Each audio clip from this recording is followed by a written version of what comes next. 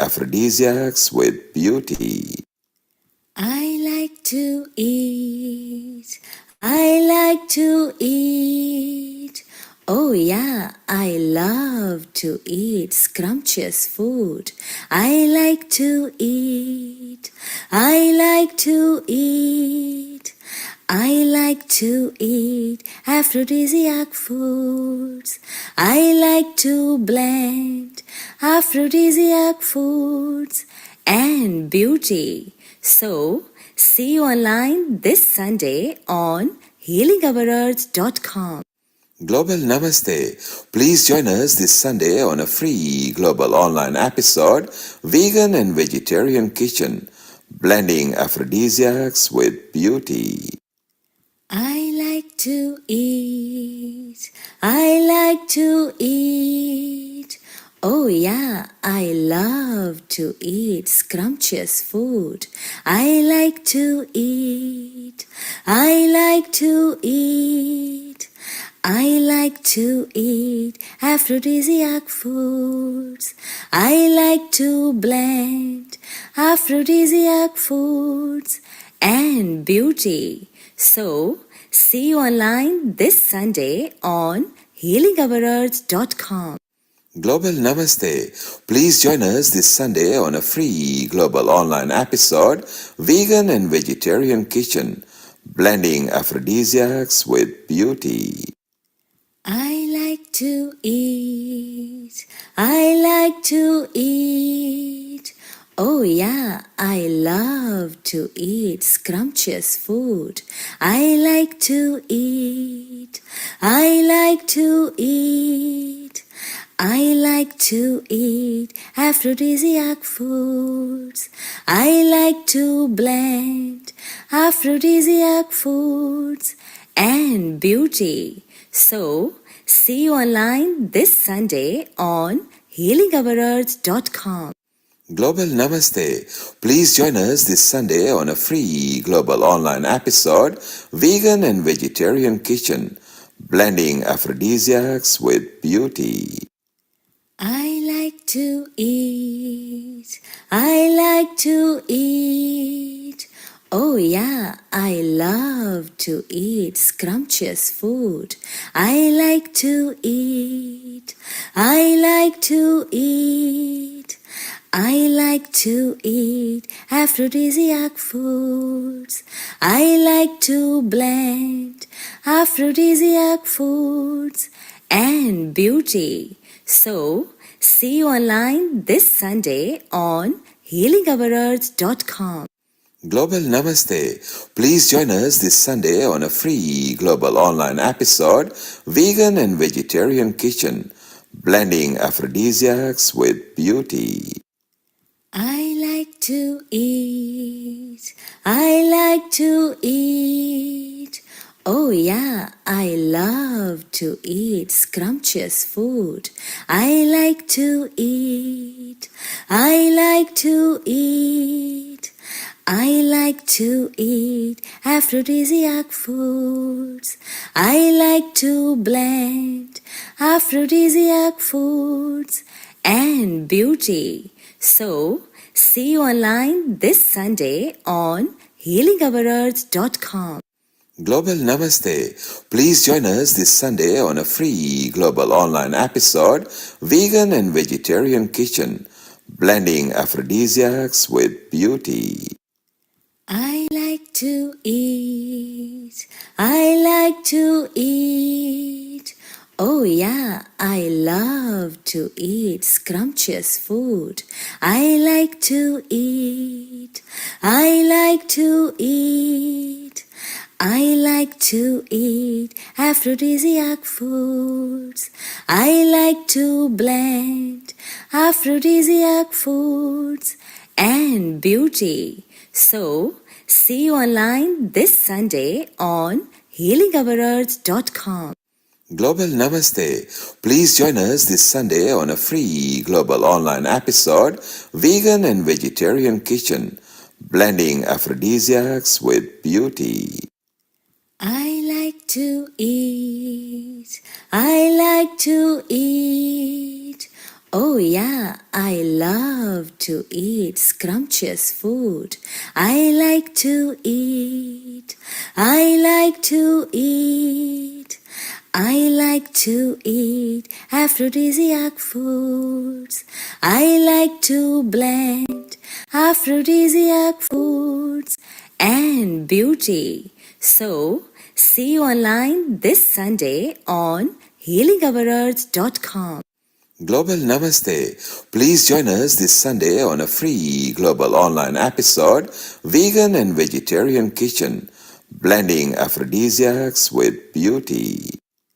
I like to eat. I like to eat. Oh, yeah, I love to eat scrumptious food. I like to eat. I like to eat. I like to eat aphrodisiac foods. I like to blend aphrodisiac foods and beauty. So, see you online this Sunday on healingourEarth.com. Global Namaste. Please join us this Sunday on a free global online episode, Vegan and Vegetarian Kitchen, blending aphrodisiacs with beauty. I like to eat. I like to eat. Oh, yeah, I love to eat scrumptious food. I like to eat. I like to eat. I like to eat aphrodisiac foods. I like to blend aphrodisiac foods and beauty. So, see you online this Sunday on healingourEarth.com. Global Namaste. Please join us this Sunday on a free global online episode, Vegan and Vegetarian Kitchen, blending aphrodisiacs with beauty. I like to eat. I like to eat. Oh, yeah, I love to eat scrumptious food. I like to eat. I like to eat. I like to eat aphrodisiac foods. I like to blend aphrodisiac foods and beauty. So, see you online this Sunday on healingourEarth.com. Global Namaste. Please join us this Sunday on a free global online episode, Vegan and Vegetarian Kitchen, blending aphrodisiacs with beauty. I like to eat. I like to eat. Oh, yeah, I love to eat scrumptious food. I like to eat. I like to eat. I like to eat aphrodisiac foods. I like to blend aphrodisiac foods and beauty. So, see you online this Sunday on healingourEarth.com. Global Namaste. Please join us this Sunday on a free global online episode, Vegan and Vegetarian Kitchen, blending aphrodisiacs with beauty. I like to eat. I like to eat. Oh, yeah, I love to eat scrumptious food. I like to eat. I like to eat. I like to eat aphrodisiac foods. I like to blend aphrodisiac foods and beauty. So, see you online this Sunday on healingourEarth.com. Global Namaste. Please join us this Sunday on a free global online episode, Vegan and Vegetarian Kitchen, blending aphrodisiacs with beauty. I like to eat. I like to eat. Oh, yeah, I love to eat scrumptious food. I like to eat. I like to eat. I like to eat aphrodisiac foods. I like to blend aphrodisiac foods and beauty. So, see you online this Sunday on healingourEarth.com. Global Namaste. Please join us this Sunday on a free global online episode, Vegan and Vegetarian Kitchen, blending aphrodisiacs with beauty. I like to eat. I like to eat. Oh, yeah, I love to eat scrumptious food. I like to eat. I like to eat. I like to eat aphrodisiac foods.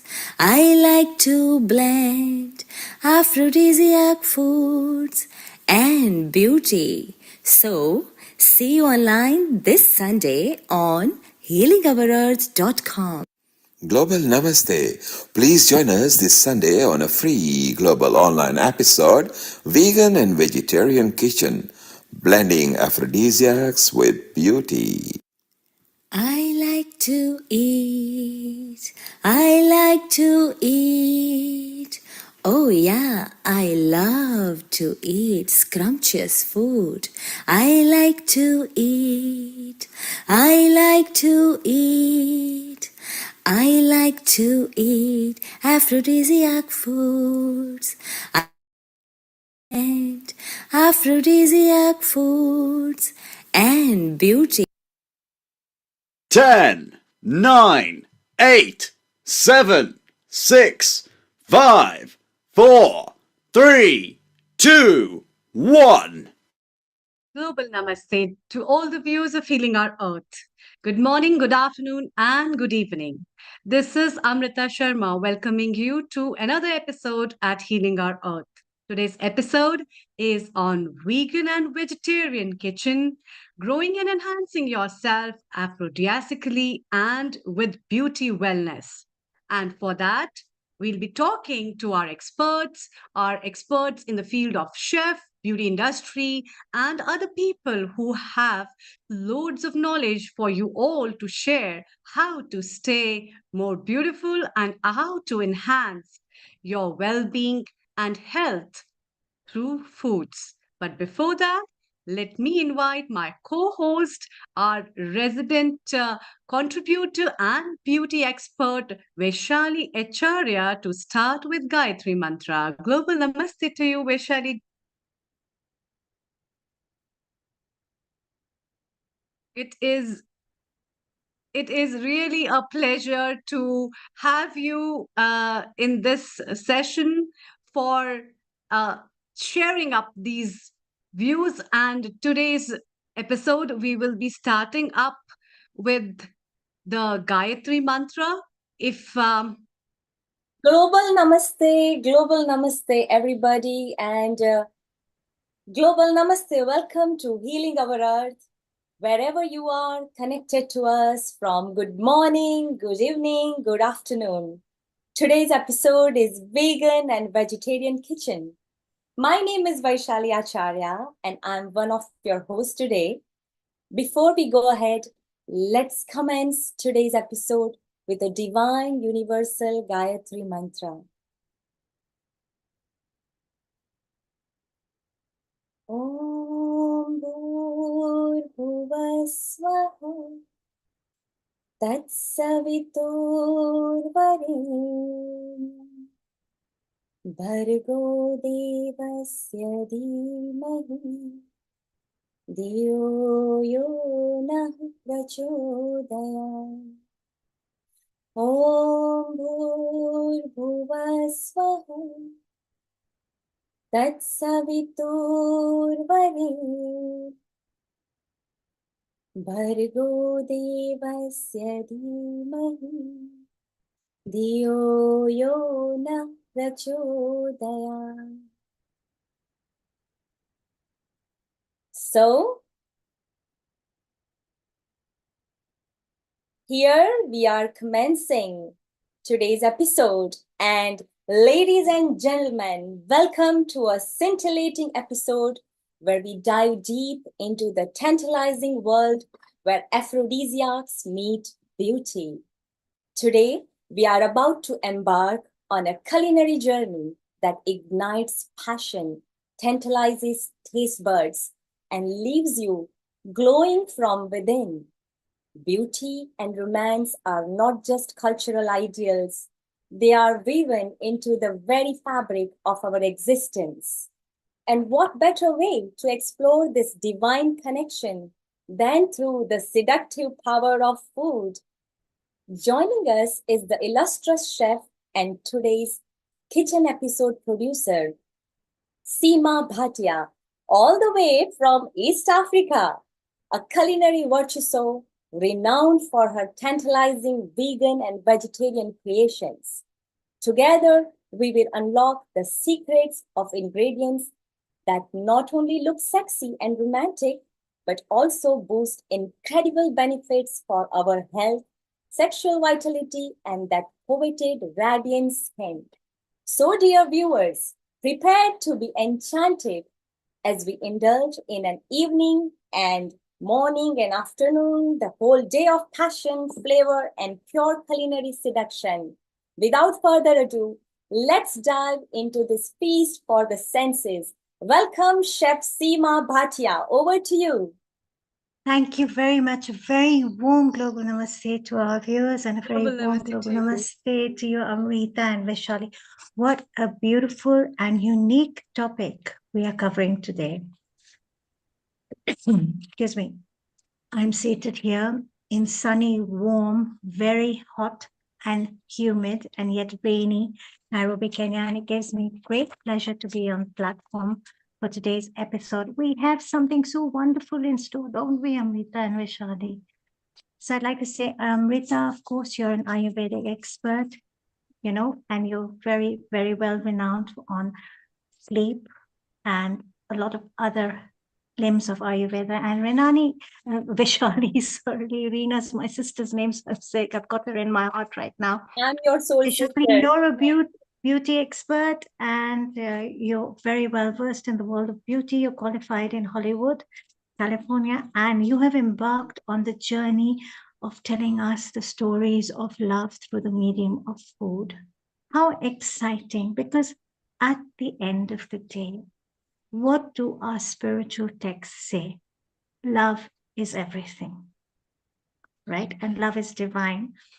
And food is our sustenance. So exploring it through this medium is going to be very, very exciting. And I'm so thrilled to be with all of you today and learn more about the stories of love and passion and romance through the medium of food.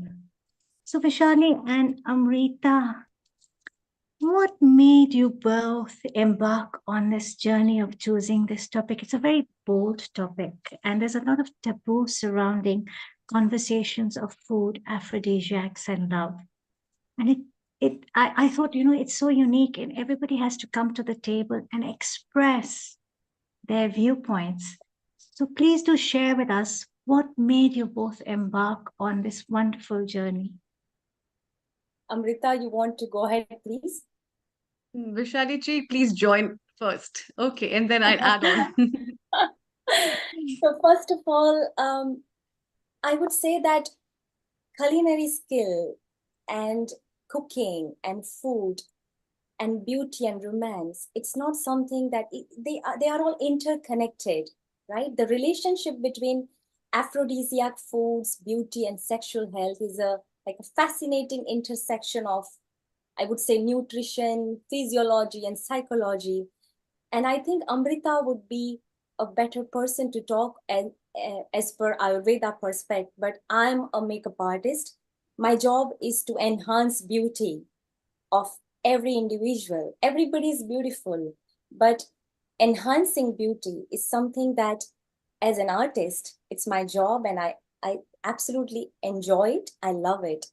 I always thought that when we were discussing about kitchen episode, and since you were producing, Seema, and I just thought, let's combine these two topics because every ingredient has a story, isn't it?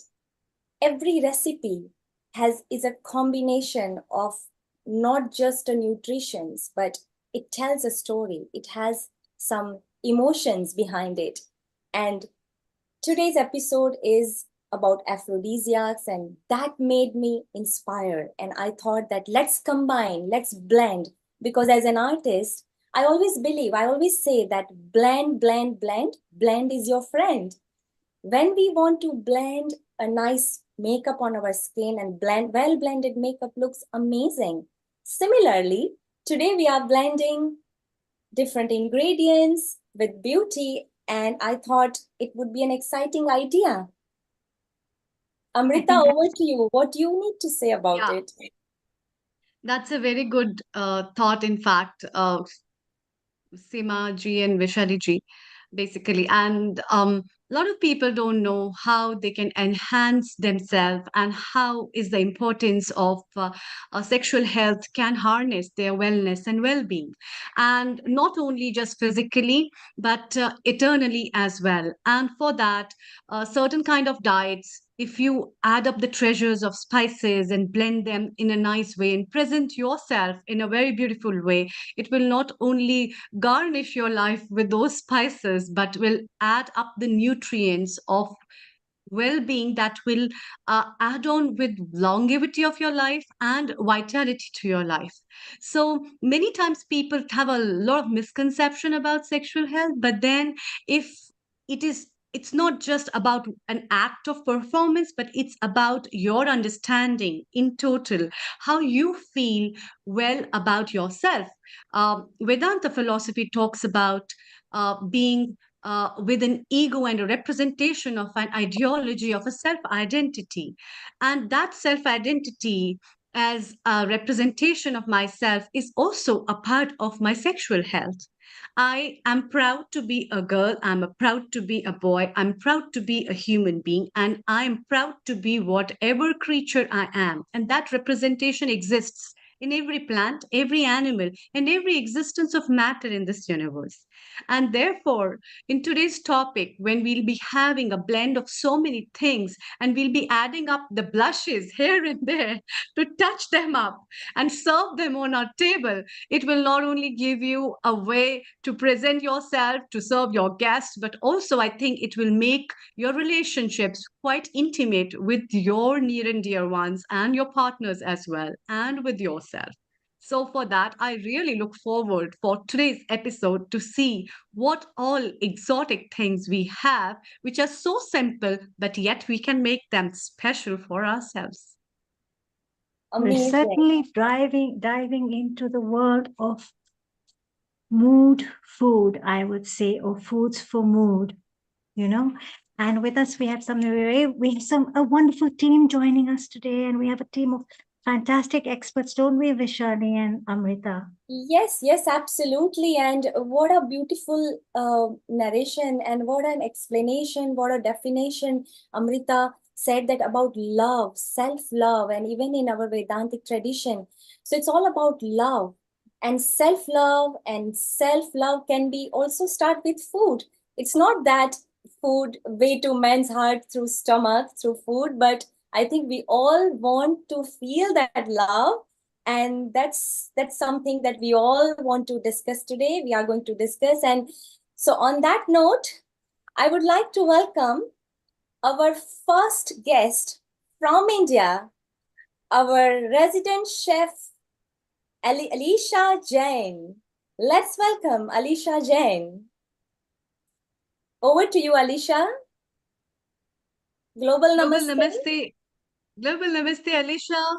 It's really a pleasure to have you again.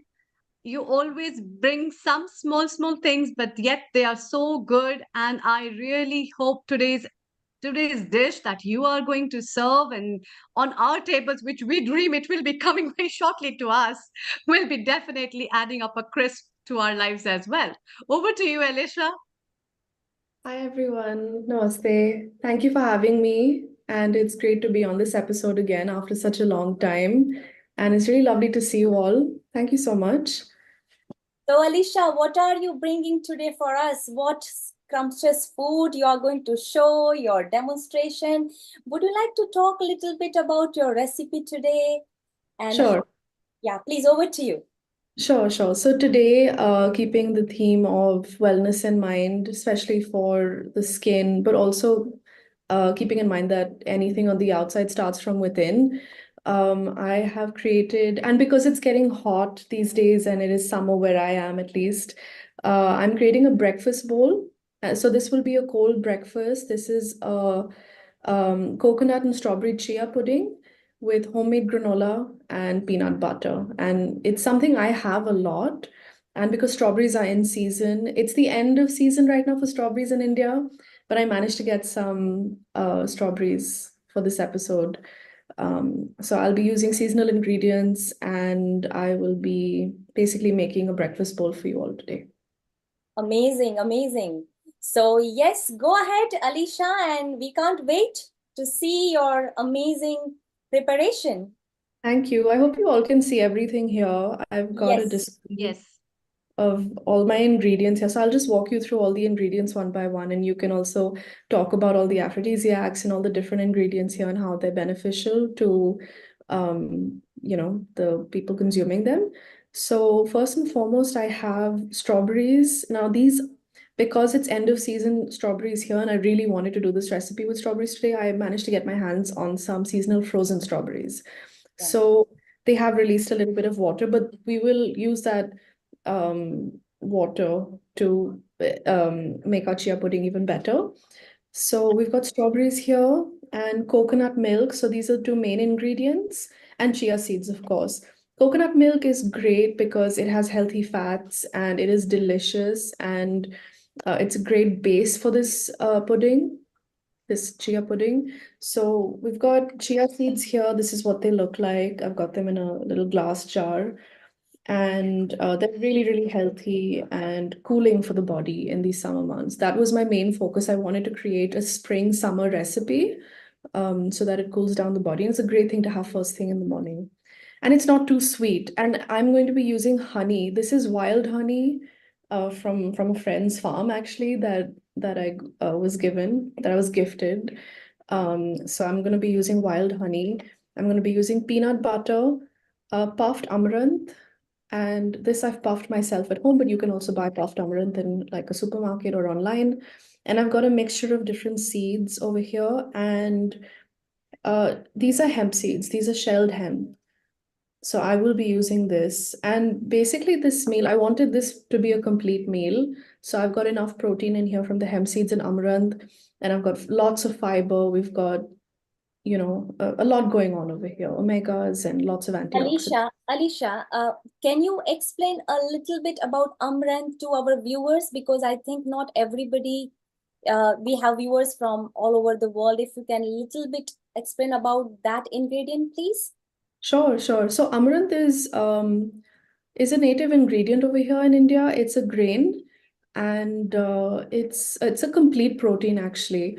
So it doesn't actually look like this generally. So I have popped this amaranth, meaning like how you pop like popcorn kernels and Oh, they turn.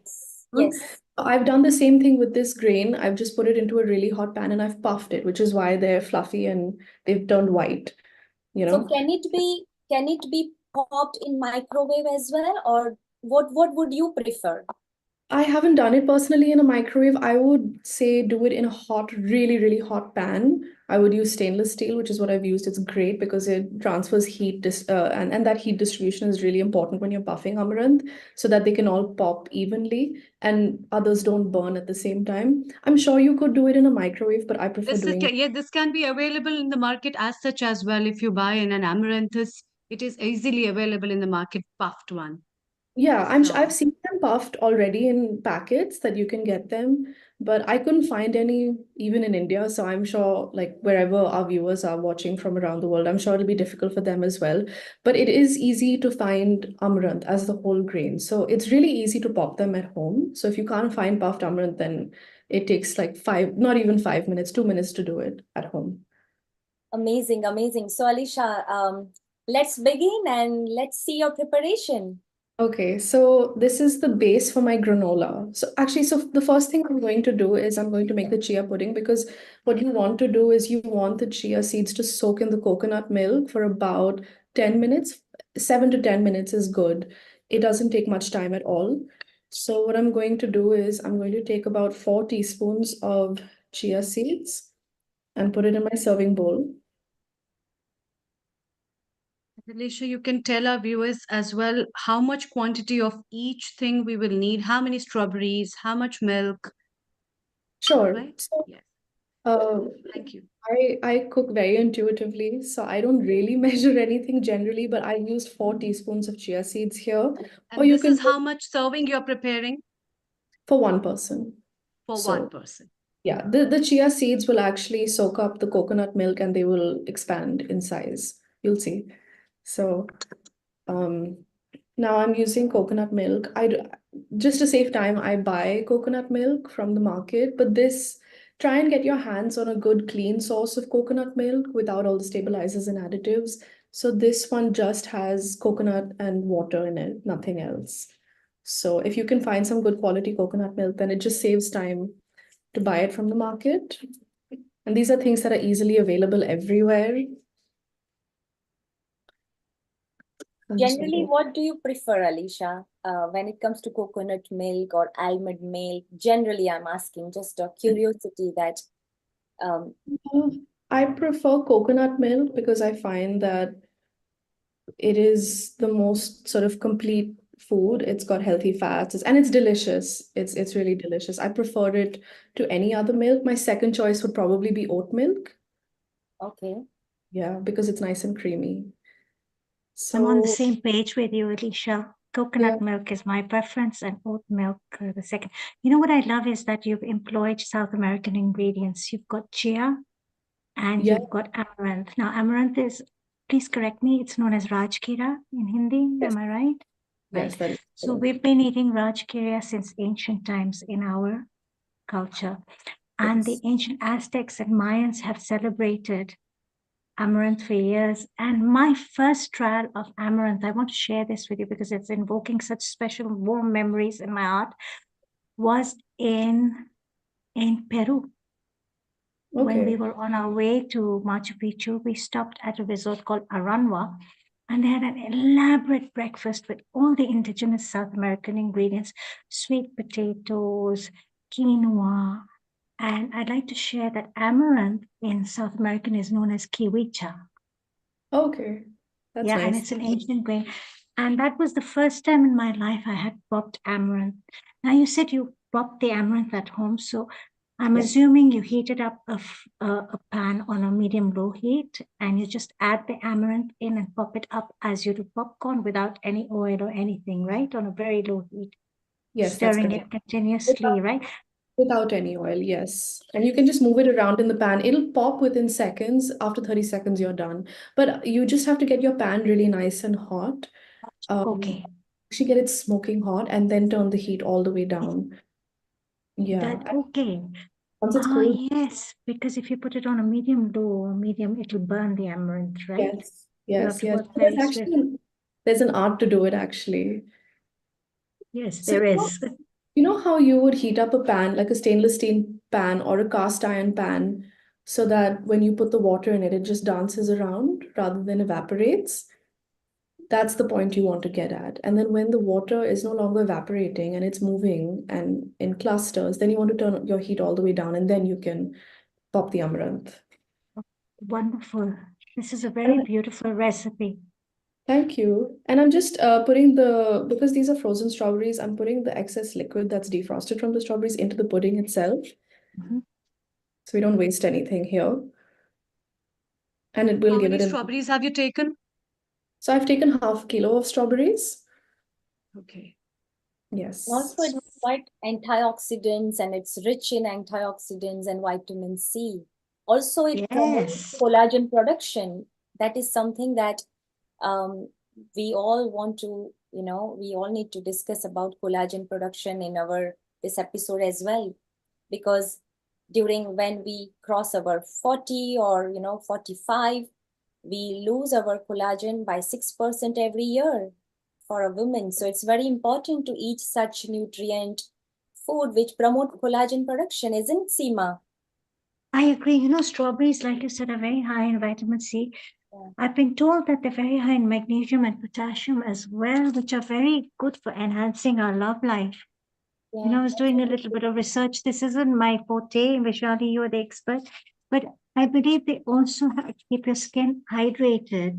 Now, I'm very big on beauty on the inside out, and I love my skin kitchen. And I've said this 100 times of healing and our earth, and sorry to repeat myself, but I live in a home where I have two daughters who come into the bathroom and they say, Mommy, can you please, we beg of you, Mama, please, can you stop turning our bathroom into a kitchen? Why? Because whatever, if I make a strawberry smoothie with chia seeds or flax seeds and coconut milk or oat milk, I'll add in some coconut oil, I'll add in some sugar because sugar is humectant. It hydrates your skin. And there I'll be putting a mask on my face. And I'll walk out and they'll go, oh, Yeah. you look so scary, Mama. And I forget the bowl in the kitchen. And obviously, straight after that, I have two girls who come up to me holding a bowl and saying, Mama, can you put this back into the fridge? Can you stop turning our bathroom into a kitchen? So there are a lot of these skincare ingredients, right, Vishali, that we can apply to our yeah, skin yeah. with And caution. even right now, Alicia, let's Aisha, see yes. Seema. See, Let's Alicia hear has from just her. added honey, I think. Yes. So Alicia, please go ahead and tell us about how yeah, much quantity of seeds you have taken. What are you mixing together? Over So to I'm you. Thank mixing you. together the puffed amaranth and a mix of seeds. You can use any seeds. I've used pumpkin seeds, sunflower seeds, and melon seeds. And what I did was I lightly toasted them over like in a hot pan, and I've mixed that in with the puffed amaranth, and I've just added a teaspoon and a half of honey. You have Alicia, roasted what I all the love seeds? Sorry? Have you roasted all the seeds, Alicia? Yes, all of them separately because I like the nutty flavor. You can also soak them if you don't want to roast your seeds, but I prefer the roasted nutty flavor. And this is the granola for the pudding.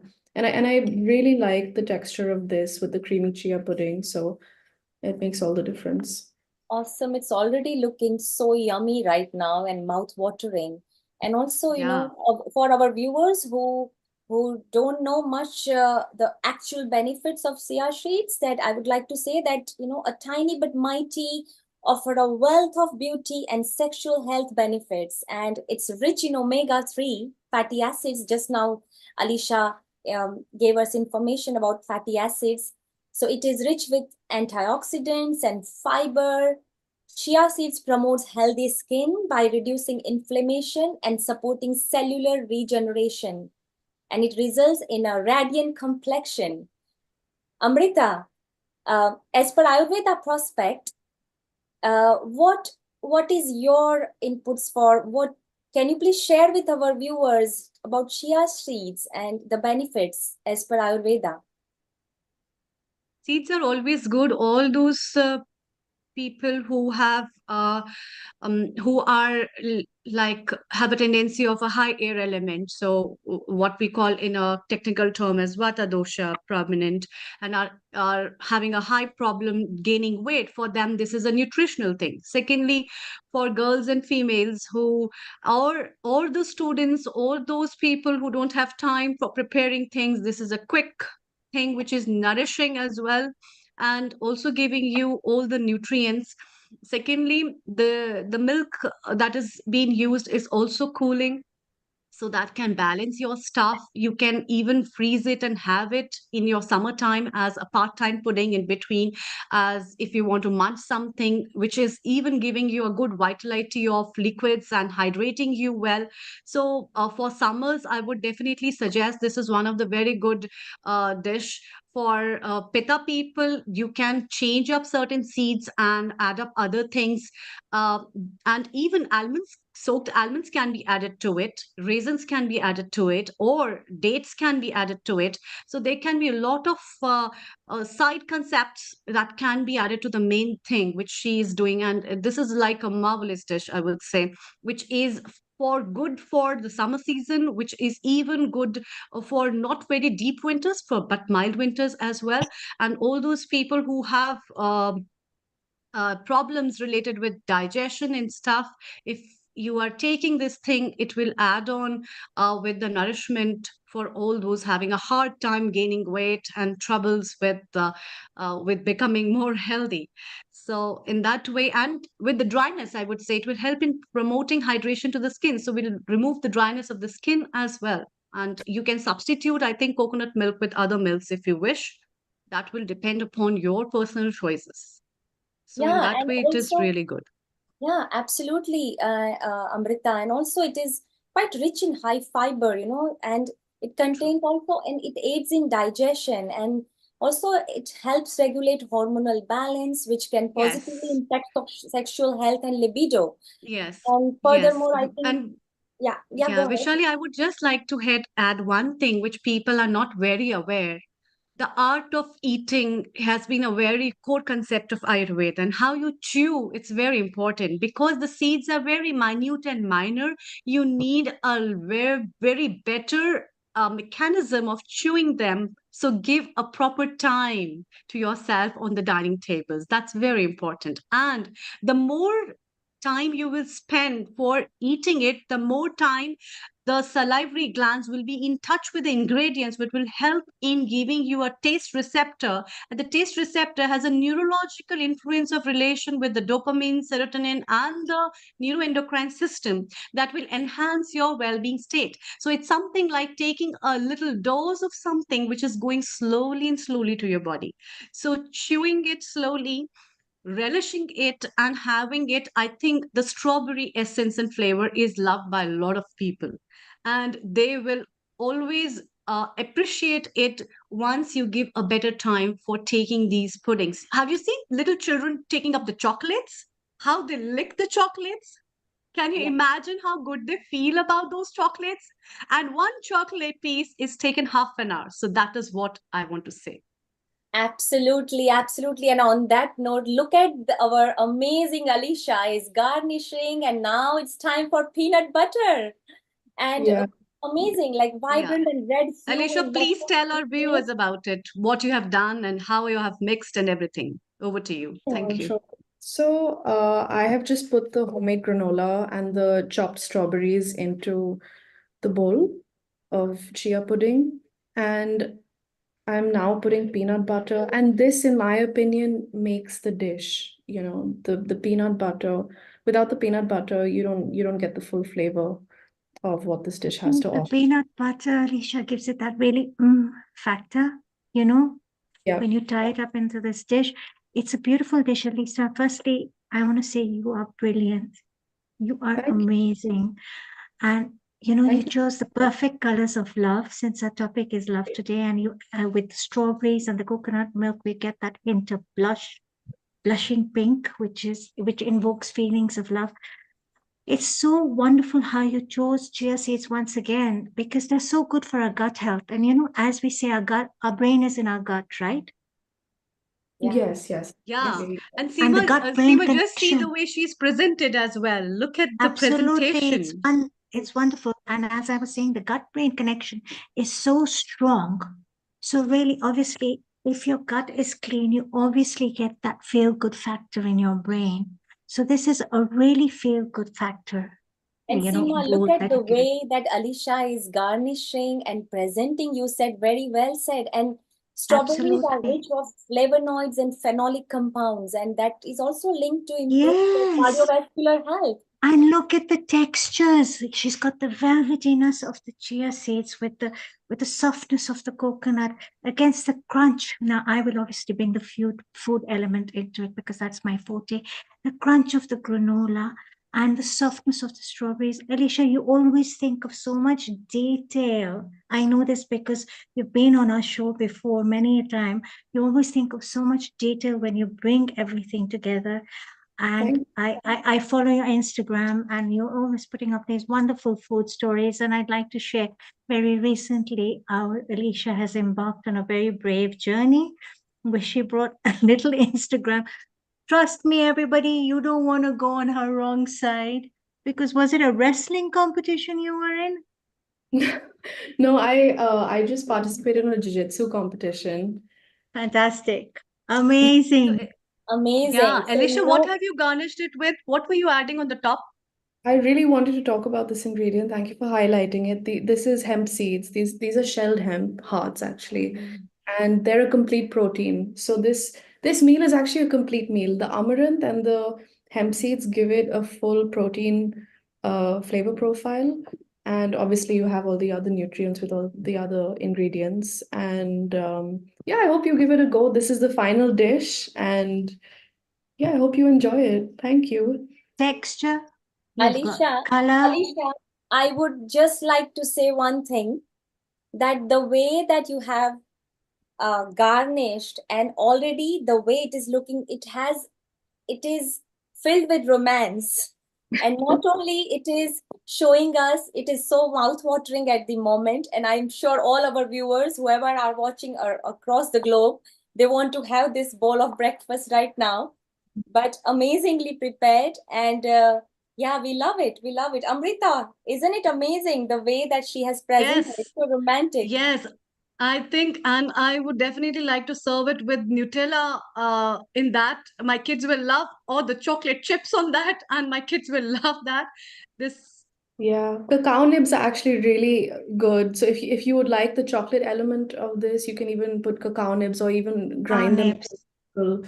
And there you've got South America again with cacao. You've got chia, So, you've got so let's kiwita, see, and you've Alicia. got cacao. So Beautiful. let's see our founder, director, Nil Kumar, what you have to say about this amazing romantic preparation. Alicia Jain presented for us. Over to you, Nil Kumar. Global Namaste, ladies. What a wonderful episode we are serving today. It's actually an episode that's being served. And yes, you mentioned to the men's heart and also aphrodisiac foods. Alicia, before we carry on talking about that, can you bring the final prepared dish near the camera, please? So we show our viewers what it looks. So if you go to the worktop camera, yes, go more and more, a bit. I'm not sure if the lighting is good, Yeah, but that's good enough. Oh, we can see the blend. It merges from the deep red and ends up into a pure white there as well. And you've got a blend of flavors. So gastronomically, I mean, if this is what you are serving to your man or your lover, you start early in the morning and you give this very nicely presented but very healthy dish as well for the breakfast, because this has got antioxidants, low sugar, low GI, you've got the fruits. Alicia, well done. So let's remind the viewers, first of all, what are the ingredients you have included in here? If you go step by step, so those who have joined us recently, they can make this thing maybe tomorrow morning. So let's just run through what have we included in the recipe. sure. So the base of this dish is chia seeds and coconut milk. And because I used strawberries which were frozen, the excess liquid that came out of the strawberries, I mixed it into the pudding. So there's a little pink hue from it. But if you can get fresh strawberries, then nothing like it. Or you can use any fruit you want. You can even do mangoes. It's mango season right now. So chia seeds, coconut milk, strawberries. And then I made a homemade granola, which had puffed amaranth and a mix of different seeds along with honey to bring it all together. And then I've got hemp seeds and peanut butter. And there you have it. And Alicia, I'm almost jealous that Zara and Vikram are going to get to have part of this dish today. Mommy, Looks that delicious. chia this puddings. is And really Alicia, wonderful. Alicia, in the country where chia seeds are not readily available, what about tukmaria seeds, the basil seeds? Are they good replacement for that? Yes, we call them sabja here in India. So Sabja, right. those are actually really good. I was thinking of doing this with sabja, but I think universally chia seeds are more readily available. So that's why I chose chia seeds. So yeah, you can absolutely use basil seeds. So And we've got alternative that we can use. Let's go to Oman and we ask, our resident contributor and a coordinator there in Oman, Sai Chitra Narayan there. Chitraji, what do you think? I mean, you've got experience and you know how to serve food to people. What do you think of what Alicia has made over here? Alicia has made something wonderful. You know, so much of love is involved in preparing this. And whatever you do with love, normal food becomes prasad. That's what we have seen now. And It's that's what I wonderful. love. That if you want to bring love in your lovers or your spouse or your partner's life, prepare things with love. We heard that, Vaishali, at this time, you love eating food. Shall we have the song that was created for the jingle? And before we move on, over to you, Vaishali. Yeah, of course. That song is like we have created together, and I would like to sing. I like to sing. I like to eat. I like to eat. Oh, yeah, I love eating scrumptious food. I like to eat. I like to eat. I like to eat aphrodisiac foods. I like to blend. I love to blend aphrodisiac foods with beauty. And that's what Wow. Alicia did. She brought the beauty in the dish, but we call garnishing as well. She brought the love, which Shai Chitra Narayan mentions, because the food served with love can bring love and harmony with people. So it's so beautiful. Alicia, why did you think of this dish? I mean, is it because the topic was selected and you felt that it would be a perfect time to bring this? Yes, because of the topic, I thought this was appropriate. And I always like doing seasonal dishes. I try and incorporate something seasonal and local every time I do anything on this show. So that's what I decided to bring to you today. And Seema, you are in Kenya over there. You are a celebrity chef, and you've been on cruise ships in particularly in the Far East countries, namely Hong Kong. And do you think because in the on the cruise ship there are romance is flourishing, couples are there? Did you use this trick just to build the libido and actually deliberately serve them with lunches and dinners? Did you do that trick? I was commissioned, actually, no, I was commissioned by Genting Cruise Lines to teach in Malaysia, Singapore, Vietnam, and Hong Kong in Asia to relive my mother's food stories, the Emperor's Table. My mother used to give cookery classes here in Kenya, and she was very close to the Nawab of Rampur's family. So she learned all her cooking secrets there, and I was asked to demonstrate those. But having said that this dish is no less to royalty. And what I want to say, Alicia, you always think of everything when you bring over a recipe. This is my experience with you, and I'm sure all of Healing Art. You think of all the elements of texture. You think of all the elements of nutrition. You think, I know you're big on the gut-brain connection. And anti-inflammatory elements. Chia seeds are anti-inflammatory. Coconut milk is anti-inflammatory. So I have one question for you, and I will really lean on Vishali and Amrita ji for their expertise for this, because they're such experts in skincare and beauty. I was wondering if we took out the granola or the seeds, or if we actually blended it into the recipe like a smoothie, taking everything, the honey, the peanut butter, because honey, I believe, is, no, peanut butter, I believe, is rich in niacinamide, which is very good for the skin. And if we blend it all up into a smoothie, and we perhaps mixed it in with some rice flour, lading in on a little bit of K-beauty or Korean beauty for anti-aging, and applied it to our face, we could use it as a face mask. And my children would be complaining again that my bathroom is a kitchen. You know, I'm just thinking out of the box here. So it's not only good for you internally, it's also beauty on the inside out, as well as nourishing your love life. What a complete recipe. Beautiful. If you're not allergic to anything, definitely you can apply this thing. And Peanuts and secondly, I allergies. would also like to let our viewers know about few things, that whenever you are using any of the fruits, make sure it is washed properly.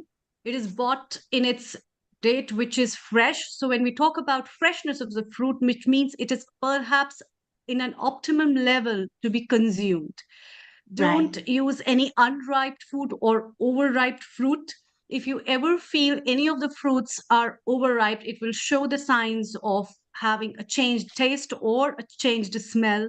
So avoid using them. And especially with many fruits like this and the strawberries, they have a very less shelf life. So you really need to be very careful. If you have fresh availability of them, it is better to use them seasonally and fresh all the time. And the second That's Also, thing, very wonderful. valuable. Yes, Vishwanaji. yeah, Amrita, also because your point is very well connected to skin, that, the way you said that similarly, whatever ingredients you feel that it's very beneficial to the skin, nowadays, Google is showing everything. Google is showing that, these are the good for healthy skin, glowing skin, but ultimately, if your skin is acne prone, so make sure that you seek a professional guidance before you applying any indigenous paste or creams on your face, because it may aggravate your acne, it may clog your pores, and it may lead to further comedones or folliculitis. So it's very important to first seek a professional guidance if your skin has a conditioned skin. For I example, agree. if you have a rosacea, if you have a tendency of melasma, if you have a tendency of acne, or any kind of a warts, or different types of a skin tags. So it's very important to first seek a professional guidance. Thank you. That's That's true. very That's true. valuable, Alicia and Amrita. That's so valuable. I do it. Yeah. Yeah, it's very important to seek professional advice. I And agree. second thing, I do it. Seema ji, yes, second thing which I found in Alicia, look at the color presentation. At home, we hardly bother on the presentation of the food. It's just about served on the table and being eaten. But it adds on with lot of taste receptors. Whenever you watch these things, these are called as organoleptic visionary things that add up your cognitive science to your well-being. And the presentation of the food automatically adds up with the digestion. And these colors, the more colorful, so have you seen on the curries we put the white mist of things, or we garnish it with 2 leaves of basil, or we garnish it with 2 leaves of mint, but that in a whole way is adding up to the gustatory system. Watching and eating are very simple, very beautiful two concepts, and the And presentation of Amrita, anything makes a big difference. Amrita, that is what we call in hospitality industry, get the gastronomical juices flowing before Flow. you serve them. And just before we carry on talking, our team member Mala, let's ask her what she thinks what Alicia has prepared, and she also wants to know more about collagen foods, so she can enjoy that as well. So Mala, global namaste to you. And what do you think about Alicia's food presentation and the contents? Global namaste to all my lovely family at Healing Global Our Earth. namaste. Global Now, namaste. Namaste, Mala. lovely to see you all again online. Seema, lovely to see you as far as Likewise. possible. Now, that was very interesting and informative. And I think these little ingredients, I mean, they're not very expensive as well. And if you buy them in bulk as well, and you store them, appropriately, it'll go a long way. But what I loved is your presentation, actually, the way you presented it, and you explained every ingredient. Now, what about allergies? I'm always concerned about allergies because I work widely with food, and just about there's 14 fruit and vegetable allergens, but they seem to be increasing now because more people are receptive to allergies. I think during birth or not during pregnancy, I think nurses or the medical teams always tell the parents not what to eat, what not to eat. And obviously, the children are not becoming accustomed to it through their mums and through the blood flow and that pregnancy transition. So how do we know if there's allergens in certain ingredients or not? in terms of getting it out there and getting more people to use the product. Amrita, would you like to answer that? Because you are qualified to answer this question. Over to you, Amrita. Malaji, your question is, if I get it right, is about whether a pregnant woman can take it or her allergies. That's what you're asking about this particular dish, or you're asking in general? In general. But now that you made in general, but what I'm focusing on is on the allergies for children as well, even during pregnancy or after, even toddlers as well. Because nowadays you have to be so careful what you give people to eat. There's so many reactions with regards to nuts and peanuts and sesame seeds. So yeah, I just want to know if it's been tried and tested as well. Yeah, Seema ji, please. Yes, then I'll answer. I think personally, my experience is, Mala, your body speaks to you. Yeah. Unless you try it, you're not going to know whether you have an allergy or not. Now, talking about nuts, especially peanuts, there's a huge amount of people who are allergic to peanuts. So much so that on flights, sometimes they don't even serve peanuts as snacks. If someone has a peanut allergy, they will not serve it, right? Because a lot of people can get anaphylactic shock with peanuts. Okay. I have a lot of family members of mine who are allergic to peanuts. So the thing is that when you're creating a dish, everybody's body speaks their own language. It is important if one suffers from allergies and they can't diagnose what the allergy is, if they're getting a skin rash, they get any kind of reaction, that you must go for allergy testing. And that's when they test several products on you to know whether you're allergic or not. So one can never know unless they've consulted a medical expert and really been tested to know what they're allergic to and what they're not allergic to. Now, Alicia has used peanut butter in this recipe. I think practically 3/4 of America loves peanut butter with jelly. I love my peanut butter and jelly sandwiches. It's so comforting. But then there's a large percentage of the population in the United States and all of the world who are allergic to peanuts. So we can have substitutes. We have seed butters now, don't we, Alicia, that we can substitute with peanut butter. Am I right? Also, Pumpkin butter? Seema, very right point that you just now, talked about. And in terms of beauty perspective, so whenever we apply any topical therapy on our face, I'm talking in as a beauty perspective, allergy science, there is a allergy science should actually work behind. There are some brands, which actually have a huge data of allergy science, like huge ingredient data, So let's say it's very important to first research any brand as well before you go for, let's say, some brand may say that we have a wonderful strawberry mask or chia seed mask or shea butter body oil or something like that. But it's very important to look at the allergy ingredient data. Not every brand has that, but that is also very useful when you know that you are allergic to particular substance or ingredient or a molecule.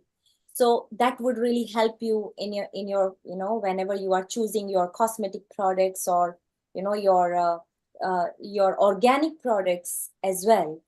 Yeah. And Seema, you hit the nail on the head. When it comes to allergy or reaction of a food, do not discuss with housewives or just family. Go to your physician because that is very much required. You could be allergic to different foods at different times. So please consult your physician. It is very important. After that, you can discuss some of the remedies from the old housewife tales because they would know about it. And before we carry on this, let's go back to Alicia because we're going to carry more about the foods and maybe you ladies have got some more items prepared and excite people. Alicia, if you started with your loved ones or partner or something with this dish in the morning, what would be your afternoon dish or a dish after this that will be in situ with this breakfast? Uh, I'm not too sure. I mean, this is You can eat anything afterwards, I think. But this is it's summertime over here now in India, so it's really hot. So I'm doing a lot of cold dishes, you know, things to cool down the body. So maybe something along those lines would be good. But So you also, use basically a coolant kind of food, something like watermelon based or yeah, or even even cooked foods, you know, they yes, have, because it doesn't necessarily have to be cold or raw, but it just means that it has to be cooling to the body. yeah. So maybe something like that. But going back to allergies, I mean, there are so many allergies nowadays that people are different allergic to so many different things. So, you know, if you are allergic to something, then just omit that from this recipe and substitute it with something that you can eat. But we create recipes on here thinking that the majority of people can eat something like this and it would be well balanced. So that was my aim for this recipe. But of And course, by law in different countries, you can now go to a restaurant or any event and actually ask for the ingredient list. In many countries, particularly in United Kingdom and America, the ingredients have to be very clearly marked and the traceability of the same as well. So yes, that's a good idea. Seema, you got a point further to this. Yes, I'd like to say something. Alicia, you one summer, you hopped over to Oxford and made me the most amazing zero waste summer recipe, which I'd like to celebrate today. She made me a watermelon ki chilka ki sabzi. The peel of a vegetable, an Indian vegetable made out of the skin of watermelon. And it was so unique and it was absolutely delicious. So, coming to your perfect summer recipe, you have a database and you are such a great zero waste cook. You don't like to waste a lot of stuff. You're very good at, taking something and turning into something quite extraordinary. Right now, as we're speaking, I'm dreaming of your watermelon sabzi, your watermelon vegetable. It was absolutely delicious. And you used panch foreign in it, right? The 5 spices, the 5 Bengali spices. I think so. Yes, it was a while Yeah. ago now. It must have been. Yeah. It was delicious. Thank you. It really was. I've enjoyed it very much. And I've loved seeing your presentation and your dish. I'm big on chia seeds and flax seeds and pumpkin seeds and sunflower seeds. Yeah. So One of the Alicia, we are not going to let you go yet because I want you to join the ladies. They are now going to go on the next round for about 45 minutes discussing, and maybe Seema will be actually showing some of the exciting dishes that Amrita and Vaishali is going to talk. So Alicia, you join in. Just before we move into that session, let's remind people, Alicia, what other replacement of the fruit can be directly changed from strawberries to Anything other fruits? anything seasonal. Go for mangoes. Mangoes would be good here. So Alicia is promoting that go seasonal to your country because the nature grows the food according to the requirement of the season in your country. Amrita will vouch for that because she loves Ayurveda principle from that. Try to eat the fruit and vegetables that are growing in your country during your season because nature has included some medicinal value to that. Is that right, Amrita? Yeah, definitely. Nikumar, I wanted to ask Alicia. Alicia, can we add any two fruits as well? Yeah, I mean, these recipes are, you can add whatever you want to these recipes. I mean, I just provide a base recipe over here, but you can substitute anything you like and add as many things as you want. Make it personal. It's your own dish at the end of the day. Amrita, what Alicia is saying, add what you like so long as you get to your man's heart. Is that what you're saying, Alicia? Sure. She Okay, certainly has so her daddy's heart, for sure. She certainly has her daddy's heart. That's for sure. I don't think my dad would eat something like this, but it's too healthy. Yes. Alicia, I have a question on this. Well, I love peanut butter, and but I like almond butter better than peanut butter. So yeah. can we add almond butter instead of peanut butter in this Yeah, recipe? Absolutely. You can add cashew butter, almond butter. You can add tahini, which is sesame seed butter also. You can add anything you like, whatever you prefer. I also love almond butter. I've just really been having a lot of peanut butter these days. I've been craving it. So I've been adding this to my breakfast bowls.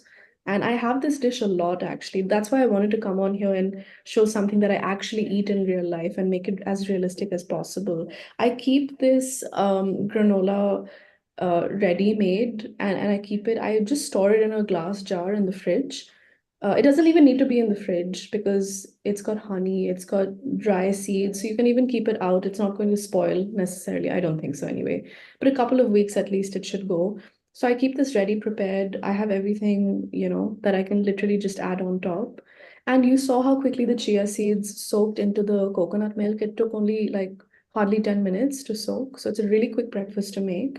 And So it's been Alicia, the good thing about preparing in bulk is you don't become lazy because it's already there. So you form a system of making sure that you are regularly eating healthy. It's a very Yeah. good idea. If the food can last for about 7 days, prepare in a bulk. So there is no excuse. I am in a rush. I didn't have time. So it's Yeah. beautiful. Well, let's do something now. Let's go to the next round because we've got some other exotic ideas and stuff. So, Alisa, stay around. Over to you, ladies. Take it away. Thank you all. So I would just say that today's episode is all about aphrodisiacs, and as we are discussing beauty, aphrodisiacs, Ayurveda, and all the ingredients and how it's going to enhance our inner, outer beauty. So I just want to say that Amrita and Seema, uh, the relationship like between aphrodisiac foods and beauty, it is like it's inevitable. It just go together, right? And so when it comes to nutrient rich foods and these kind of a topic, my idea is to enhance first of all hormonal balance and enhance your mood, because these kind of a foods actually enhance your mood and stress. It actually regulate your stress as well. And isn't it exciting that certain aphrodisiac foods like dark chocolate and well, this is a vegan vegetarian kitchen, but even oysters contain some compounds that can positively influence mood and reduce stress. So I love chocolate Actually, actually. Amrita, what do yeah, you think about Vishali, chocolate? you always catch up the words that I'm about to talk about. I just was wondering. See, Alicia was talking about I recently have a craving of peanut butter. This is a very small sentence, but this is a very important sentence. And a lot of women have got a lot of cravings during their cyclic times, before their cyclic times, and they don't even think about it. And the second thing is, whenever you're having certain cravings, you must watch it out. Why is the craving happening? Most of the time, the cravings come because of the deficiencies or your mood stimulations related to your hormones. So sometimes we overdo with the foods, or sometimes it is a requirement. Now, as far as coconuts are concerned, coconuts are rich in potassium. Peanuts are rich in potassium. If you're doing a good workout, if you're in a hot season, you might be sweating a lot. You might lose electrolytes a lot. Maybe you need electrolytes and your body talks about it. Or during menstruation, you're having certain things which you feel that there is a requirement. And crunching certain kind of foods can elevate your mood, as well as it can give you the nourishment which you like. So this is a very a subtle psychological effect that affects our body. And being a woman and being a part of our 22nd century global women forum, I think it is very important worldwide for the girls and the women to know and observe themselves. I personally educate a lot of people on ground level to understand these things and be observant on your own stuff. What are you craving for and how long are you craving for? Another thing is, it's about how much do you consume something that you like. So if you like peanut butter, you might be having cravings, but you can overdo with it and you can gain weight, and then you can be stressed with it. So there are a lot of small aspects that are related to it. And where do you want to put the full stop into your diet balance, and what harnesses you with this? So suppose during my menstruations, I feel tired. right? By taking certain kind of food, I feel well after doing rest, and by being vigilant on myself. This will be a one key point that yes, this particular diet is helping me in harnessing myself. So you can try it out in the next round of your cycles as well. And secondly, with the change seasons, your requirement might change, and you can view it out with your work stresses, your job stresses, your study stresses, as well as at every age, it might change. So always be very careful about your likings, because your mind is a very good storehouse of knowing, and it's so full of intelligence. That intelligentsia is so subtle that if you know and feel it, it will give you the answers of all your questions that you have for nourishment. And that's what I wanted to say. Yes. You're Very very well Over right, to said, both of Amrita. you. Yeah. You're very right, Amrita, especially when you brought the element of the seasons in. So I have a question for you. Ritucharya, right? It says summer it is, summer produce it should be, winter it is, winter produce it should be, aligning ourselves with the rhythms of nature, basically. So when it comes to our beauty, right? It is important to eat the foods that are in season, right? For our skin health. According to your prakriti, according to your our prakriti. constitution. And also that will also come into our sexual health as well, right? Aligning with the rhythms of nature, employing the produce that is there at that time. Of course, each country is different at each different time. When it's summer here, Yes. it's winter there, etc. So produce varies from country to country. So, you know, it's amazing, Vishali and Amrita, how everything, like you said, is so intertwined and interwoven. And you spoke about the intuitive mind, you know, that subtle intuitive mind that speaks to us when we have our cravings. Now, as women, we all know when we were growing up, that mid-cycle or when we're PMSing, we get certain cravings for chocolate, for butter, for, you know, rich foods, for cakes, pastries, you know, some good for us, some not so good for us. You know, and peanut butter was one of them for me with chocolate. Chocolate has always been a very big thing for me as well. So how do we tap into that balance? Because, you know, I'm the kind of person when I was younger, if you put this, they had this mix. I'm not promoting any brand here in the United States of America, where they have a black currant jelly with peanut butter, and it's Skippy. The brand is Skippy. Vishali, you would know, you were in the States for a long. I would literally go into that can and literally gorge on that peanut butter and jelly in my mid-cycle. I was about 18 when I was in the United States for a semester. So how do you find that balance? You know, how do you tap into that intuitive mind? Because not everybody is able to do that on such an extreme level. Very good question, Yeah. Seema. Very, very good question, because mind is amazing. Everything starts with mind. Everything starts with mind. Today the topic is food, right? Food has immense role for our health, for our fitness, for our mental health, because our gut is a second brain. You know, gut tells us, listen to your body. Our body tells us everything. And I, being a certified fitness trainer, because I give nutrition programs to my clients as well. So whenever I start their weight training program or customize, when we focus on depending on their requirement, like cardiovascular strength, stamina, endurance, agility, muscle strength.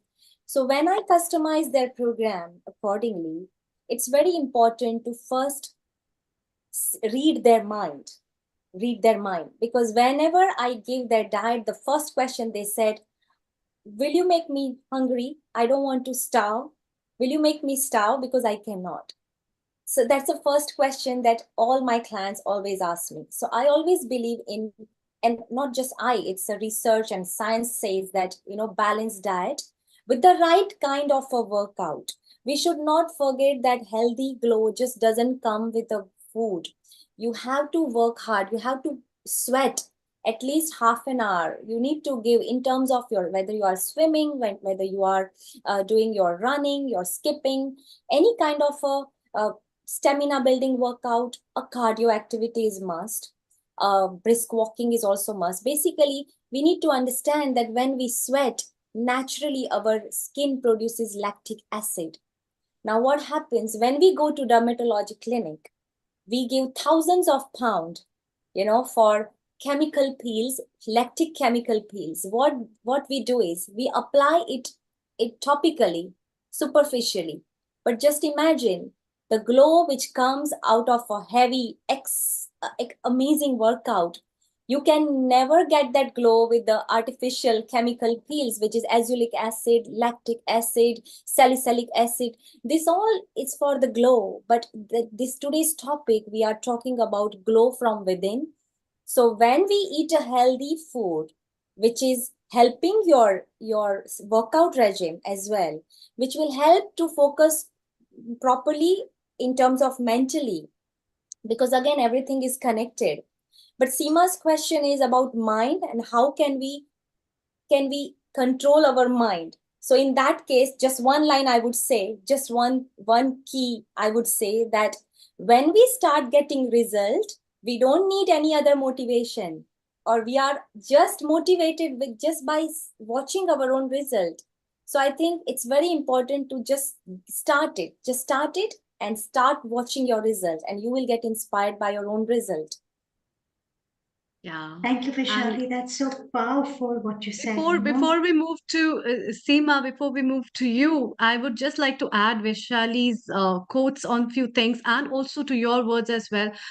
Being a physician and a counselor with personal lifestyle, I've also encountered a lot of people having relationship issues because of low libido. That is not being talked up, but then this has been a problem in your life personally, and to deal with these, diet and your lifestyle has a big role to play to work on it. And this kind of issues is an integral part of every individual's life. To have a progeny, whether a plant, an animal, or a human being, is one of the things. And for that, different kind of issues in relation to your health are so important that to talk about a low libido, so many girls come to me and they talk about it. Because of this, the relationship has been spoiled. Because of this, they're not able to settle up, and all these things. But in that, so many factors in relation to your diet, your micronutrients, your macronutrients, your hydration, your cyclic stuff, your energy levels, all these things, they have a big role. Apart from your stress boosters, how do you boost up? So regular exercise, as Vishali mentioned, is one of the very key components. Other kind of diets, seeds. And today, I was talking about microgreens, which I will add on later on to the discussion.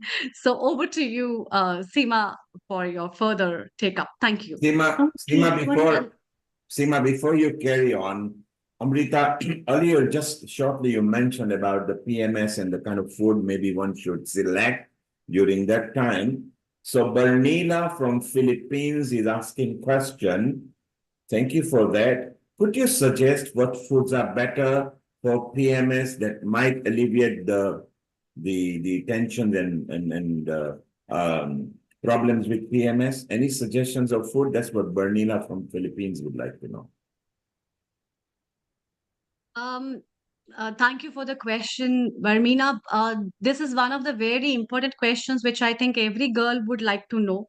It is important to know about yourself. If your body is really heat producing at time, you get a lot of hot flushes, and you feel that a lot of fire element is high in you, in the sense your metabolism is high, your sweat is pretty odorous, you feel really heated up. In that case, hydrating foods, a lot of those fruits in the form of berries, in the form of citrus fruits, that will help in increasing your collagen. It will help in hydrating you, would be beneficial.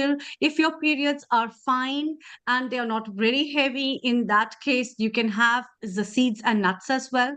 But in the other case, if you have a lot of pain in the premenstrual syndromes as a part of it, or you get cramps or you get mood swings, stay away from the addictions of chocolates. Not a lot, don't consume a lot of coffee. Take more herbal decoctions and herbal teas, which can be very light, like green cardamom tea, fennel tea.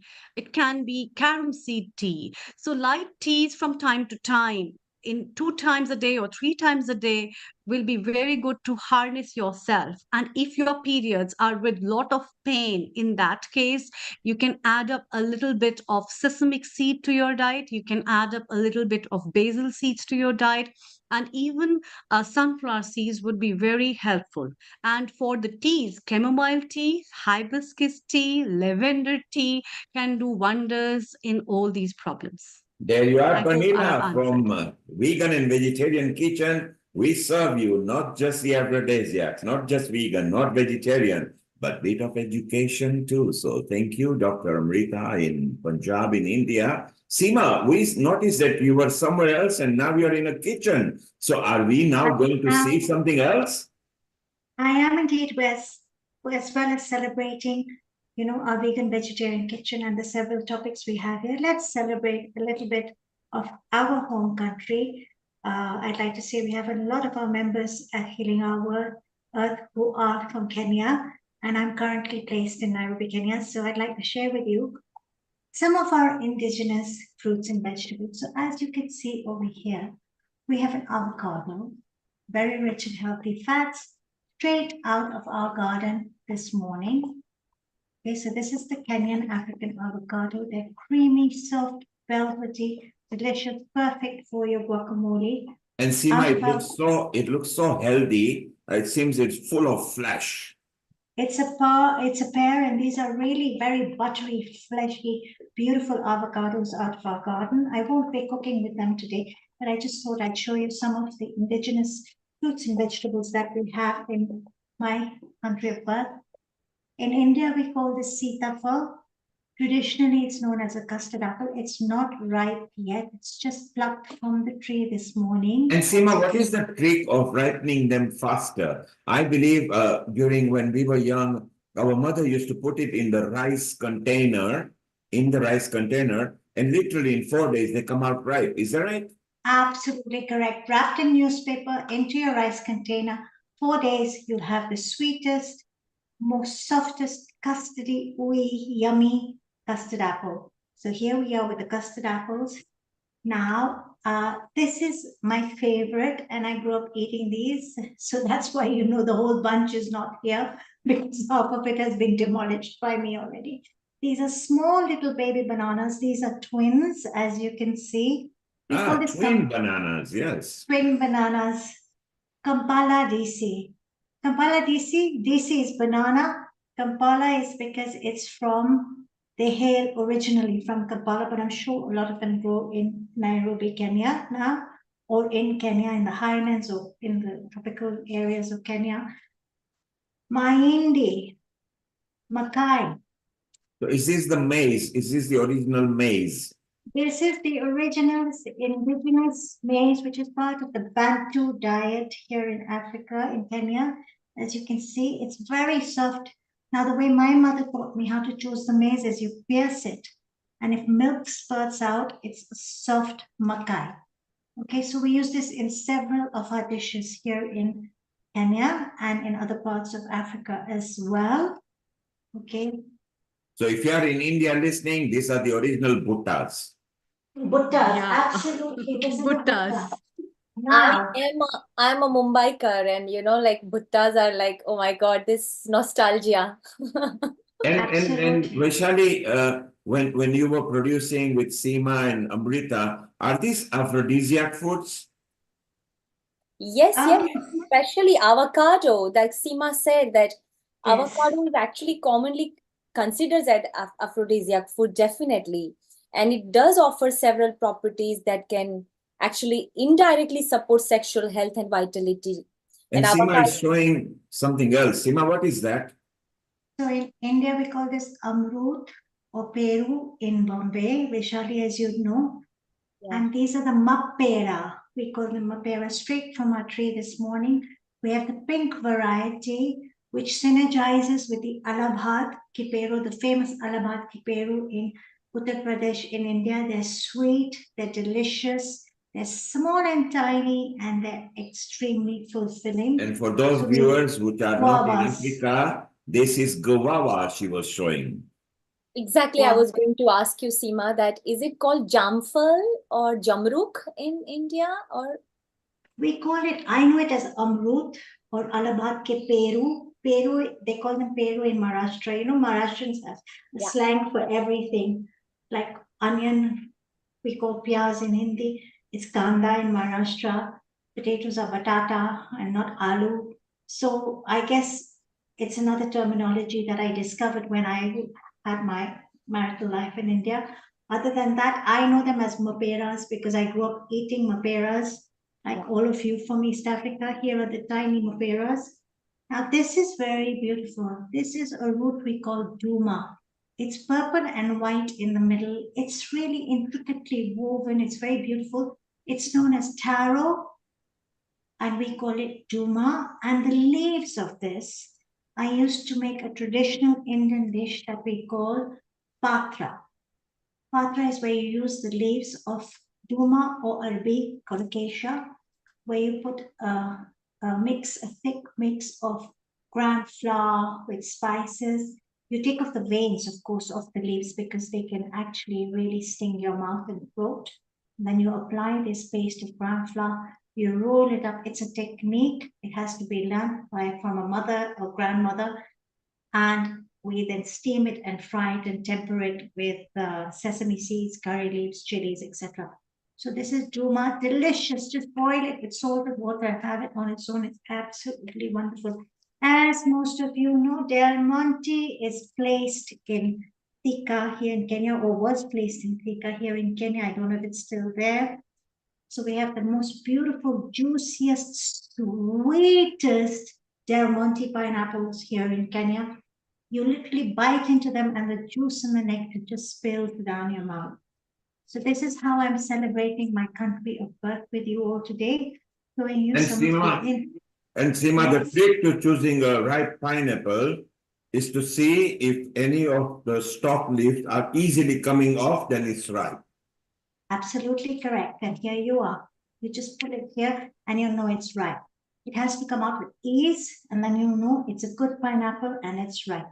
So and and these and there is, Seema, there is a in pineapple contains an enzyme called bromelain, which is believed to have aphrodisiac properties as well. that's interesting. I didn't know bromelain Yeah. had And bromelain aphrodisiac. has been suggested to enhance libido and improve sexual function by increasing blood flow and reducing inflammation as well. Yay, and it's good for the skin as well. Yeah. Now, I just got one of the maize roasted on charcoal in celebration of my country, Kenya. Most of you who are watching from East Africa, this is makai, and we actually roast it on charcoal. So it gets Wow. all nice and charred. And the way we have this is we dip our lemon or lime in salt and chilies, and you rub it on. And Seema, this is not just for East Africa. This is right now being served in Juhu in Mumbai right now as we are talking. Absolutely, yes. I've enjoyed many in India as Seema, well. you have to please deliver it here in London, and this is so I know. mouth-watering right now. I love this. Vaishali, It's my Vaishali, favorite. there is a difference. This is not sweet corn. So this is original maize.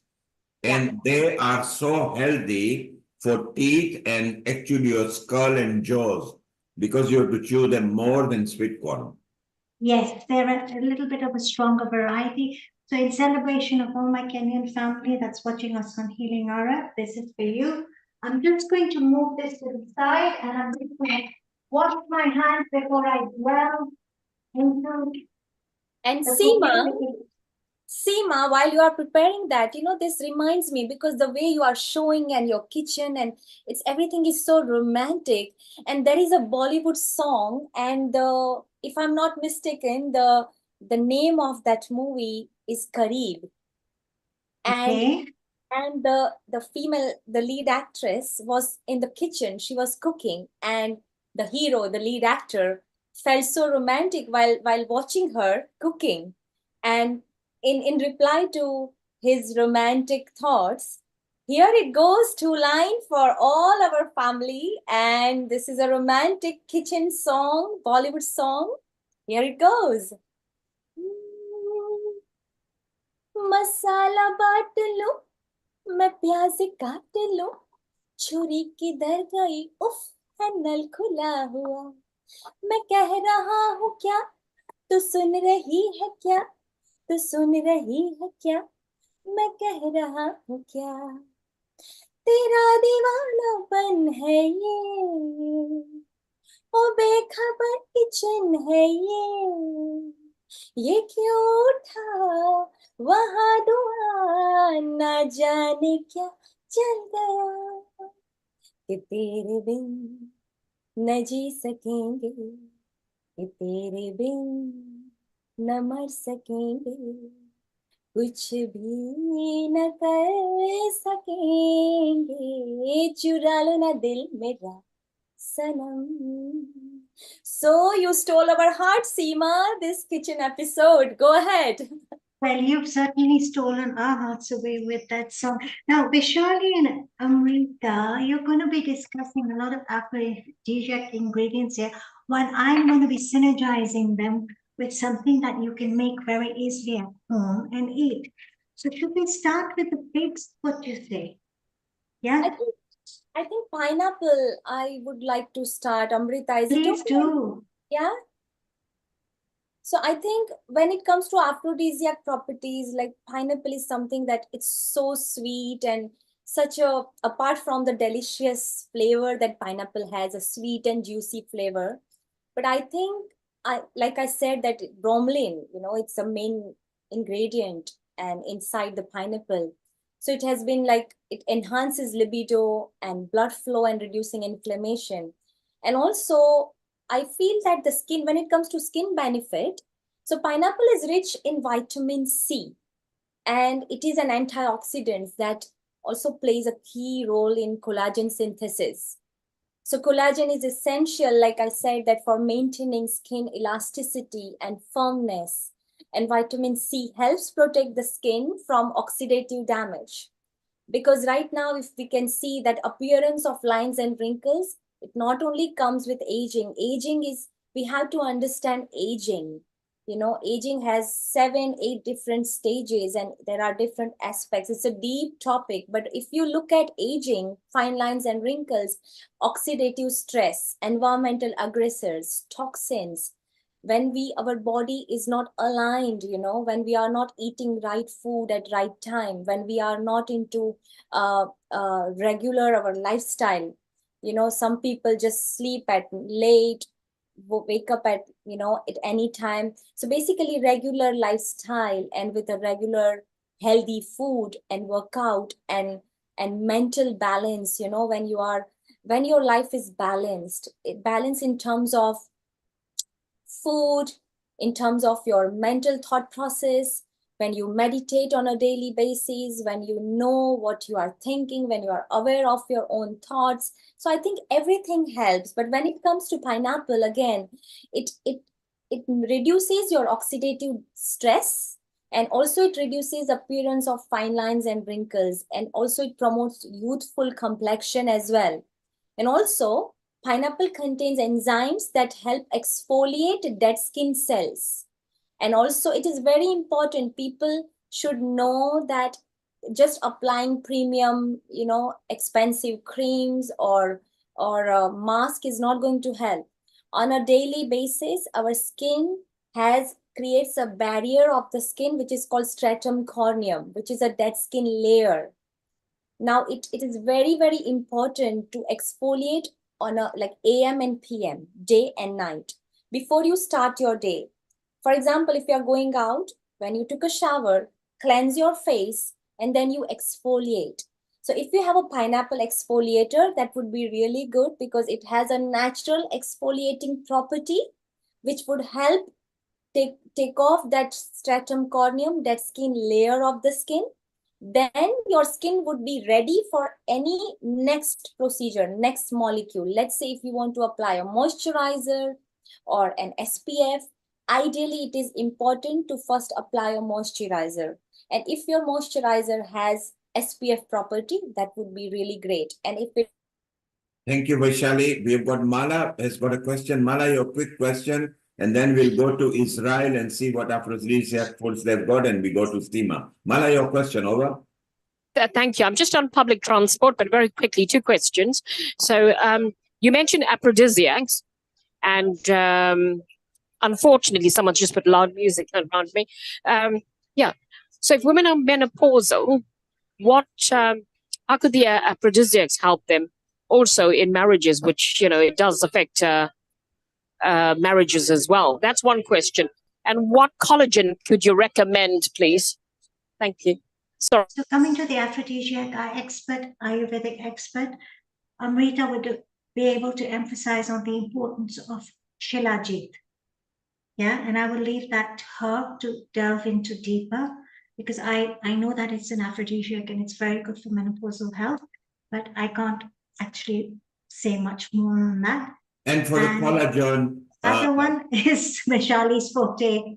Yeah, she spoke earlier, so maybe Mala can just rewind and go there. Let's go to Israel where Rina is there. Rina, do you have aphrodisiac fruits and vegetables in Israel? And what are your ones? It's a good question, and I'm a little embarrassed to ask. I probably should just check on Google, but can someone help me understand the meaning of the word aphrodisiac? So aphrodisiacs are fruits and foods that can maybe increase the mood or libido or happiness in people. So avocado is there, which what Seema actually showed earlier. Pineapple, what Vaishali just explained. There are chia seeds that we used earlier. Strawberries, any berries are very good. And they just explained. So what are the favorite good foods that brings good mood in Israel? Got it. Okay, thank you for explaining. There's 7 species of things that grow that are native to Israel. Let's see if I can remember them all. Dates, which I don't know if scientifically they're an aphrodisiac, but definitely they make people really happy. Dates, wheat, olives, barley. Let me check it. Let me do a little research here. The 7 species. Okay, so you mentioned few that you particularly remember. Yeah, there's another herb that's native to Israel. Some of you may have heard of it. In English, it's called hyssop. In Hebrew, it's called zatar. It's similar to like oregano or thyme, and it has a ton of health benefits. It's an antioxidant. It has, if I remember correctly, anti-inflammatory properties. And something that I can speak about, because it's something that I'm really passionate about, and it brings me a lot of excitement, is that... Thanks. Thank you, Rina. We'll go to Seema because she will know she knows the herbs and everything. We'll come back to you. Stay around. Seema, over to you, and something that you've got ready for us. I'm celebrating zatar on flatbread with olive oil right now. Very, very Israeli, and zatar is a wonderful herbal spice that I have grown up enjoying for many, many years. So thank you very much for mentioning zatar. Dates, as you said, are fantastic. Now I want to share something very beautiful that our skincare expert here shared with me the other day. She said, Seema, every morning I have 2 dates and I also have ghee. And that was Vaishali who said that. And I know, Amrita, you will be able to tell us very much about the benefits of ghee as well in our daily regime in Ayurveda, how much we celebrate ghee, how sacred ghee is for the Ayurvedic diet. So over to you, Amrita. Thank you. The concept of ghee, what you have been talking about, Seema ji, is very traditional.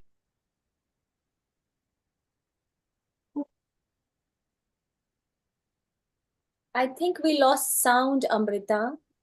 We lost sound, yes. Yeah, Vaishali, you can carry on, because you were telling me that you have dates and ghee and how they're so good for the skin's elasticity. Maybe we can wait for Amrita to come back while you tell us more about. So being someone like not just a beauty aspects, but I would say that even I'm into fitness. So I always have since many years. That's my own diet, and it works with everybody because ghee and and dates is the best pre-workout food. If you look at today's personal trainers, they always advise for pre-workout, whether it's a BCAA, which is called bland change amino acids. So basically, I think Amrita is back, and we had lost the sound. Amrita, would you like to continue on ghee and dates, please? Over to you. I'm having some problem because of the climate conditions with the internet, and the bandwidth is very low. So quickly, I'll just talk about it. That the concept of ghee is very traditional in India and Ayurvedic system. We have got lot of medicated ghees as well, which we prescribe people for different diseases. And among the aphrodisiacs as well as the component for the rejuvenation, we have phalagrita, which is in relation to the fruits and the combination of ghee. And there is also a very big relevance of shat dhat grit. That means it is a ghee or a clarified butter which is washed 1,100 times, and that has got a properties of a very big medicinal value. And it is believed that if you keep that kind of a ghee which is been washed that many times and apply it on any scar or skill problem, it automatically heals and it will never get spoiled. So the concept of these kind of ghees, which is from the real milk, which when you put the milk cream, you preserve the milk cream, and the milk cream that is being preserved for around 5 days or kept for 4 days from either cow milk or buffalo milk, which are heavy milks. And you can have two ways in which you can prepare a butter out of it and then boil it, and the fats get separate. So in a the speciality of ghee is that it is a clarified butter. Clarified butter means a big fat content has been removed from it, and then that this ghee component is there. And specifically, this ghee, it has been advised to take 1 spoon a day, provided you are in a health restored state, you don't have a very high cholesterol, you don't have a lot of heart diseases, and you're healthy. In that case, I would advise every female to also take ghee. Now, this ghee can be taken either in a soup, adding up to your lentil soups, adding up to your curries. You can also take the ghee, adding up to the milk as well, with little bit of turmeric, making up a curcuma latte out of it. And the ghee can also be applied to the chapped lips in winter. So it can be a very good remedy for your skin where your nails get broken up. And your nails, you can apply it because it has got good oleic acid, it has good vitamin E, it has good vitamins, so that can be used in that form as well for external and internal applications. Over to you, Vishali. Yeah, am I audible? Yes, very much so, but I think we Yeah. lost Amrita again. Amrita, first of all, ghee and the way you explain, amazing. And also there is a shlok in Sanskrit. My grandfather always used to say this, and I remember this shlok, and I will explain the meaning as well. The shlok is Runam Krutva Dhrutam Pibet. So that means that even if you have to take a loan in order to buy ghee, please consume it. Traditionally, in our culture, it is said that ghee is we are blessed to have ghee, because in Western culture, there is no concept of ghee. Ghee is our concept, Indian concept. And because ghee has, in Ayurveda, the way Amrita explained, that it balances Vat, Pitta, and Kapha Prakriti. So whatever is imbalance, whatever is needed in your body in order to have a balanced nadi, so ghee actually neutralizes everything. So ghee is very, very important to consume. And even beauty, as per beauty prospects, that it has all the properties. And when you don't have inflammation in your body, when you have a good blood circulation, when your whole system, your integumentary system, your cardiovascular system, your respiratory system, your digestive system, your endocrine system, all our system, your muscle system, it is helpful for your muscle strength. So it gives your good strength to your muscle as well. So So it is amazing. Ghee is, Seema, very good point. You said that it is very important to have ghee, and also to our children, kids. Nowadays, kids don't like to even, my nephew always said, I don't want to have ghee. But no, I always say that mix it with anything, if even if on the roti, just roll it and you put like a jaggery, organic jaggery, and roll it with your roti or your bread. So that's how we can introduce ghee to our next generation kids as well. Thank you. Over to you, Seemaji. Absolutely. I want to share before we begin delving deeper into the secrets of foods for mood and foods for love, and we're going to romance with the figs. I'd like to say that I really want to touch on what Amrita spoke about, Shat Tata Krita. Shat Tata Krita is 1,008 times what ghee. And that's a sacred number in Hinduism. And they take a kansa thali, a kansa plate, and a kansa bowl. And my grandmother used to make this. She used to take 3 tablespoons of ghee, and she would sit there pouring water out of the kansa jug and washing it and then tripling it off. And she would do it with so much patience and so much love. And her skin she was beautiful. My grandmother, she was like a Persian princess. She literally looked like a Persian princess. So I think a lot of her, the suppleness and softness and the elasticity and collagen of her skin actually came from the very, very fact that she went back to basics in her eating habits. Very simple, pure ghee. We're a farming family from North India. Ghee is very, very prominent part of our diet. I must emphasize A2 ghee. Yeah, it has to be A2 ghee, no hormones injected, no chemicals fed, no non-vegetarian feed, purely grass-fed cows, the ghee, which are the data to beta. You can't go wrong with ghee. Amrita, ghee is Tridoshik, right? Oh, okay, she's frozen. Anyway, Vishali, while we wait for Amrita to come back and her connection to stabilize, we're going to be talking about foods for mood and foods for love, and we're going to be romancing with figs and chocolate and strawberry. So where would you like to start? Would you like to start with figs and saffron and all the Persian ingredients of love, such as almonds and pistachio that bring richness and romance and honey in our lives? Or would you like to start with chocolate and strawberries? Well, Seema, also fig. Fig is something that I really enjoy and I love it. And absolutely, I think everybody loves fig shake and everything. But I would happy to, talk on fig or avocado as well, or just now we said pineapple. But yeah, fig with their lush sweetness and succulent texture offer an enticing blend of beauty and sexual health benefits. Because I and think a little bit of crunch in the middle of the fridge with those tiny seeds. Okay, I will wash my hands again. Yeah, because I touched the vegetables and fruits. You can carry on telling us about the figs and the benefits for our sexual and actually our physical health. Because dry fruits are very high in prana as well, I've been told, and they're very good for our health. So let's the carry on figs speaking are about fabulous figs figs. are yeah, figs are also rich in amino acids and also that stimulate nitric oxide production. So this is something that we don't want to go very deep on that, but basically it promotes healthy blood flow and enhances sexual arousal as well. So it is said that figs are it releases your stress, and basically it helps release good hormone, love hormone in your body, and which is the first requirement of uh, uh, loving your partner and loving yourself as well. When we She's showing, Vaishali, she's showing them. Yes, go ahead, Seema.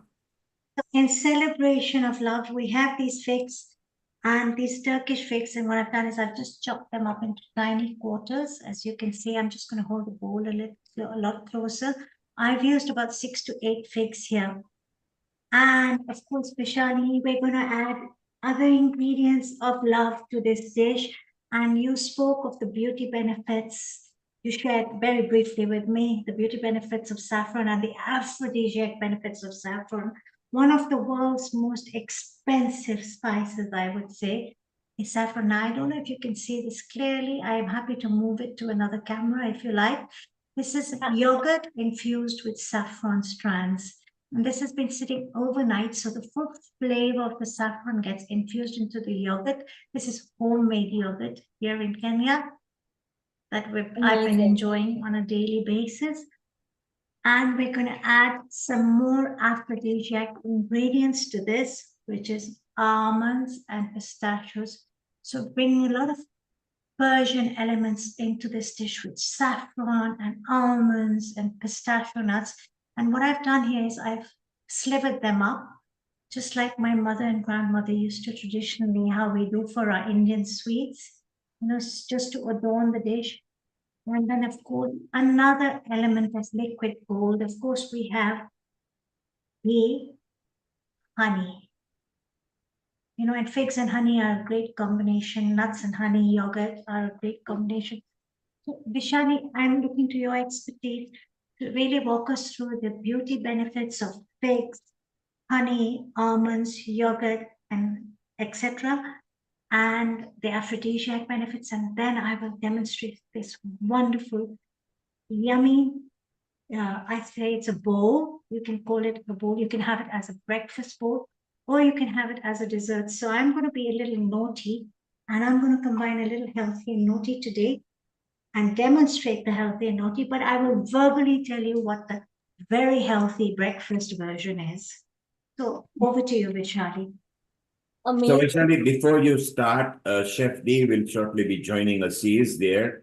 Maybe let's welcome her and then we zoom straight into Seema's concoction, which is aphrodisiac and a healthy version. And maybe Chef D can take over from there as well. So Chef D will be joining in shortly. Vaishali, keep on talking. Seema, get preparation done. Let's welcome Chef D just meanwhile. Here she is, Chef D. Just say hello to her while she's setting Global up. Namaste, Chef D. Global Namaste, very warm welcome. Chef D, Hello, hi. unmute Can everybody yourself. hear me? Yes, we can Can you hear. hear me? Okay, Yeah. Oh, that's brilliant. fine. We can hear you. Okay, fabulous. Okay, can you see everything okay? Yes, so Chef D, while you are joining, get ready. In 10 minutes, we'll go into your dishes. Seema is going to serve another exotic aphrodisiac dish while Vaishali is talking over there. Vaishali, over to you. Yeah, so Seema, almonds, I love almonds, So today I just want to speak a little bit about almonds. Like almonds have long been associated with various health benefits and including potential beauty and aphrodisiac properties. Like it is an aphrodisiac food, and while scientific evidence also supports that, because this claims that it is like all almonds are rich in several nutrients that also could contribute to enhancing skin health, and also it is very potent to support libido as well. And also almonds are rich with vitamin E. And Go ahead, vitamin Seema. E, You are trying to say something. Go ahead, Seema. Over. And Almonds are Seema, wonderful. So Seema, can you do the preparation camera? It's on a portrait. If you put it landscape, please. Thank you. So we can this show is the one on people. my right, yeah? Yeah, you just landscape it, please. The worktop camera. Yes, perfect. Go ahead, Seema, so we can show ingredients as well. Okay, Yes, so we're going to Vaishali. be starting with the fig dish. Now, traditionally, what I would do with this dish is I take the yogurt infused saffron yogurt. I add it to a bowl. And I can just give it a whisk. Give it this lovely golden orange hue. Very wow. much like our traditional Gujarati Shrikhand, which is a saffron and cardamom infused yogurt. So we've got Seema, this all mixed. Seema, is there a heavy light on top of this camera? I could Because reduce the light. Should you reduce yes, it? if you reduce the light, now if you bring now we can see better. Thank you. Go ahead. Right. And So what also, I've done is I've whisked up the saffron and the yogurt. Saffron stands about 6 saffron stands. We're standing in about 3/4 cup of yogurt overnight. Now, traditionally, if you just wanted this to be a very simple recipe, what you would do is you would just add in your figs, top it up with the yogurt. I'm just going to pretend I'm doing that. And also many of our viewers who are not aware that saffron contains compounds like crocin and saffronal, and which have been shown to enhance mood and elevate symptoms of anxiety and depression as well. And what a wonderful combination with a yogurt and saffron and fig. And this also improve your libido and sexual satisfaction. So saffron is an amazing compound, wonderful, very expensive, very, very expensive. Very Yes. expensive. Thank you, Vishali. So just imagine that I've chopped this up with yogurt, if you can all see, and then I pour over this luscious golden honey. But we're not going to do that today. We're going to combine a little bit of healthy and naughty and bring a lot more romance into our lives.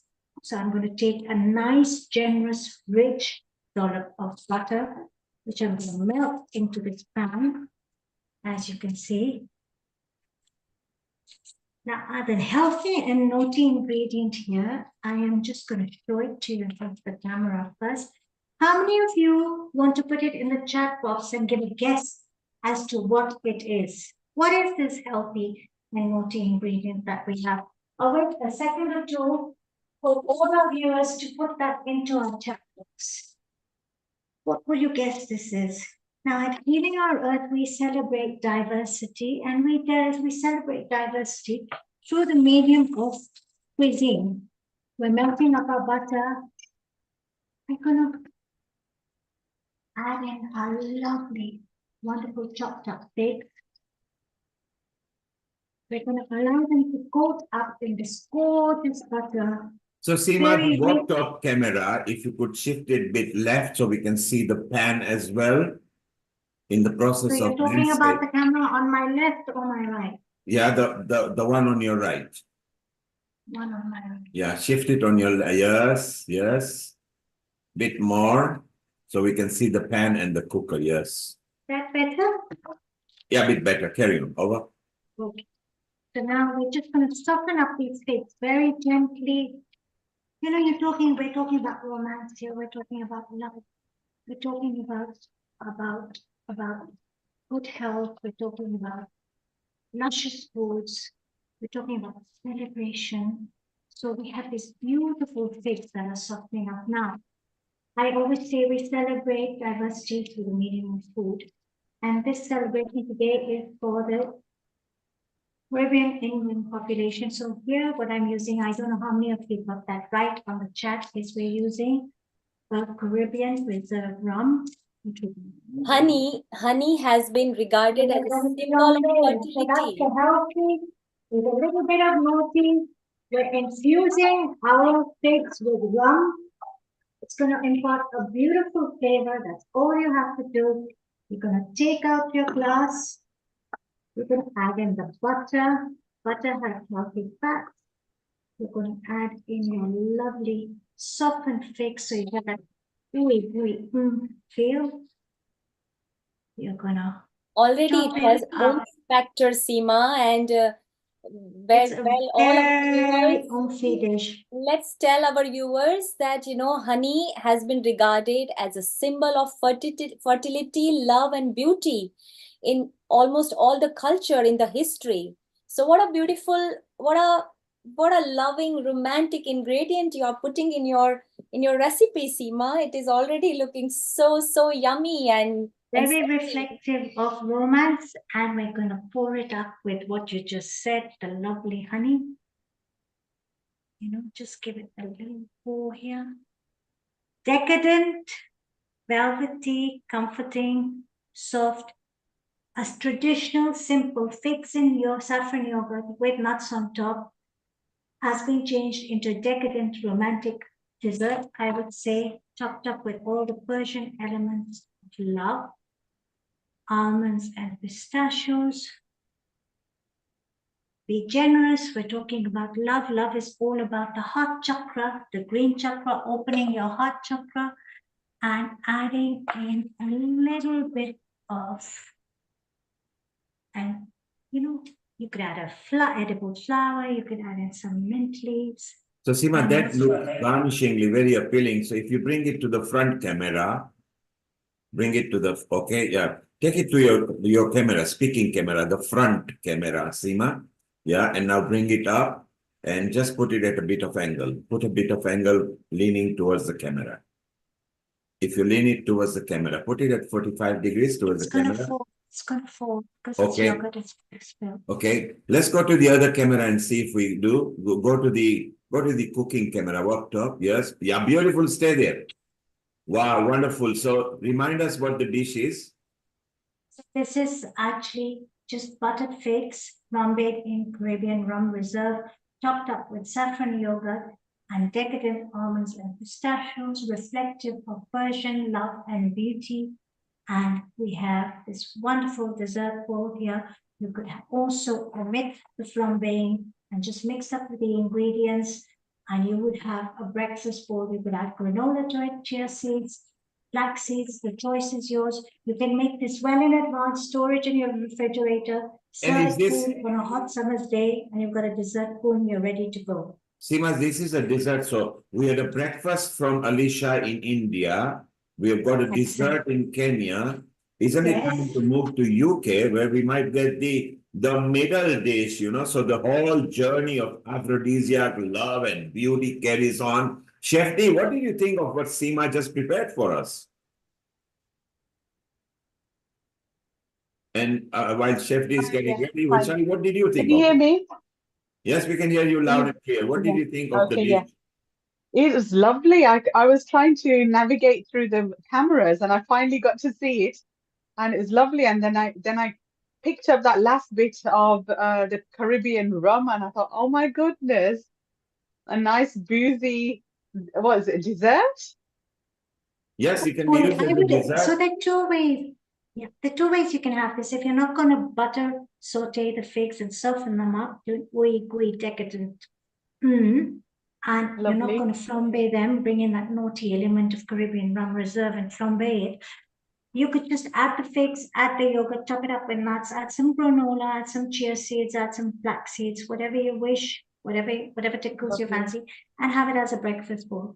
But if you want to enrich this dish, you know, and you bring in the flavors of butter, you butter the figs up and, sauteing them in the pan, flambe it with the Caribbean rum reserve, you infuse all that rum into the figs, and then you lay them at the bottom, you top it up with the yogurt. Wow. So as you dig into this dish, you get the coolness of the saffron yogurt against the warmth of the figs.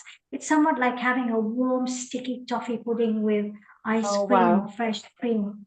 And it's absolutely delicious. Give it a try. The honey, just a touch of honey, because figs are very sweet as it is, will sweeten up this dish. And sauteing it and flambeing it with Caribbean rum reserve or any alcohol, brandy, whiskey, whatever you have in the house, will take this to a whole new level. And Seema, Well, let us. Seema ji, that sounds divine and sexy all together.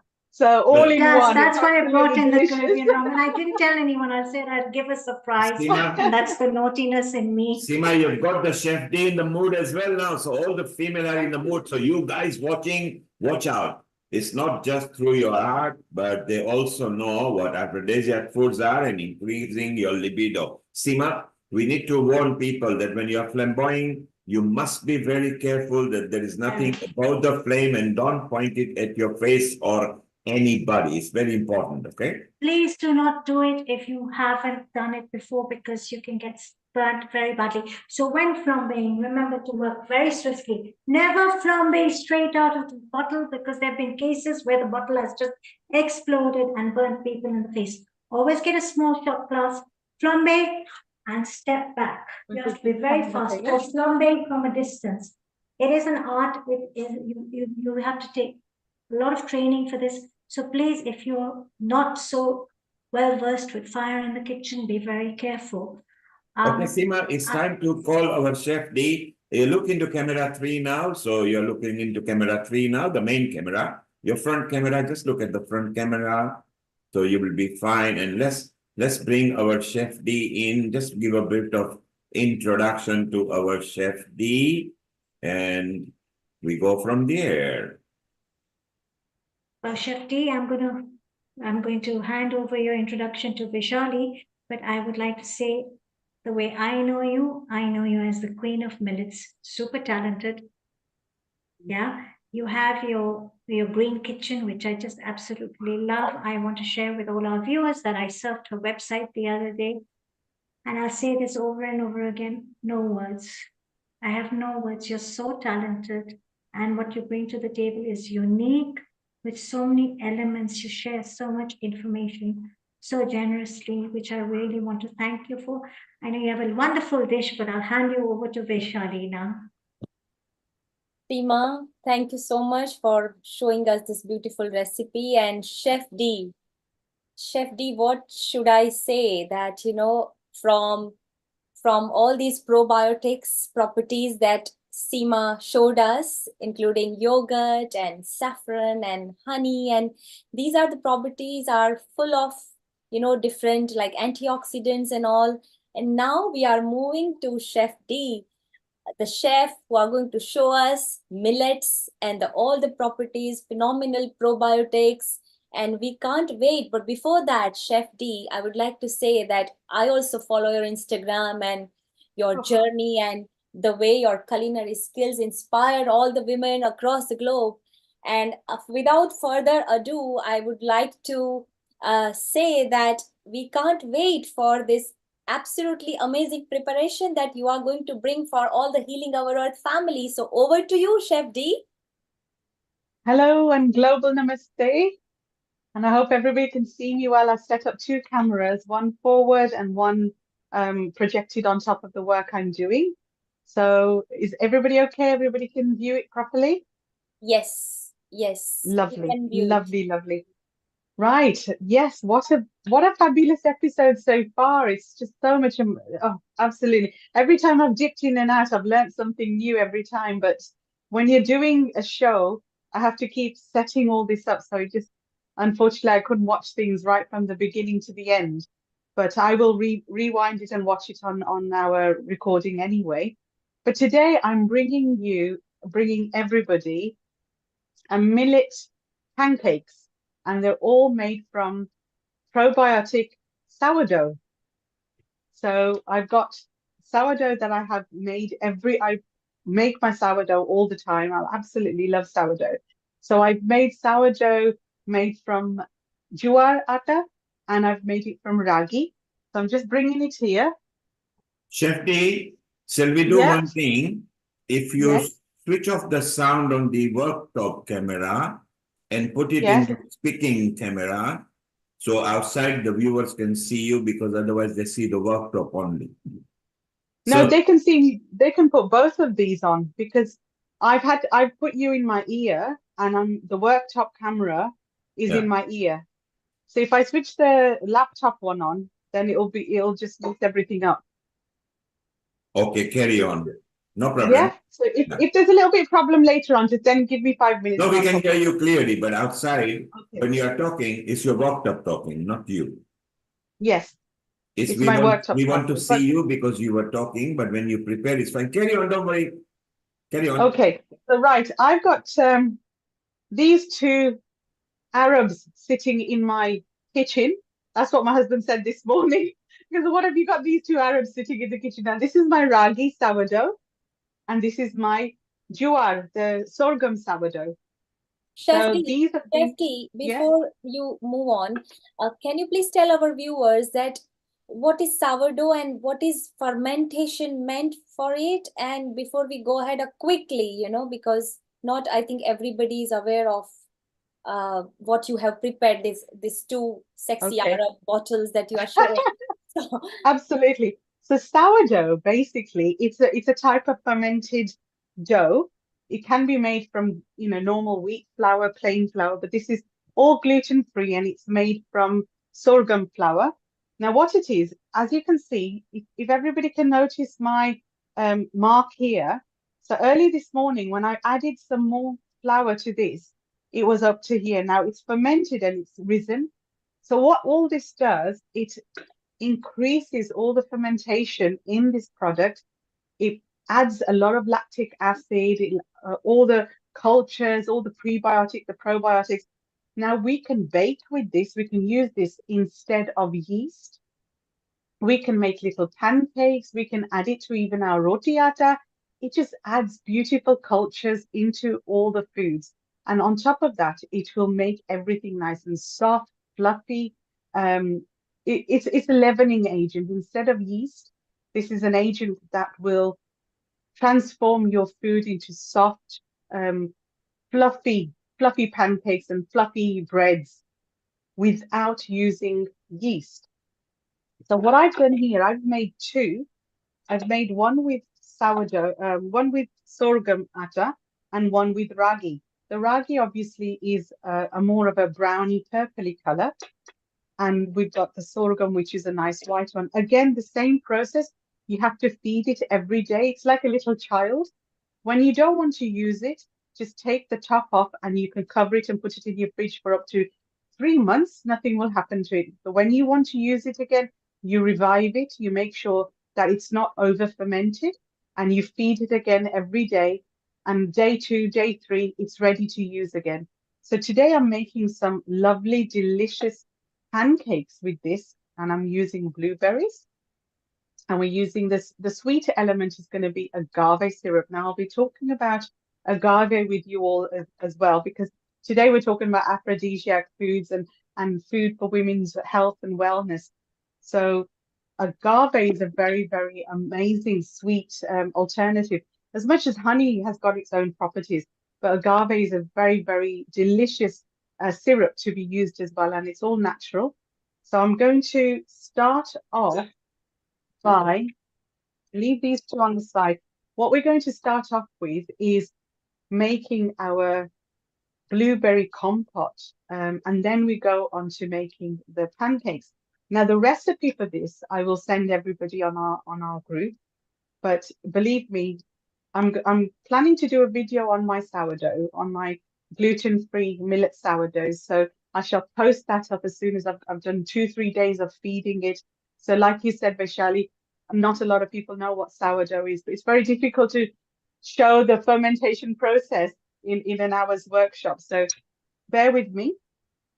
Yeah, absolutely, absolutely. And fermented foods offer a range of actually potential benefits for skin and health as well. Absolutely. And because it has a probiotic content and I think other nutrient properties as well, isn't it, Chef D? Yes, absolutely. And obviously making sure we've got the right microbiomes as well for our gut. Because if our gut is healthy and happy, we're going to be healthy and happy. And that is, I mean, we all say the gut is the brain and the epicenter of our lives and our human body. But if we don't feed it correctly with the correct foods, everything else is just going to be quite superficial. You know, we can put beautiful creams on and everything, but if our gut isn't healthy, it will show up on our skins, in our mood, in everything, really, isn't it? Absolutely. And even the gut brain skin axis refers to the communication between the gut microbiome. Just now you mentioned microbiome properties, and also the central nervous system and the skin. So it actually imbalances in the gut microbiome can also affect systematic inflammation and immune function. So it's very Absolutely. important to consume such microbiomes and good bacteria for our gut health. And ultimately, everything will lead to skin. Right. So I've got 2 punnets of blueberries ready washed. They're just lovely little, I'm putting half of this into a pan direct. My pan is going to heat up. Now, blueberries are an amazing fruit. It's one of the fruits that we're all allowed berries. Berries are one of the fruits that we should be eating in abundance. Unfortunately, here in the UK, like every other good thing, berries do become quite expensive to eat. So if you're in a country where this stuff is affordable, you should be eating it every day. Now to this, as you can see, I'm not going to add any sugar. I'm going to add about, I'll say 2 tablespoons of agave syrup. Chef D, now, all I'm going to do, yes. Chef D, we are watching your your worktop. So if you could push the cooker just 1.5 inch away from you. Right, say that again, sorry. if you could just push the cooker 1.5 inch away from you, so inside slightly, yes. And if you could bring it towards your right. Beautiful. We are now almost central. Thank you. Over to you, Chef D. Perfect. So, right, as you can see, these berries are going to cook away. And all I'm going to do, once they start softening up, I'm just going to give them a little mush with this little whisker. So And just Chef wait D, till does that it just have to be, this berry, or you can swap it with cranberry or other berries? Yes, absolutely. Obviously, this berry is very nice because although it's got a bitter undertone, there's a lot of natural sweetness to it. Yes. But cranberries can be a little bit more sour, but still a fantastic health benefit. So you might need to add a little bit more sweetness to the cranberries Yes. just to balance it out. But strawberries just beautiful as well. So if you've got strawberries, you can make a nice strawberry compote as well. In which So case, they need to be chopped strawberries, is that right? yeah, just chop them up slightly, and then once they heat up, you just push it away, and then it just So turns Vaishali, I into can see your mouth watering already. You are waiting in anticipation. What is going to turn out? Is it right, Vaishali? Of course, it is super exciting, and I'm so curious about the end result. And already it is mouth-watering, and oh my God, I And can. the blackberries, Vaishali, have the highest oxidant except for goji berries. So they're also very good health-wise. Absolutely, and blueberries are also rich in water, quite rich in water, and also it provides hydration to your skin, and it keeps your skin's natural moisture barriers intact. It also helps to strengthen your moisture barrier of the skin. So it has not only, it is tasty or delicious, but it has But it's healthy. benefit for skin. very, very healthy. So it's Very healthy healthy. inside, it's healthy outside. Chef D, what's happening now? Are you boiling it at the moment? Temperature I'm is boiling high? it, yes. As you can see, I'm boiling it away. I'm just going to wait till it reduces by about half, and naturally it'll start getting thicker. And we've not used normal sugar. We've not even used brown sugar. We've just put agave syrup in it. So that will give it the sweet balance that we're looking for without overpowering it with unnecessary sugars. Chef D, I can see this could be a very good topping on a cheesecake. Oh yes, absolutely. Oh yeah, it is a topping on a cheesecake. Absolutely. Oh. We just make it a little bit more thicker. Yes. So as you can see, the berries are all softening up nicely. So this is going to be done in about 30 seconds now. We don't need to do anything else to this. So this will be ready for our topping. And also, And I then we're feel, Chef D, that, for moms, for mothers whose kids, they want to just have sugars and chocolates and all. This can it be applied on a healthy bread as a jam and absolutely. as a Yes, dessert? If we serve to our kids like yes, you as a can, because dessert? obviously we all eat berry jams. We eat strawberry jams, we eat blackberry jams. We all eat jams, but obviously jams made from the stores are made from sugar. And we don't want to encourage the children eating raw sugar. So if we make it something like this, you can put jaggery in here, you can put dates in here, you can use natural sugars to sweeten up and balance the sourness and the tartness of all the berries. So it's perfect. How And about when you maple make syrup? How about maple syrup? maple syrup, yeah, you can use maple syrup, all the natural sugars. If you can use natural as much as possible, at the end of the day, sugar is sugar. Once it goes into your body, your insulin resistance and everything's going to use it as, but it has other properties. So you know what? It's better of the two evils. So as you can see, this is done and nice and thick as well. So I can see the bottom of my pan. Can you all see that? So Yes, it's all yes. thickened up nicely. So I'm going to put this to the side now. It's going to cool down. We won't touch this till the end now. So Also, for our viewers, I just want to like to mention that blueberries contain vitamin C, and which is also essential for collagen synthesis. So again, this is very good ingredient for your beauty, in your glow and healthy skin. So what we're going to do now, we're going to go straight. I'm just going to wait till this cools down. Just going to go straight into making our pancake batter. So I'm going to take the sorghum flour first. So as you can see, I'm just what I'll do, I'll show you the fermentated, like the air in there. Can you see the air underneath? Can Yes, everybody yes. see that air? So when you ferment anything like our dosa batter, our dokra batter, anything, this is what you'll get. You'll get this kind of aerated bubbles. Now, when you do sourdough, now if I had done this and this has been out for a couple of days, then I would discard the top because that would be a little bit too sour. But when I say discard, I wouldn't chuck it away. I'd either add it to my chapati flour, I'd make some pancakes in the morning, and absolutely delicious. So I'm just going to give this a little bit of a mix, and then I'm pouring that into my bowl. So whenever you make sourdough, sorry, go on. Yeah, sorry. I just have a quick question on that fermentation process. So is this the sign of the perfect fermented Yes. which took place? And is this any specific quantity of yogurt or, any yeast or what you put inside? Is it something or just random? We can just like... Okay, there's no yogurt in here. There's no yeast in here. It's basically flour and water. Absolutely nothing.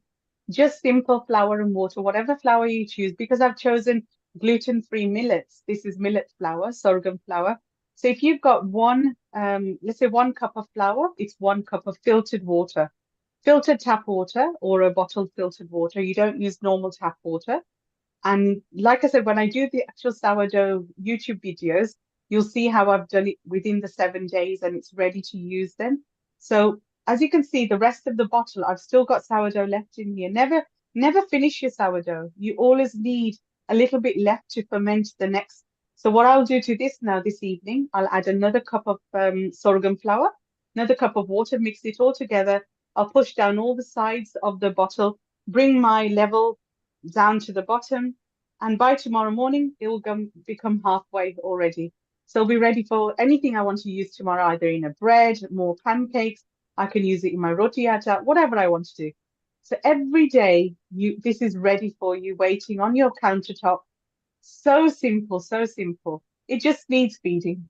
That's all. And when I say feeding, it just needs adding more flour, more water as you use it. And that's the same with every other flours as well. You can do it with normal gluten flour as well, but I always choose millet flours over everything else. So right, that's our sorghum flour. I'm going to pop that away. Beautiful tip you gave us, all the viewers. Please note that just add. Never wash the jar. You just need to add little bit more flour, more water. That's it, more flour, and you get it. Yes.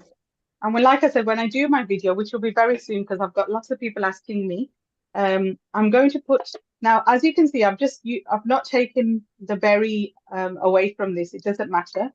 So this one, if you can see that's my ragi one. And that's already, I don't know whether, can you see the bubbles in there? Yes. Yes, we can see that, Chef D. Yes. You see the bubbles here? So this is perfect. It's nice and bubbly. Because this one was I only had a very small amount this morning. So I fed it with some more flour and water, and it's what's going to be 4 o'clock. And in the last 6 hours, we've got a beautiful fermented batter. So this one has actually got a little bit of chia seeds in it as well. So that's something I'm going to show you in a minute. So all I'm going to do is just pour this out, enough for about 3 pancakes. Chef D, while you are making this, is there any connection between temperature, room temperature, outside temperature and fermentation process? Yes, obviously it needs to be normal room temperature in our homes. If it gets too hot in the kitchen or that area, move it to a little bit of a cooler, darker place. Too much heat will ferment it too fast and you can get a little sour undertone. And therefore, the next day when you use it, you might need to get rid of that top bit a little bit too much because it's over fermented. So fermentation is obviously very subjected to the climate and where we live. And so if you're in a very cold place, you will have to look after it and keep it in a nice warm place. But if it's too hot, again, that's a problem. So yes, temperature is very important. But How to cover it is very important as well. You don't cover it completely. You've got to just leave a cotton cover on. You know how I showed you earlier with a rubber band around it? And you can get sourdough jars now in the markets. They come with its own fancy, you know, measuring tape at the side and everything. You don't need all that. And a nice, good quality glass jar would do the job. So this is our ragi batter. There we go. I'm just going to add a little bit more because my daughter has arrived today and we've all decided to enjoy pancakes for late early supper. Maybe I'm coming too. Come along, come along. So that's our ragi. If anybody can see those little bumps in there, that's actually chia seeds. So I've added chia seeds to this one. So I'm going to put both of them here and show you what I'm doing next. And because we're making this into a pancake, all we're doing now is adding bicarbonate soda. So like I said, I'll put the recipe up for everybody. This is half a teaspoon of bicarbonate soda in the sourdough, the sorghum one, and half a teaspoon in the ragi one. So to this, we're adding baking powder. Now, why we're adding baking powder, what baking powder does, it will give it the rise and help the bicarbonate soda do its job, but it won't go crazy. It will still keep everything compact.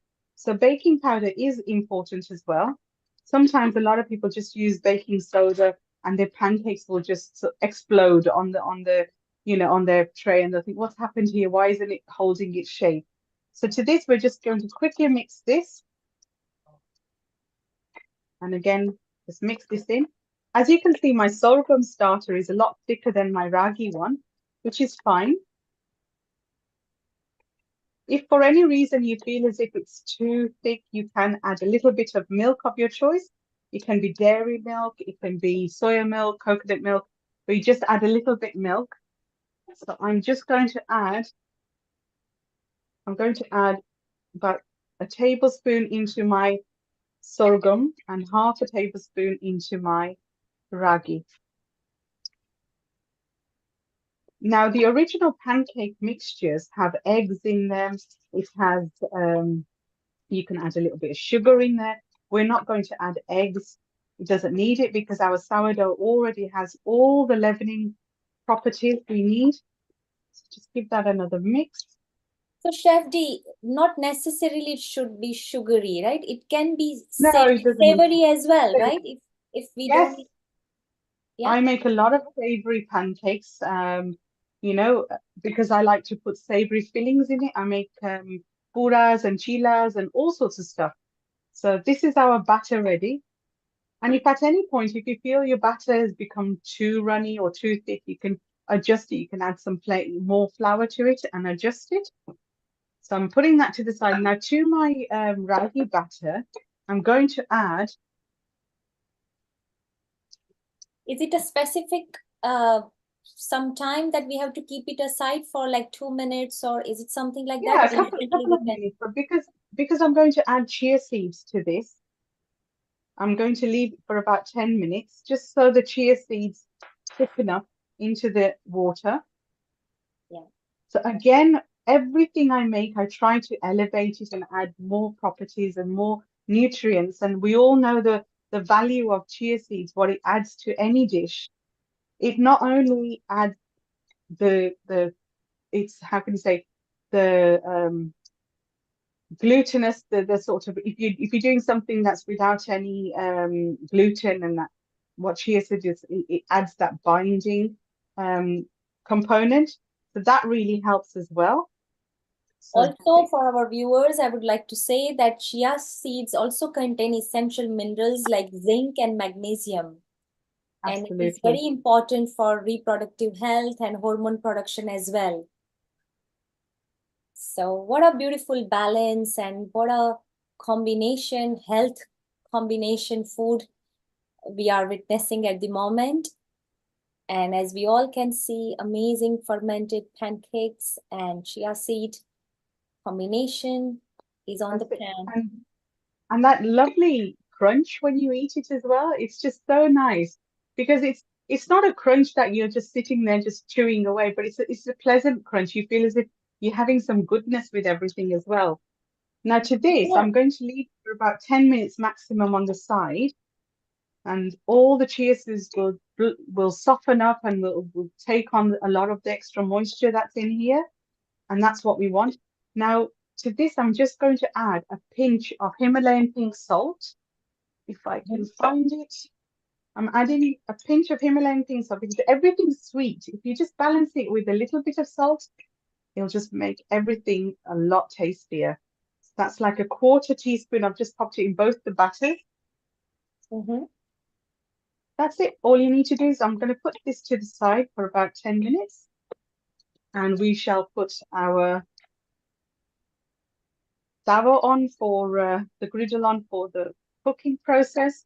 Now I've got this urge of adding some berries to my ragi because ragi's already got this lovely brown purpley color to it. To add a little bit of blueberries to this would just do the job for me. So what I'm going to do is I'm just going to chop up a little bit of blueberries just in 2 halves into my batter. So when we make Chef D, while you are chopping it in 2 pieces, can you quickly share to our viewers that why did you choose Himalayan pink salt, which is called rock salt? Is there any specific property? I mean, Himalayan pink salt, it does have its own properties. They say they've got loads of little minerals in it.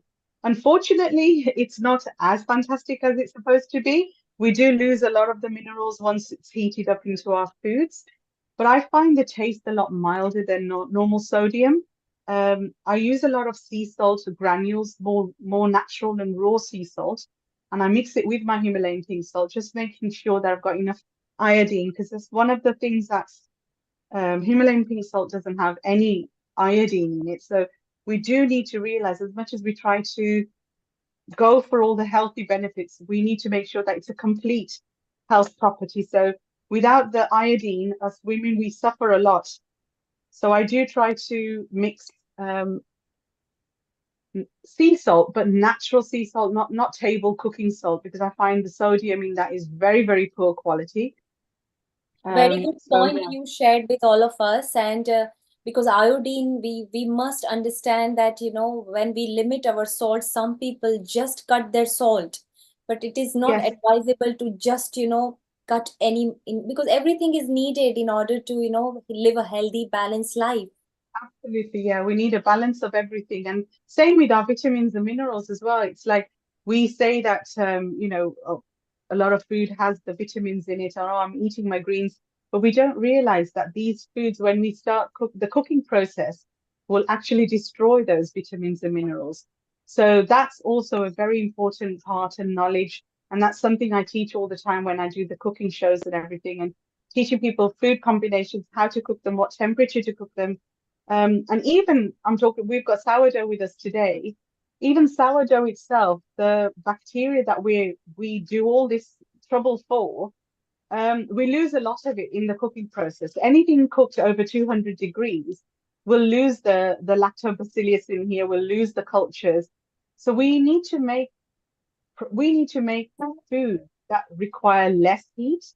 Now, as much as sourdough bread is delicious and fantastic, it still tastes lovely, and we know we've eliminated the yeast. We don't need to use the yeast. But unfortunately, the real cultures that the sourdough has, we've lost it because our food is cooked in the oven. The breads are cooked over 180 degrees for far too long. So unfortunately, bread, aside from the very small quantities of cultures you've got left, you really don't have much. So pancake and chilas and dosas, I find, because we're cooking on a griddle, on a tawa, we can control the heat, and it's less than 100 degrees. Once my tawa is heated up, it'll go down, and everything's cooked on a lower heat and on a shorter time. So sometimes people say, oh, the air fryer is good, the ovens are good, but we don't realize instantly our food is cooked at over 880 degrees. And unfortunately, we lose all the properties. So yes, this is one of the drawbacks on all these machines and equipment and gadgets we use. It's the knowledge and know-how as well. So I try to incorporate recipes that uses less heat and less cooking time. So you're utilizing all the natural minerals and nutrition that product, that ingredient actually has. So yeah, so this is all coming together now. As you can see, this is getting thicker. Yeah, can you see the thickness? My chia seeds are doing its job. Yes, we can already see that, Chef D. And thank you for sharing this, that, anything which is cooked over 180 degrees, it will lose its property, its benefits, and its nutritional value, isn't it? Are you trying to say that it will lose the nutritional value? Yeah, and not all of us can eat raw foods. We're not really inclined to have raw foods every day, and a lot of people's digestive system can't tolerate raw foods. So as much as raw foods will have, everything in it, and it's fantastic for our bodies, but everybody, they don't enjoy it. So understanding cooking temperatures, understanding the length of cooking, the equipment we're using is very, very important to hold on to all the nutritional value as much as possible. A lot of the cookware that I use, I make sure it's high quality stainless steel or proper cast iron. I don't use no aluminium. I don't use no, what's it called, non-stick at all. It's all out of my house. And I advocate that and I preach that to everybody I know. I've got friends who've gone home after listening to me and have chucked all their, aluminium out, and husband's phoning me, and what have you done to my wife? She's gone mental. She's chucked everything out. But it's so important, all these little things that are ruining our nutritional value, and it's leaching more detrimental chemicals back into our food. All these little nuggets of information is so important. Because we all work so hard, we get all these ingredients, we do all the preparation and everything. If the end result, when we're actually cooking it, ruins all the nutritional value, we've not done ourselves justice. We've not done the ingredients any justice. So yes, so this is coming together. Let's get these pancakes sorted. So as you can see, I'm putting this is a cast iron tawa I'm putting on the griddle now. We're going to switch it on. What is the temperature you are putting on your hot plate? So is it a hot plate? Yes, the hot plate, I'm putting it on full at the moment because this is cast iron. The full is 1,300, which isn't 1,300 degrees. It's 130 degrees. So this will heat up. And once I know it's ready, I'll reduce it and then start my pancakes. Because the cast iron griddle needs to be heated all the way properly equally. And believe it or not, since I've been using a cast iron for all my roti and everything in the house, and in fact, nearly everything we cook on the cast iron, as in just a quick heat up, even if I wanted to heat up a little bit of sabji or anything, it washes well. And I've reversed my anemia problem. I've reversed a lot of my iron problems. A lot of people have noticed, even in my family, that they're feeling more healthier. When you change your cookware, it does make a big difference. Slowly, but it will make a difference.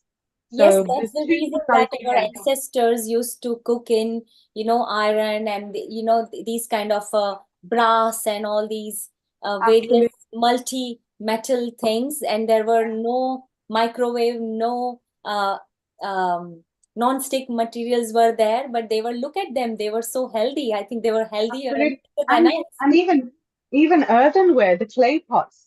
Earthenware is so good. This is something I'm looking for. I've seen some earthenware here in the shops, but they put another glaze inside because obviously transporting it from those countries to here, they're trying to make them more stronger and harder so they don't break in transit. And everybody here in this country, we want value for our money, so we want longevity. We don't want our pots to break at home. So I think they're adding some other metal or something in there. So I'm going to try to get hold of earthenware that is more natural as possible and do some recipes in that, because obviously earthenware, you can't get anything more natural than that. And what they say about the in clay. India, Chef D, in India, there are some traditional restaurants which actually they make the pots, clay pots, and the cooking utensils in front of you, and they use every day, and then they throw it. Wow. So just Wow, that's imagine amazing. in Rajasthan and in Jodhpur and Jaipur when I had visited, so Yeah. there were some restaurants that were I got amazed to see the way they cook, it's our own tradition, and people Yeah. are back to our roots, and people are realizing now that it's and the taste is also very different, when it is cooked traditionally in a clay pot, right? I mean, I don't Yes, think you yes. can get that The taste. No, you don't get that taste anywhere else. The taste is different, the way because the temperature is different in the cooking as well. You don't need such high heat. The earthen pot holds that heat naturally right to the top. So everything is cooked quicker in less heat. And obviously you've got the natural minerals from the earthen pot going back into your food. We're getting all the natural minerals from the earth going back into our food rather than chemicals leaching from our cookware. So it's so important. I just wish us in this country, in this part of the world, we can use more of the natural. But yes, it's work in progress at the moment for me. So let's hope. And millets as well, they swear by it. They say to cook in earthen pots, you're doing justice to the millets. They've got so much, properties that we need in our health. And the last thing you want is you're cooking vessels and that to actually destroy all those nutritional values. So what's the point? And millets here in the UK is so expensive to buy as well. So it's one of those things you need to focus and make sure you've got the right stuff. Otherwise, the whole process is wrong. So this is heating up nicely. I'm just going to put a little bit of. Yeah, also it is a gluten-free whole grain, right? Millet is a Yes, gluten-free whole absolutely grain, gluten-free. and it is Absolutely gluten-free. gluten-free. Yeah. I Absolutely. just put a little bit of olive oil onto my pan, just all the way around. Now, I'll take all the excess off just to make it nice and non-stick. So the temperature should remain the same, or should we now decrease it before we put Yes, the? while I was talking to you, I decreased it completely because I didn't want it to overheat. So I'm putting it back to level 8, which is about 80 to 90 degrees now. So this will just heat up again for me, just as I need it. Yeah, so earlier it was around 130 degree, you said, and now Yes, yes. minimized It's to come down 90 degree. minimized to about 80 to 90 degrees. Very good information, our viewers. Please note these because these tips are very important in order to get the end result correctly. Yeah, so heat is very important. Now, I don't know if you can see, I can actually see the steam coming up, the oil that I've just put. So all I'm doing is one small ladle. So we're looking at about 4 ounces here. Now we're making pancakes, so we don't want it to be too large. So exactly equal amounts. So we're going to make 2 of the ragi ones right now. So I'm just going to, and we're going to make 2 of the sorghum ones, just giving it the batter a bit of a whisk. So you don't need to worry about this sticking. Yeah, I was going to ask you the same question that, I always find it so challenging that whenever I make this chilla or anything, how to turn it, and, if it is sticking, then, so I always find it challenging. Any tips for that, Chef Yes, D? I'm going to, well, like I said, we make sure that our pan is nice and hot. Then we reduce it, we grease it slightly just to make it the non-stick again. Now I'm going to lid it because I don't want to keep flipping my pancakes.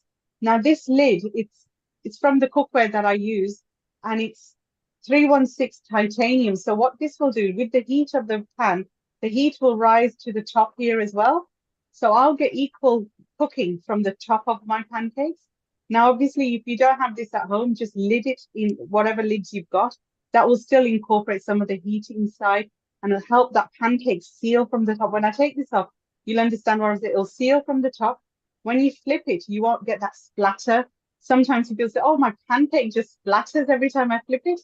Sometimes you end up flipping it too quickly because the batter's too wet still, so it'll just expand. But yes, so just give that a couple of minutes. And if at any time you feel that your heat, can you see it's already sealing on the top already? If you think your pan has gone too cold, you can increase it. You can decrease it, increase it. But normally I do all this cooking on a gas flame. So I personally don't like all these inductions and electric hobs because the heat is a lot different to what I've been used to with our gas, and you can visually see the heat higher and lower. So for me, cooking on electric has always been a bit of a headache.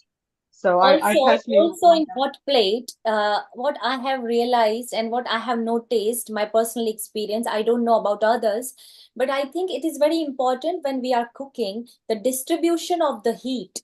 And I think the hot plate distribution of the heat is in a circular motion. Am I right? Yes, Am I it is. correct? Yeah. And in Yes. a traditional gas, burner that you use, the distribution is different. So I Yes. think that could be also, the reason that, in order to get maybe, the result that we expect Yeah. may vary for that, isn't it? It can vary, yes, vary. But obviously, if you're an electric hob user at home or an induction hob, you get used to it, and it's something that you just understand the temperature because, like you say, it's around circular. The size of your pan has to be correct on it as well. Sometimes we make that mistake of putting the wrong size pan on top of the wrong size heat underneath, and that way you won't get the same distribution of heat and the whole thing. So we'll have a quick look at that. My pans of my if you can see that the you've got a nice ceiling on the others and this one hasn't, so I'm just moving that over. Yeah. This reminds me, Chef D, there is a Gujarati dish, handwo. Yes. And my maternal grandmother, when she had an aluminium, a big vessel, which Yes. had the lid has holes, and in between there was a big hole, and it Yes. was like in between there is a hole, and then rest of the area is covered, and below on the gas my grandmother used to put wet clay, wet Yeah. mud. Wow. All right, and she used to say that it will be like a systematic heating, slow heating. It will neutralize, basically it will not make your food too much, it will not burn your food. So While we're talking, I'm just going to flip this now. As you can see, that's just come away straight away. beautiful, beautiful. Look at the way it is coming now. Nothing is flattering. So this is my little tip for a good pancake, is that if you put the lid on, so your batter on top is not that wet. So when you flip it, you don't get the problem of it splattering. So it's still moving around. Now, because I put some berries into the ragi one, you might get a little bit of sticking underneath, but still don't worry about it. That just adds to the whole flavor and everything. Again, I'm going to lid it just to give it nice heat. So this is, again, the process of cooking something quicker than normal. If you're adding heat from the top, the whole dish is cooking faster. So the longer things are cooked, the more it needs the heat, more it's deteriorating and destroying the nutrient value. So we need to learn all these little cooking tips and tricks. So if we can find a way to cook it quicker, we always do. And I always try to put a lid on, it stops all the heat disappearing and using it in the actual dish. So that's going to be ready in a bit. So viewers, as you can see that cooking is an art. Cooking, you have to fall in love with cooking. You have to fall in love with your ingredients. And it is also saying, and people say that, the way you cook, what intention, if you have love within yourself, if you have love for your family members, your friends, whomever you are cooking, the taste will become amazing. The taste you will not get the same taste of your mother's food, your sister's food, your family members' food. in restaurants, isn't it, Chef D? No, absolutely not. But yes, when I had my restaurant, I did have a lot of customers always saying to me, "Why does your food taste different? Why does your food taste different from everywhere else?" And all I could say is, well, it's made with passion. It's made with love and dedication.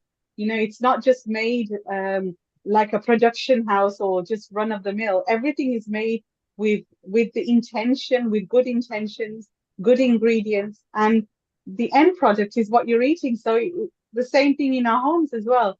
If we make it with good intentions and love and pride, not just fast food, it will taste that much difference in the end as well. And what you get, I mean, food at the end of the day, it's got a job to do. It's supposed to nourish you, heal you. It's got to give you happy feelings, happy hormones. If the food itself is made in such a fast way and such with no dedication or love, is it really going to taste that good in the end? So there is, it's a big, you know, I don't know whether you ever seen that experiment people were talking about with water. I've just recently seen a video. I'm talking away and I don't want to burn these, so let me just have a quick peek. Oh, they're nearly done. So as you can see, these don't take long at all. Sourdough actually cooks quicker than any other dough. Same like our dosas and everything. You probably think I've made the whole pancake, and within about 3-4 minutes, your pancake's ready. All the grains and everything is cooked, and it's just a magical thing about fermentation. It just actually cooks your food faster as well. But what I was saying earlier now, I've forgotten. Can you remind me, Vaishali? Yeah, about water molecules. I think the Yes, latest I experiment was of thinking that, yeah, I saw this experiment a scientist did.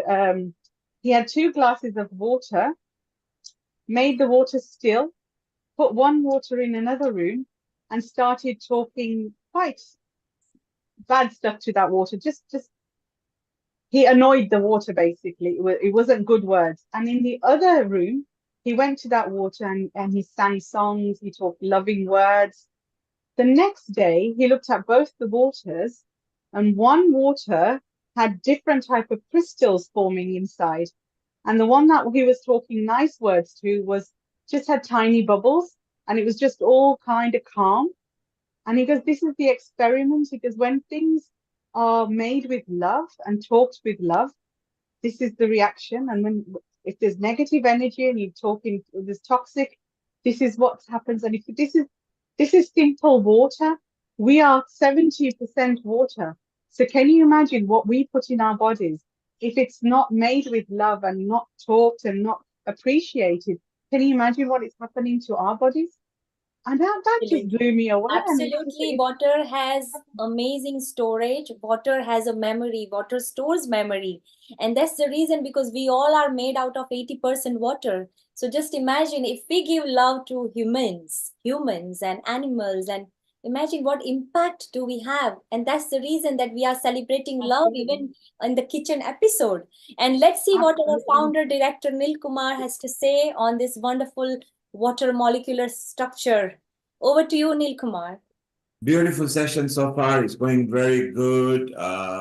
Let's just wind up because we are ready to go to India now with our regular resident producer. We'll bring a couple of chefs from there. Chef D, let's have a closer look at the final products here at the moment. Right. Let's show the earth what I'm going beautiful. to quickly plate this up now before we disappear. So our 4 pancakes are ready. Our ragi pancake is ready. Our sorghum pancake is ready. I'm just going to put this to the side. Yes. And quickly show you how I plate up. Which is very important. Yes. I'll just take the plug out so that's cooling down quicker. So And all I'm Seema doing is all now, dolled up once again in Kenya, ready for the next round. so we're going to get Very our excited. This is beautiful. Pancakes look absolutely gorgeous and scrumptious, Chef D. I'm always intimidated to make the sourdough starter. Yes. So we started with India with our resident chef, Alicia, and then we had a discussion with our Punjab anchor, Dr. Amrita, our beauty expert and aphrodisiac expert, our Vaishali Acharya, who wanted to blend in from beauty in and beauty out. Seema, we went then traveled to Kenya where you showed us some local delicacies, which the bhuttas, which are available in India as well, and the way and the avocado and the pineapple. And I love that avocado because it's so healthy and full of flesh. And then we ended up here again back in United Kingdom where pineapple, yes. And Chef D is now just garnishing and laying out and decorating these pancakes, which are mouth-watering, you know. I bet Vaishali, you and Seema mouth is watering. And maybe at this point, let us also welcome our Rotarian Lal Gohel from India, who is our regular producer here and an impresario in organ donations, which the world required. Rotarian Lal Gohel, what do you think of the pancakes that Chef D has prepared? Oh, I am feeling hungry pants because dinner time and I have to ask my help to keep it everything ready after this. But after seeing this, I feel like to eat right now. And Dr. Lal, you just joined because you know you have normally the national meetings. Seema, show your dish as well. Bring it to the camera. What you prepared earlier. There you are. This was a flamboyant, you know. Look at the dish. Seema, maybe yes, just bring it to the camera. And it's beautiful. Yes, your front camera is good enough. No, it's the Very same camera. The same camera you're watching it. Yes, it's beautiful, Seema. Very beautiful. So look at that, Rotarian Lal, look at that. Yeah, I can see, yes. It's a very mouth-watering, and now I feel that I must come to your place and get all these things done, which I'm doing soon. Yeah, you are going to visit United Kingdom, and maybe next year you'll go to Africa for the organ donation, which Seema is going to organize next year for East Africa. And you'll be visiting this month over here. And shortly we are going to two of the beautiful ladies that you have got, Nidhi, and I think we are waiting for Giselle until unless the iPhone is... No, she is there. She's, I think, the name is iPhone, if you can change it. Okay, Giselle, if you could put your camera landscape and just change your name, or we'll try to help you. Turn it like this, Miss Mehta. FJ, that dish is beautiful. Looks absolutely stunning. No, yeah, I think into the screen and having it. Yes, if everybody's there, I'll do the last drizzling. So what I've got here, guys, I've got tahini. I've got some lovely tahini, which I'm going to add to, this is almond butter, beautiful fresh almond butter I've just recently bought from Agadir. So I'm going to use this because we want to incorporate or add some protein to this as well. So this almond butter on this side, if you can see, I'm just going to put it on the side here. I'll show you the final. And to this almond butter, I'm going to add 2 spoons of this tahini. What that will do is just help me drizzle it a little bit better on top of our pancakes. So everything, all we want to do is elevate all the nutritional values. So all we're doing here now is just over this, just drizzle it around. So we're just adding all those beautiful flavors. And if you want it any sweeter, if you think, okay, those berries are a little bit too taut for me, why not go over a little bit more of your delicious agave syrup? So there you go, guys. Absolutely delicious. You know, Chef D, I really love this recipe because you've employed the use of ancient grains. Yes. And you've used agave, which also has been accoladed in a lot of ancient things. Chef D, can you bring it back to the camera so the viewers globally can? Isn't that beautiful? You can see the healthy berries in there, the fluff pancake, a nice sauce and very garnished. Well done, Chef D. We are very proud of you. Yeah, I put the compote in between each of them. While you guys were talking, I had to continue. And there's a dollop of bio yogurt on top of there. You can use Greek yogurt. You can use dairy-free yogurt. But again, it adds to all our microbiome and our cultures. And we've got beautiful blueberry compote added with our almond butter as well. And that's handmade almond butter. They made it in front of me. It was amazing. So we can't wait to dig into this now. We're Listen, having a I breakfast just, at 5 o'clock. Chef D, I just want to say that the last that you added almond butter, it completed the whole recipe Yes, because it yes, has healthy absolutely. fats, zinc, arginine, aroma, and everything. So that was like a, Absolutely. I would say chef's kiss. Absolutely, Work of art. absolutely. Vishali, it's a Especially, work I of think art. when I'm coming to UK, I'm going to try this dish because she's from UK only, correct? No, no, Definitely. yes, we'll have to do a little event where everybody comes together, a little global event in London, and Yes, we'll everybody. Rotarian Lal, you will certainly be looked after. You'll meet your team there as well. Let's ask Giselle. Giselle, what do you think of what you saw? And we'll ask Nidhi as well. Oh, they're re-changing their name. Please don't change your name. No, And it's already changed. Yeah. Nidhi and Giselle, can you put your camera landscape like how everybody is? So just flip your camera so it will look more professional. Well Yes, done. yes. Giselle, you've got it. Nidhi, you can Nidhi, do the same over there Nidhi, from turn you, the. please. Yes, please. Perfect. So, Rotarian Lal, what we do, maybe if you can just welcome, we chit chat with them and Yeah, then yeah. you I will just introduce. I will just introduce our guest because the paucity of the time. Yes. And so our first guest is Miss Giselle Mehta. Miss Giselle Mehta is a former officer of the Indian Revenue Services and is currently an entrepreneur with multiple business interests. She's a renowned author. She made an impactful debut as a novelist with the publication of Blossom Showers in 2011, which was on the fiction bestseller list of the landmark chain of bookstores nationally. Her recent novel, Vectors in the Void, made the shortlist of the Chancellor Somerset Award for Fiction. From her involvement in compassionate causes for animals and environmental concerns, Giselle Mehta turned vegan in the year 2013. She has since emerged as a global figure in the advocacy of veganism through her talks at various national and international events.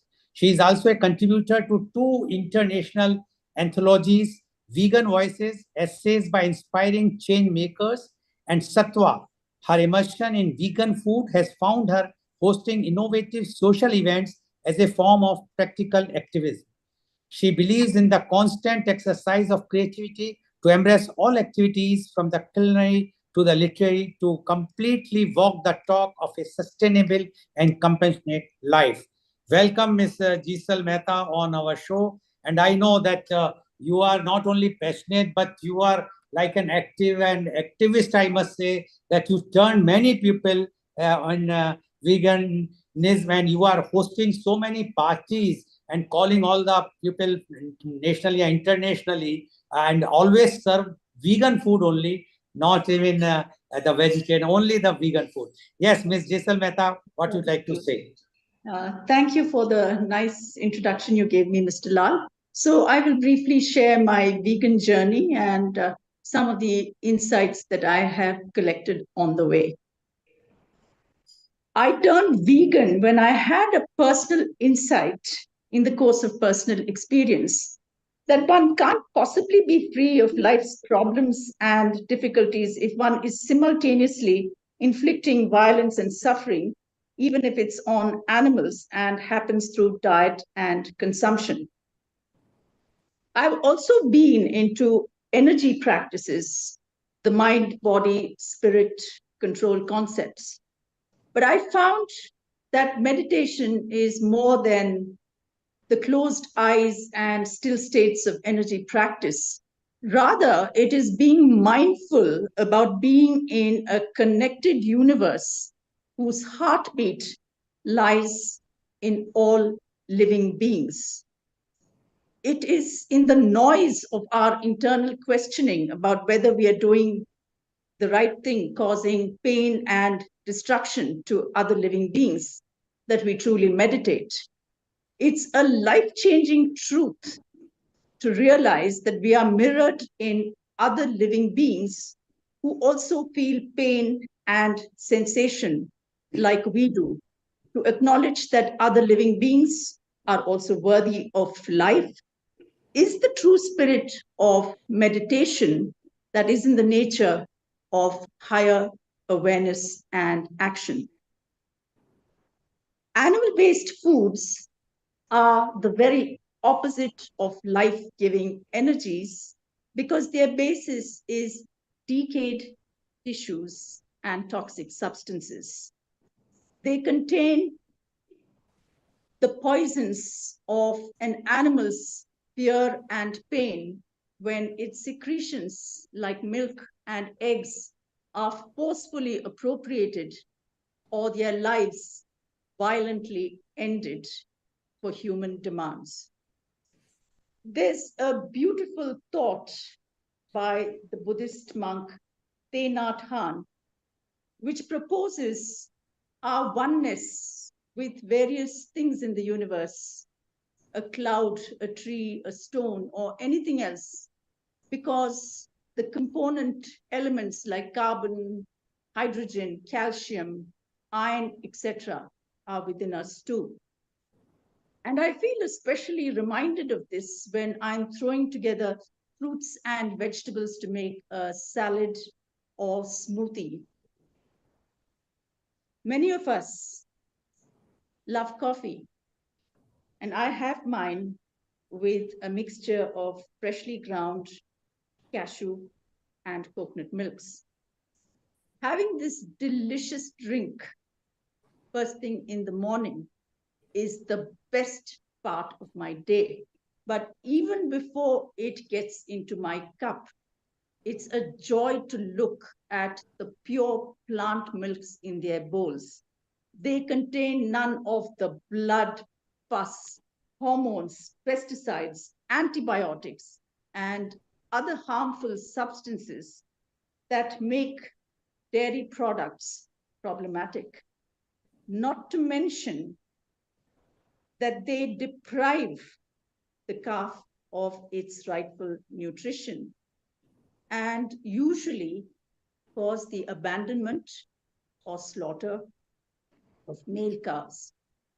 Every drop of dairy represents the suffering of cows and other cattle, which are compelled to continuous labor pains to lactate and produce milk. In comparison, the plant-based beverages that I consume are like life-giving nectars that power up my day with goodness and purity. Being vegan is an active state as opposed to the passive practices of simply purchasing products that pay no heed to the agony of animals. Before I went vegan, I felt that cooking was an uncomfortable activity. But that changed when I went vegan and began to have a pleasant feeling about my ingredients. Roots, vegetables, grains, lentils, legumes, nuts, and seeds represent the benevolence and diversity of the universe. It's an awesome feeling, for example, to find that the soy or cashew curd has come out with a firm set with just a few soaked oats or a green chili as a starter.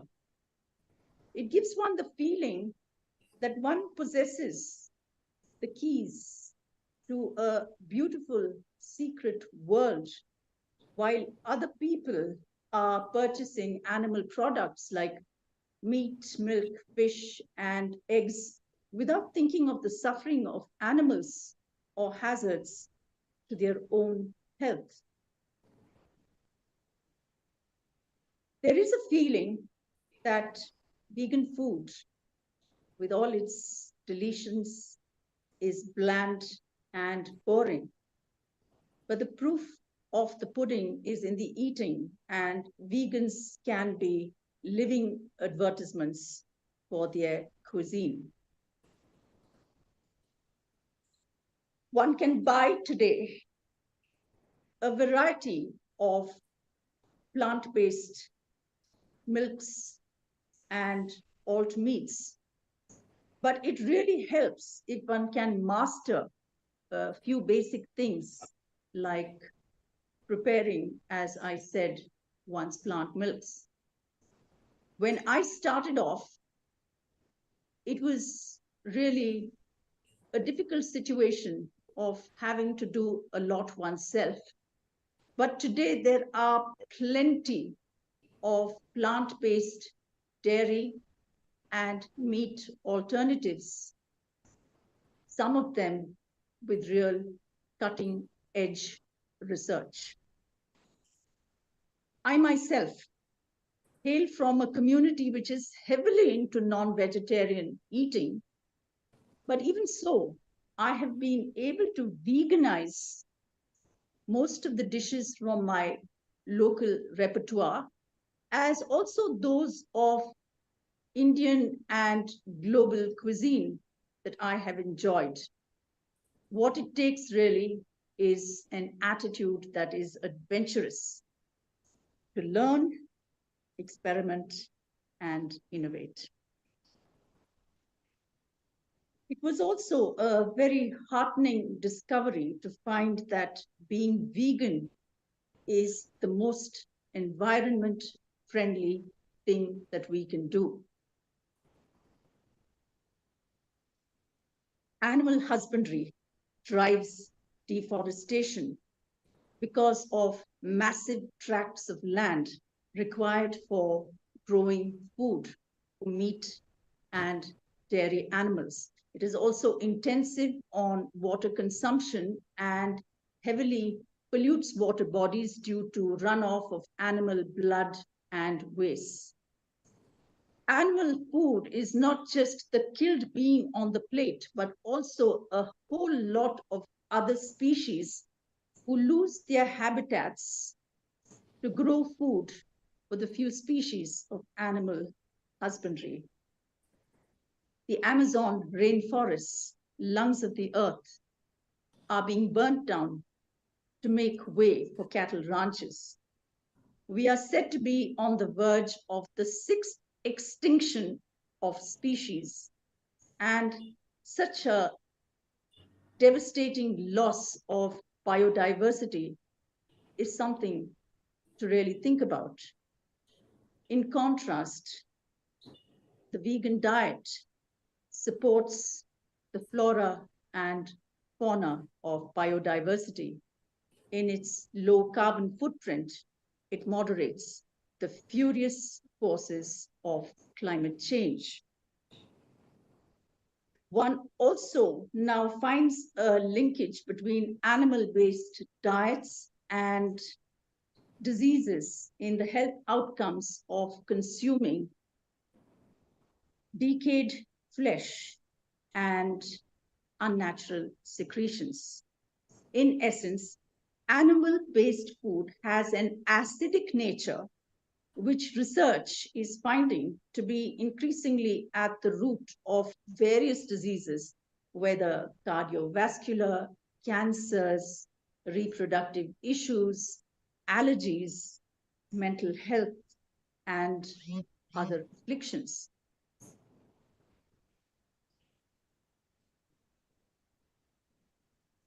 The coronavirus, which caused a pandemic and literally menaced our very human existence, is believed to have originated in a meat market.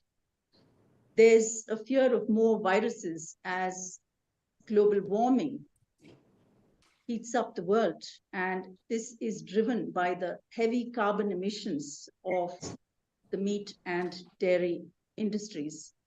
In contrast, the vegan diet is salubrious, both at the personal and planetary level.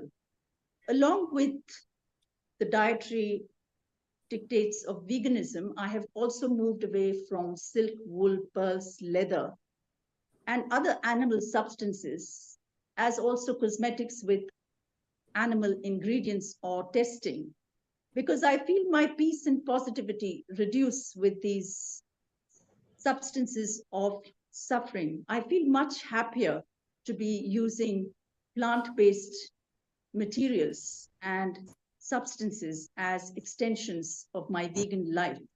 The interesting thing is that the market today is opening up with interesting materials like fruit residues as leather alternatives and plastic bottles recycled for making warm clothes. Everywhere, the certification of being vegan and cruelty-free is catching on. Boosting the planet's collective life force, veganism is good at both the individual and collective levels.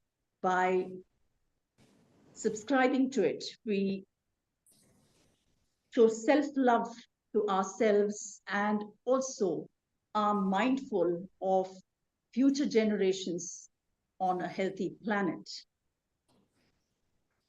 It is really a very beautiful thing to delve into one's inner peace by not causing hurt or harm consciously to any being on the planet.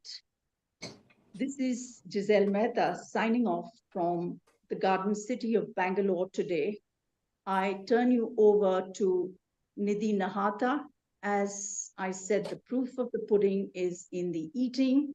And here is someone who's really very skilled in kitchen craft. Thank you very much. For the opportunity to be here and for watching.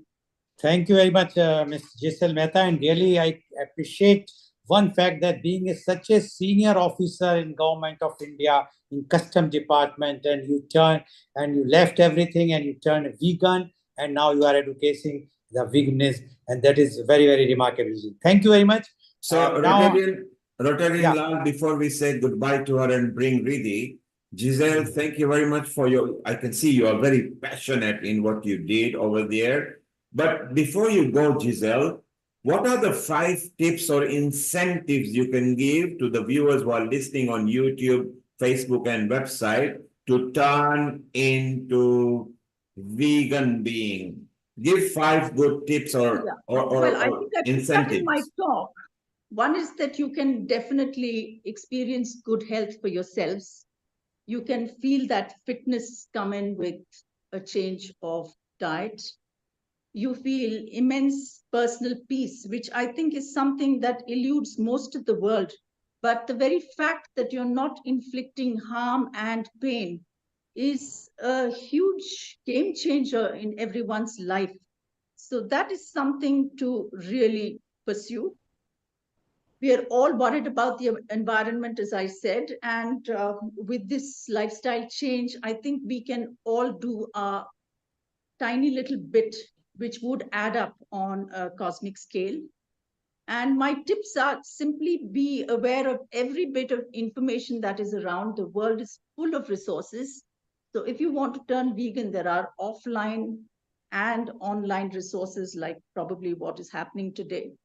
And also on the ground, there would be a lot of events happening. And I would urge everyone to have an adventurous approach and an open mind to really discover a new realm of being. So Giselle, you said it's healthy, you said spiritually it's enhancing, it's eco-friendly. So I believe that you have convinced people that it is all-round beneficial to try to go vegan. Is that right? Correctly. It's all encompassing, and it kind of all fits in together, because when you have a healthy planet, you're also subject to less viruses and so forth. So it's all a very, very complementary kind of circle of energy movements. Thank you, Giselle. Giselle, thank you very much. Seema, our producer from East Africa in Kenya. Seema is a celebrity chef, and you might have seen her in the cruises if you go to Hong Kong or somewhere. Seema, your thoughts on Giselle before we move to Nidhi, where Rotarian Lal will introduce, because Giselle said the proof of the pudding is in eating. Seema, your thoughts? Very, very inspirational, Giselle ji. I myself am trying to take baby steps towards veganism. I'm a vegetarian. I'm a lacto-vegetarian, to be honest with you. I do ingest milk, but I am very aware of what you spoke about, the pus and the blood, etc., in the milk. There's so many hormones being injected into the animals, and we all have to start embracing ahimsa. And it's easy today because there are so many resources available even on the retail shelves. So there are, and reducing our carbon footprint so we can leave a better tomorrow for our children.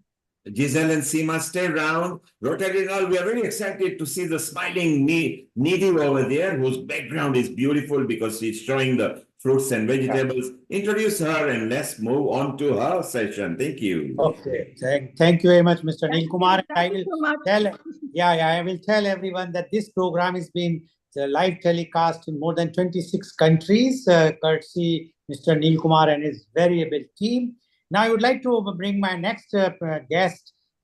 She's a celebrity chef, and her name is Miss Nidhi Nahta. Miss Nidhi Nahta is a trained psychologist, entrepreneur, public speaker, sound healer, and certified lifestyle coach. Her journey into health and wellness began with certifications as a health coach from Sharon, India in 2016, followed by Cornell T. Collin Commonwealth Center for Nutritional Studies in NYC in 2020. In 2017, she embarked on a mission to redefine the hospitality industry by founding India's first whole food plant-based restaurant, Just Be by Nidhi Nahta. Though this venture, she aims to touch lives and spread the belief that food is a nature's medicine designed to heal and sustain our health. Her life mantra is, let food be the medicine and medicine be thy food. Let food be thy medicine and medicine be thy food. Over the past 7 years, her efforts have generated multiple awards, the latest being the best vegan restaurant in India, recognizing the revolutionary shift towards conscious and mindful eating. As at Just Be, the menu is not just about healthy food, it is about food that nurtures and loves you back. Her mission extends beyond the walls of her restaurant. She aspires to break myths surrounding healthy food and envision a world thriving on a plant-based lifestyle. Through Just Be, she aims to inspire others to kick off vegan restaurants, making plant-based foods more accessible and widespread. She strives to create meaningful change, one meal at a time, because we are what we eat. Welcome, Miss Nidhi Nahta on our show. And Miss Nidhi Nahta, as you have heard, Miss Giselle Mehta, as well as earlier chef who were making such a nice pudding and whatnot. I'm sure you are also going to show something which is very, very excitable to all the viewers who are watching this show across the world. And we would like to hear from you, and we would like to experience what you are going to show. Hello, everybody. Thank you so much for the introduction. And it's been very, very amazing listening to Giselle. Very, very inspired. I've been a vegan since 7 years, but again, reliving why I chose to be vegan and why I chose this lifestyle. It was just very nostalgic and very heartwarming. Giselle, thank you so much for sharing what you shared. And I've been a psychologist for almost 10 years. And I was just thinking while listening to Giselle that, a healthy body can have a healthy mind, and we can make mindful and powerful choices. But if our body is very toxic with a lot of harm to other people, a lot of torture to anybody, we cannot be happy. Our mind cannot be happy, because a clean mind cannot clean the body, but a clean body can actually clean the mind and help us be a little more mindful.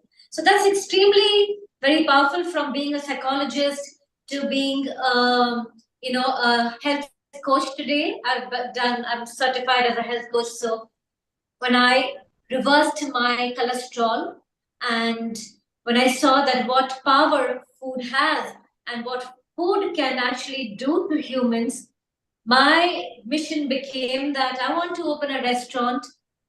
And that was just overnight, when my son came and told me that, Mom, I don't want to eat what gave me asthma. Where can I go? And when I was looking for a restaurant where I could take my son to eat out,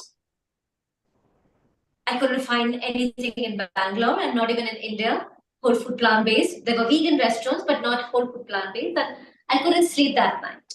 And I woke up in the morning, told my husband that let's look into this. He was very skeptical before that who's going to come to eat. In 2017 is when we opened Just Be by Nidhi Nahata.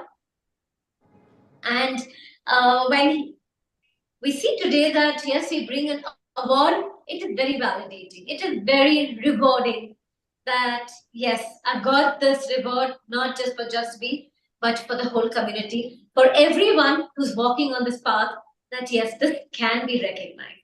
This is something which needs to be recognized. And it has to be a mainstream. We have to be, veganism has to be on the mainstream, like the way vegetarian and non-vegetarian is. Today, we bring veganism on the same platform. I have been doing cooking classes since 7 years just to make people fall in love with cooking. It's so important to, as Giselle was mentioning, that she never paid attention before in her kitchen, but after and I'm so glad. And I just feel that each one of us, the biggest responsibility is to take care of our own health. And if we cannot do that, we cannot take care of the world. So it is very important to indulge in the kitchen, fall in love with the ingredients which we are using. Once we're in the kitchen, we are so mindful of what we are making. How are we going to be serving it to my family, to my friends, or to myself? When I got my cholesterol high and I wanted to reduce my cholesterol, I got into whole food plant-based. That means no dairy, no meat. Also, no refined products like sugar and white flour and oil. I'm going to show you 2 recipes of a dessert, because I had very strong sugar cravings. And I always wanted to eat some, I always wanted to eat a dessert after my meal, but I didn't want to have sugar. I didn't want to have any dairy products, what I was consuming before. I couldn't eat, I didn't want to add any refined products. So let me just show you how to make a chocolate avocado ice cream. I'm using avocado because that's good fat. I didn't want to eat a lot of nuts and butter, even vegan butters or none of those. So how do I make from the Nature's Pharmacy? I really believe that Nature's Pharmacy is very, very beautifully designed food for our body, our organs. So I'm going to just show you. No, same way. Just keep the camera. I am using one of the most amazing ingredient, that is bananas.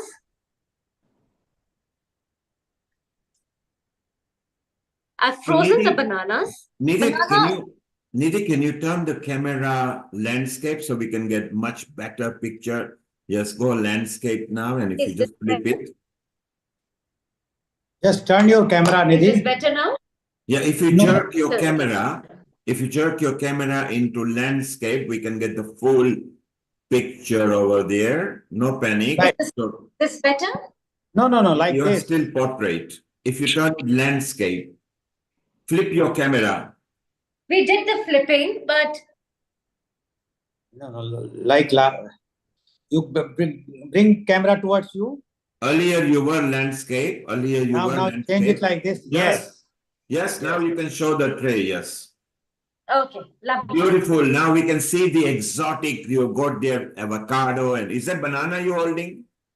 I'm holding the bananas. It's ripened bananas, because when you use ripened bananas, yes, it is sweet. The nutrient value increases. So I am using some bananas here. I am also going to be using some avocados, which is good fat, a lot of fiber, and bananas have the calcium, the protein, the potassium, everything what we need. Iron, it's sweet and it's good fat.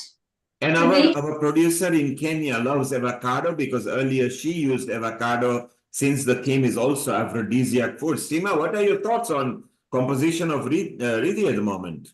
I love this. I love the avocado, and I can see exactly where you're coming from. You're going to mix the avocado, you're going to sweeten it with the banana, so you're getting natural fruit sugars. Yeah, and Seema is really says sugar craving. Banana is a slow release. That's why the athletes have bananas because it's okay. They don't get acid reflux and it's a slow release of sugar. So really good choice. Nidhi, you've got good choice. Beautiful choice. I love it. Thank you. Thank you so much. And I really feel that we cannot be deprived of eating amazing desserts. I used to crave a lot for desserts, and this is something, my personal recipe, and I'm sure all you guys who are watching this are going to love it. And it's so simple because I really believe in a quick, fast, because I'm a working woman. I need something very quick and fast. So this was very simple. So you can try it. So I've actually added bananas and avocado over here, and I am putting the date paste. I don't need to use a lot of date paste because bananas are really sweet. And the date paste will give it a lot of richness and added sweetness. What a great idea. And I'm going to be adding some basil leaves to just add that amazing punch. Just 2 or 3 of them here. And let's blend it.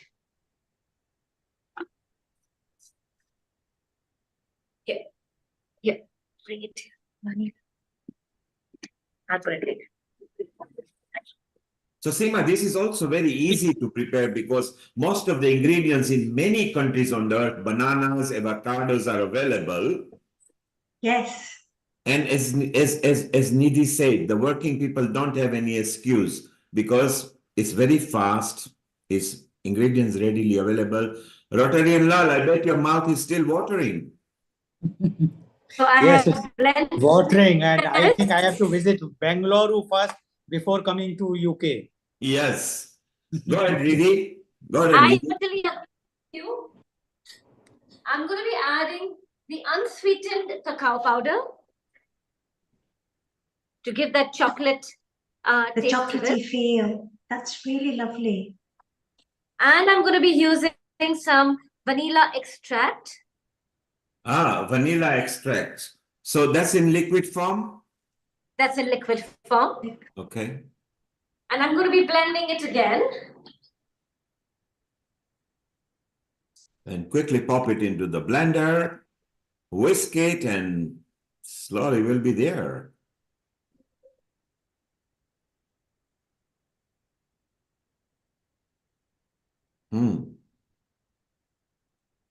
And how should we serve this immediately, or can we wait few hours? We will need to freeze this. Yes. I'm going to be adding some more of the rest of the avocados in this. Now, this is a lovely recipe. I was just wondering, because you're going to freeze it, are you going to take it out like they do with traditional ice creams? They'll freeze them halfway, they'll take them out, they'll rechurn them to get rid of the crystals. Exactly. Are you going to do the same I'll be procedure adding with this? some coconut milk into this. Okay. Is this ready-made coconut milk, or you prepared it earlier? I have prepared it. It's very, very simple to make the coconut milk. Just grate the coconut, blend it with water in the mixie, in the blender, and then strain it. The first strain, the milk which comes out, it is with high fat. Then I reuse it. I add a little more water, which is a little more liquidy. I use that to make curries and all of that. But the heavy fat one I use for the desserts. Yes, so it gives a thick, creamy taste, which everybody loves with the dessert. We do the same here in Africa. We take out the first milk We got Now the coconut milk color is too. changing. You can see that. Wow. We can see the cocoa coming out as a chocolate. Our Lata is even drooling her mouth and she's waiting for it as well. We're all hungry now. Looking at that lovely avocado ice cream. It's so healthy. It's got dates, it's got bananas, it's got avocados, it's got unsweetened cacao. It's wonderful. And if we use the freezing process, then presumably we can use it for 3-4 days. Oh yeah, and so I am going to be emptying it into a bowl and putting it into the. Are we using this? You can use the sauce. Yes. So I'm going to be putting it into the bowl, and you can freeze it at least for 24 hours. But in between, if you can pull it out and again blend it, so that the crystals which have formed will again become more gooey. It will become much more smoother. And so this is how it will be. And I have already made one batch yesterday for you to see how it is. Very nice. Let's scoop it. That's very tempting. Scoop here. So here we go. So this is my bowl, which I am going to be here. And Lata has put her hand up because she's waiting for Uber to deliver this. And if you want, you can use a little bit of roasted almonds and cashews. Bring it close. Only on this. And I'm going to be adding some basil leaves. Just chop them and put them over here. The basil tastes really nice on it. Here, this is ready. No, I've never seen the combination of basil and chocolate, but now I'm so inspired to try this. I've always combined chili and chocolate, and I always thought, that's the perfect combo. But now looking at you, adding basil, it's so inspirational. It must be giving a very beautiful flavor to the ice cream. Trust me, people won't stop eating it. This is what Riddhi, bring it to the camera. Riddhi, bring it to the camera and turn it 45 degrees. Wow, beautiful. Keep it there for a while so people can take a picture of it, okay? Yes. On the social media, they can say, so there you are, banana, cocoa, basil, nuts, avocado. It is a blended and you can freeze it. So, wow. Beautiful. That looks beautiful. Lata, you wanted to make a comment. Go ahead. Yeah, hi, Global Namaste, everyone. Global Namaste. It's been such a wonderful, entertaining and educational episode. So what I wanted to say is, my issue seems to be that I can never find these wonderful desserts when I go out. And I just miss them. I just give it a miss, I just can't eat them. But this recipe, like the other day, I only had some vanilla ice cream, that was it. But I think avocado and basil and mint leaves, which is an alternative we can add, vanilla, and I'm not a fan of cocoa, but what was the other thing? Coconut milk, is it? Yes. Pardon, yeah. All those ingredients are just, me. And I don't think I can find them in the shops, so I'll have to, like you, embark on making it myself. This is an ice cream. Amazing. It's an amazing ice cream, but it's also a powerhouse of nutrients. She's got avocado, she's got coconut milk, she's got banana, she's got cocoa. You really thought out everything step by step. It's a very intelligent recipe. Date syrup or date sugar also. A lot of people use date sugar. I know, pure dates. A wonderful decadent recipe, and then splash of vanilla, some nuts on for texture, and basil. And How Seema beautiful is that? Seema, it's fairly hot in India at the moment, so we come to the hot season. So Nidhi, what a good choice you did with your smile and your love that you put in it. I'm very sure that your husband and any colleagues that you've got must be enjoying that. Stay around, Nidhi. Let's go to America, to our senior anchor there in America. Global Namaste, Sharon. And what did you think of Nidhi's choice of dessert? Global Namaste. I'm here with Mary. Mary, how are you? Hi, I'm fine. How are you? And shortly we'll be going to your recipe. Meanwhile, Nidhi was there in India where Rotarian Ral, our producer from the Indian subcontinent, brought this wonderful a personality who has devised her own recipes. What did you think of them? What you saw them? Nidhi, put it back again to the camera. Let's show them the final product. There you are. It is not only looks incredibly delicious, but beautiful. Of course, we're with someone in India. Of course, we're going to make it as beautiful as possible. Yes. I think Mr. Neil Kumar should keep a program at London, call all the world renowned chefs like Nidhi and from Kenya, Seema and London, so they are there, and invite us also so that we can taste everything in person. So they do that. The healing groups do get together. Maybe when you are in May, Seema might have arrived, so you can meet her as well in a cooking. Seema does very good cooking for the healing team regularly. It will be very nice on that. So there you are, all the way from Kenya, connected to India, connected to USA. We keep on going around the globe. It's so wonderful. Rotarian Lal Goel, our resident producer and an advisor as well. Thank you very much for bringing this wonderful soul and Giselle earlier. Nidhi, you are part of the healing family now. Rotarian Lal will introduce you directly to Seema, who is a kitchen episode producer, and Sharon. So keep in touch with everybody. And that was, I love your background as well and your smile with your food that you prepared. Thank you very much. So Rotarian Lal Goel. And next week we have got a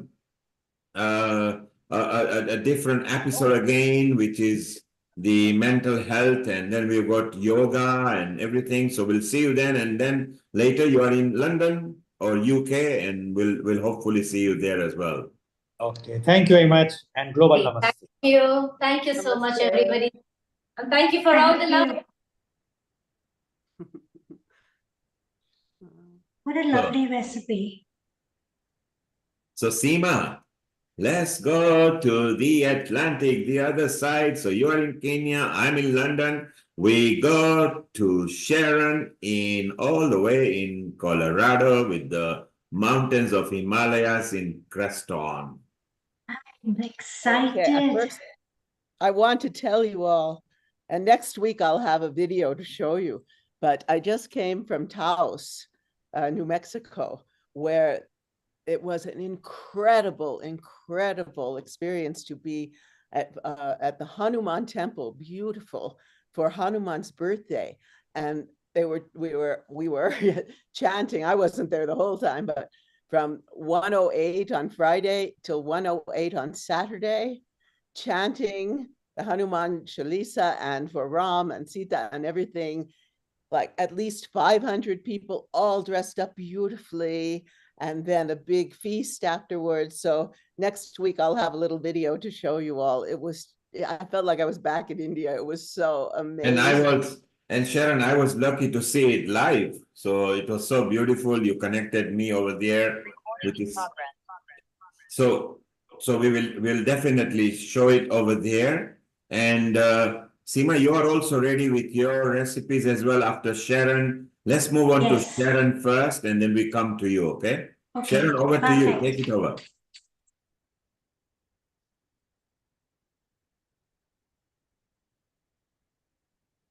So Sharon, you are muted at the moment. You need to unmute yourself. Okay. First, I want to show you where we are. Yes. Let's travel and see the beautiful scenic place. And this is what I love. It's so nice, fresh oxygen, nice breeze, sun coming out. Of course, the time there, wherever you are, is 10:30 in the morning, roughly.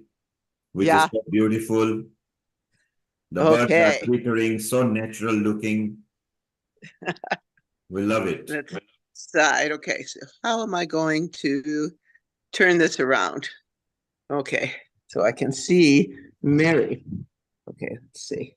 Yes, you want to do reverse camera. Yes, you are reverse and Mary. There Yes. we go.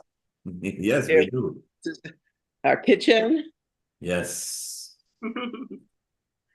Hello.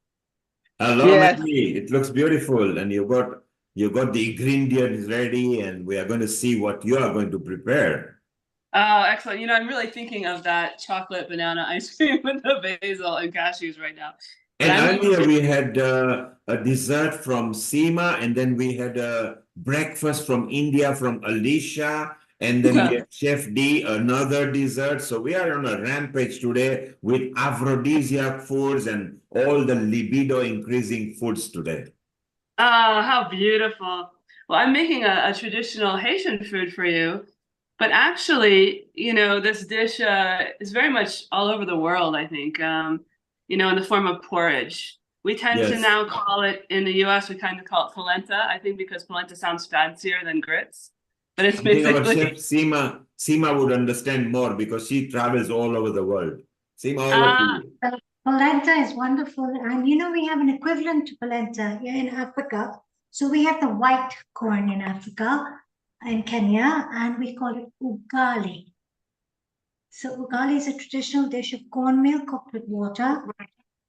And we have it with collard greens or kale. We call it sukuma wiki, which is a green vegetable, which sukuma wiki is from the kale family, and it translates to push the weak. So it's so nutrient dense, you know, and it's so high in iron that it actually allows you to push through your week. So the vegetable literally translates to pushing through the week. And we have it with ugali, which is our local polenta, which is absolutely delicious. It's yummy. And we're very excited for what you have in store for us. So this Haitian dish that you're making for us, yeah, what inspired you to lean towards Haitian? Well, actually, Haiti. you can't be looking at me, right? Haiti. I'm half Haitian. I'm the last you will ever see. Guarantee it. But sometimes it happens because my father was also half German, and my mother was actually half First People from the North America and half of well, we don't know. They didn't keep track of who they were, but somebody white. So, but half white. You have an entourage of cultural diversity that you can bring to the table here. This is wonderful. So Yeah. I see you've chopped up some green peppers. Yeah, so this has a little bit of African influence because Haiti is the yes, yeah, right, the Taino Indians, and then the Creole came to help the Taino Indians when they were being, you know, colonized, and then of course the Africans came for unpleasant reasons, but they all ended up together and made these creations, and so this is. So hominy is very traditional. It's called here in North America hominy, but in the Caribbean, it's also, you know, same form of like, it means, grits means coarse. And so the cornmeal is, I had it soaking in here. We tend to soak it ahead of time. Right. And yeah, you do too, yeah. It's soaking with bean juice. I made the beans and I always, you know, to make it more digestible, I soak the beans and sprout them, and then you pressure cook them. And here so it's, you know, So basically, you're soaking them to get rid of the phytic acids, and you're sprouting them to bring them into the living food state. Yeah. You sprouted them, right? So they're more living food, so they're more nutrient dense. And obviously, because we've soaked them and we've sprouted them, they're easily digestible. This is wonderful. Otherwise, beans are really heavy on our system. So you've thought of everything and you're bringing in all the elements of color. I'm really excited to see this. Oh, thank you. Thank you. I'm looking for a fork now to show you Behind you. The corn is also, I don't know, probably all over the world this is done too. Here it's called, in the United States, it's called nixtamalization, where you make the corn also more digestible with some lime water. So you soak the corn kernels in some lime water and then you grind it. And that's interesting. That's interesting. I've never heard that before. That's very, very interesting. Yeah, to me it's important Amazing. important for digestion. Yeah, so this is soaking actually. This is called in Creole, the language of Haiti, it's called maimoule ak pois at cocoyer. So this is the pois, and the cocoyer is in here. It's the coconut milk. So we have some of the bean water in here, and I boil the beans and then I drain them and then I pressure cook them. However, what's left in the water is here. And so are a lot of these recipes similar to the recipes you would get in New Orleans because of the Creole?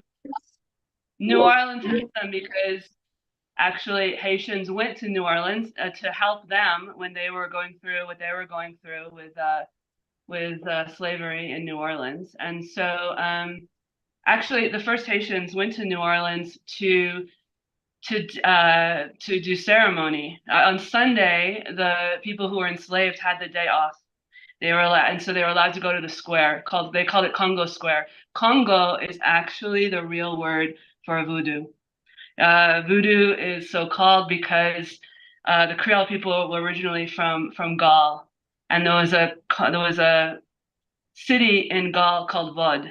So they started being called the Vaudois.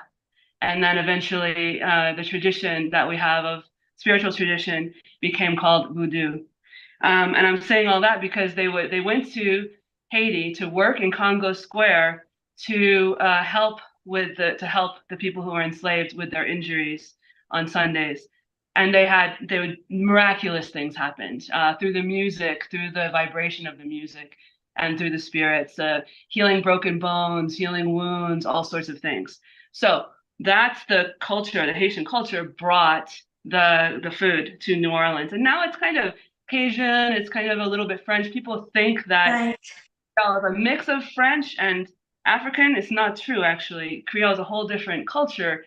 But of course, there were French in New Orleans. There were Africans in New Orleans. Everybody is sort of come together. Yes. But it's a mix. Yeah. Yeah.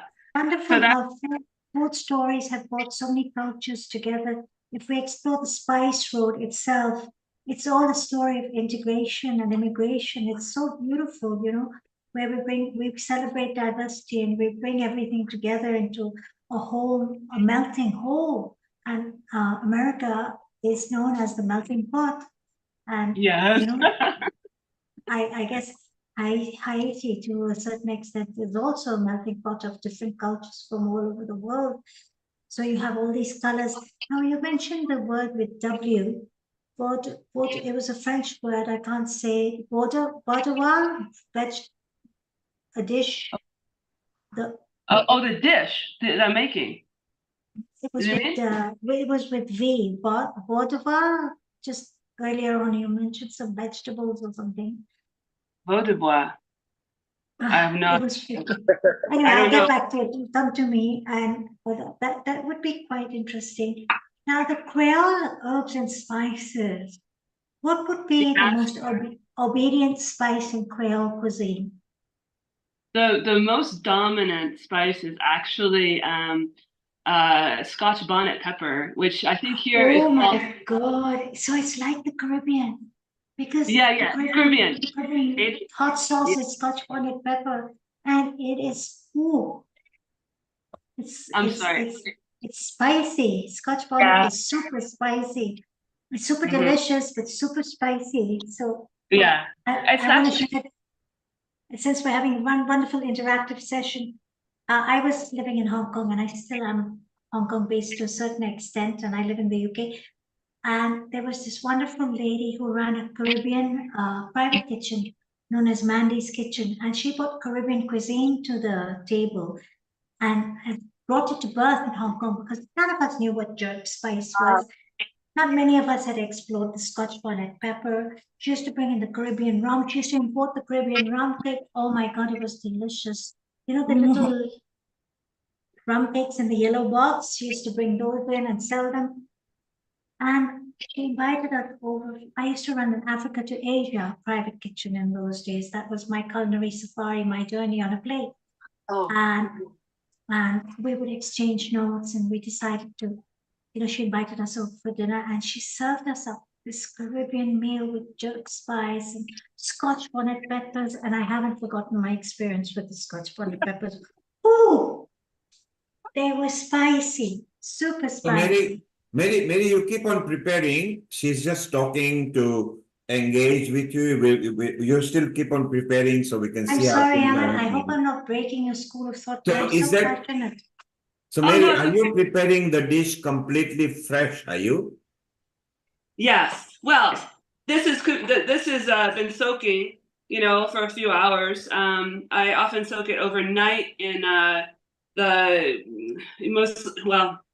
We're trying to do something vegan here, but you know, if I make it with whey sometimes because it's very creamy. But you can soak it overnight in water. I just soaked it for a few hours in the coconut milk and the bean juice. And then, as I said, I made the beans ahead of time so that we would have them ready. And I'm going to do, so basically I'm going to show you how to make polenta. But one thing that most people don't do that we do in Haiti is we saute the vegetables and then we add the cornmeal, the grits, the polenta, right? We use cornmeal in Kenya as well, don't we, Seema? You carry on, Mary. We do, ugali. That's what I was saying. We use white cornmeal, and we cook it up with water into this cake, and we have it with collard greens, and it's absolutely, we eat it with our hands to soften it. Traditionally, that's how we can eat. And we always believe in sharing our food, you know, because food is a blessing from God and it's abundance and it brings room for more when you share. And it's absolutely delicious, and it's wonderful to see you making polenta from Haiti. Then, of course, the Italians have their own version of polenta with cheese, and different parts of the world make different corn dishes. It's so beautiful to see how the little influences as well. And Sharon, travel through the world. Sharon, I bet your mouth is watering as well. You're waiting for this to be completed. Are you, Sharon? That's right. I do want to tell you all that Mary and her husband Paul moved to Crestone to open a restaurant that's still in progress of the remodeling. Wow! But hopefully, I'm sure by next year, when we have the global Veda Mela here, that yes, it will be beautiful. It'll be beautiful to have that. Yeah, yeah, it's a really nice restaurant. So Sharon, is Mary indigenous to Haiti? Yes, that's what she just told us. She said, yeah, her genetic lineage is like all over the place. So she says, you know, she doesn't look like she's there, but she's it's like half Haitian, half, what were they? It was basically, you know, half indigenous. German? Did you say German? White European. European, okay. Well, like most of us, Sharon, you've got Jewish blood in you. Seema has got African touch in it with Indian origin. Me, I'm from Africa, but origin of India, but now British. We are all international now. Oh, of course. That's the way everyone, that's why we have our show, because we can bring forth the beauty of cultures all over the world and help people to really understand each other and appreciate each other. And so, Sharon, have you ever made this dish yourself? Have I ever met? No, this is the first time I'm seeing this dish. Wow. And Mary is preparing something. Mary, what are you doing? You keeping something ready now? I'm going over to her now. Yes. I'm heating the oil in the pan. So I'm going to add the shallot. I add the shallot first. And we love shallots in Haiti. You know, you can use onion, but we love these. And French also love the shallot. I love shallots as well. I think they are the exotic versions of the onions. Exactly. They have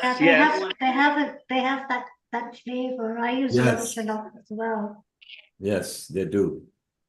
So we've started our garden. Actually, I went out to feed our chickens today, and all these onions were growing, and they were from they just started growing. So that was nice. And now we planted some basil, tomatoes, and in the greenhouse, and more things that will be coming soon. I'm going to do some snow peas. Sharon, Yes. Sharon, I can see that Mary is very good, a professional chef, because she's julienning and cutting so fast. Seema, have you noticed that? Oh, She's I've had very some of it. fast. She's very I've had fast. John Milton and myself and others have had some of her incredible Haitian food. Oh, Yes. And we can't, everyone in Crestone is like just waiting for the restaurant to open. I can imagine. Food too. I'm waiting to visit. Oh yeah, we love to have you here. Well, Love to have you.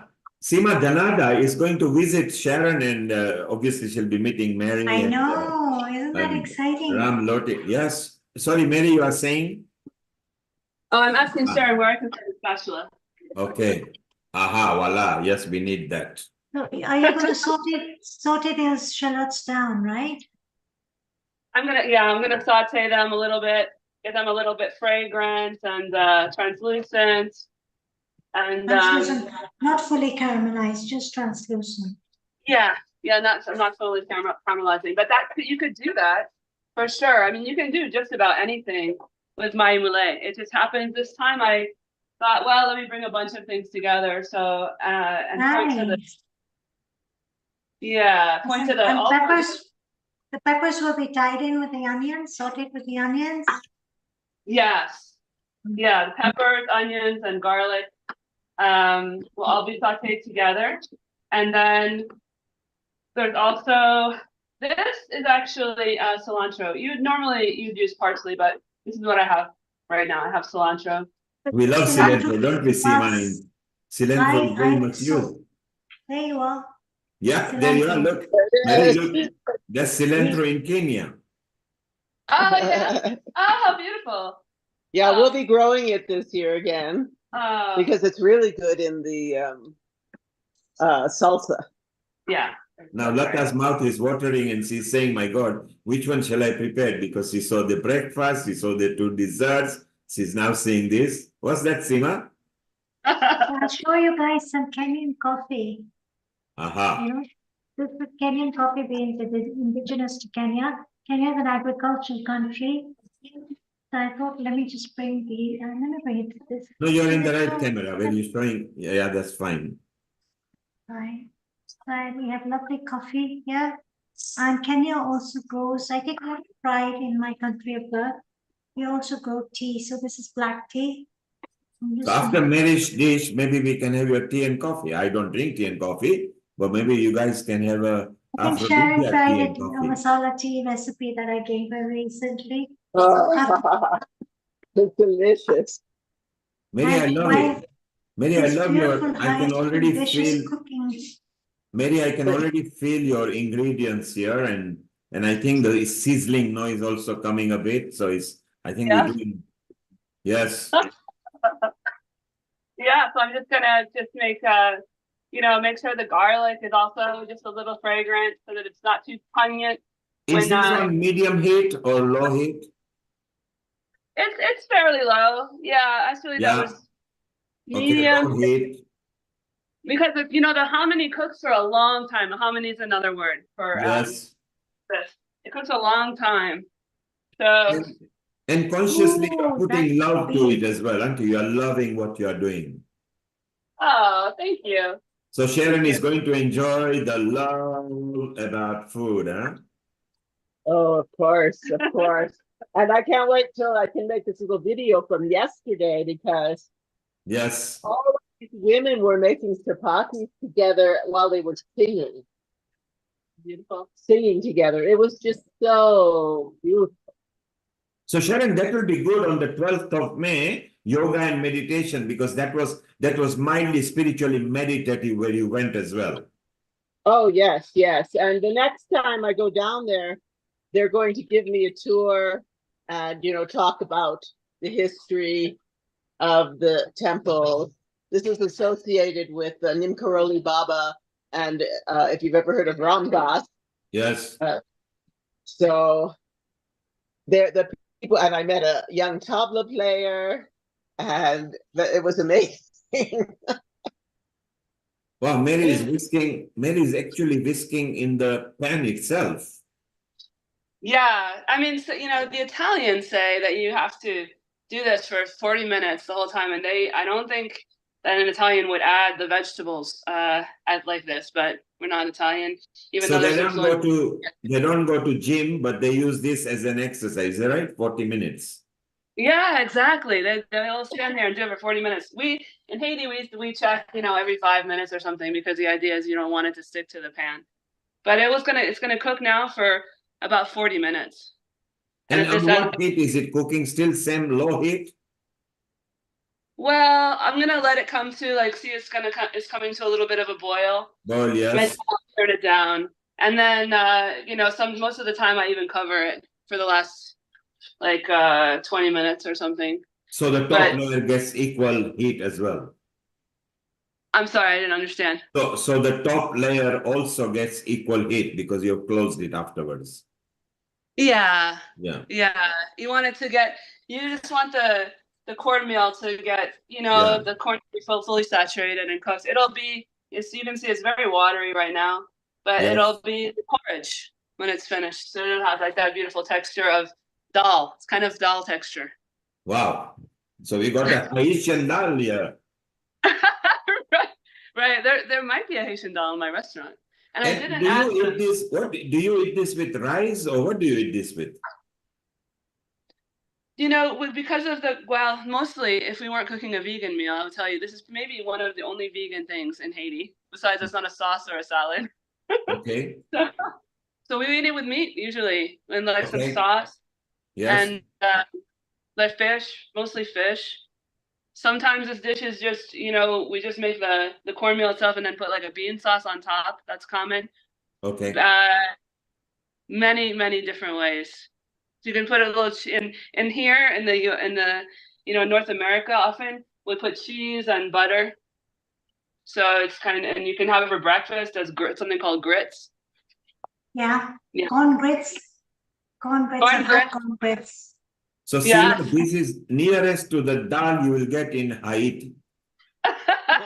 This is very tasty. It looks very tasty because you have all the aromatics of shallots and peppers and garlic, you know, and then you know, really getting it into this texture, into this polenta. So I'm assuming this is a very thick, dense porridge. Am I right? Yes. It's very filling, very wholesome, and then you add some protein on it. So it's quite balanced in a way as well. Yeah, I mean, you know, meat is I think it's the same in Asia actually. It's kind of fancy. So, you know, ideally you eat this with meat, but most of the time, this is what you would eat. Your whole meal would be this porridge. Because and many foods in Haiti have, you know, made with breadfruit, which is a very dense thing, like a potato. You know breadfruit? Breadfruit, yes, I know breadfruit. Yeah. So there's always something like really pretty heavy that you can fill up with.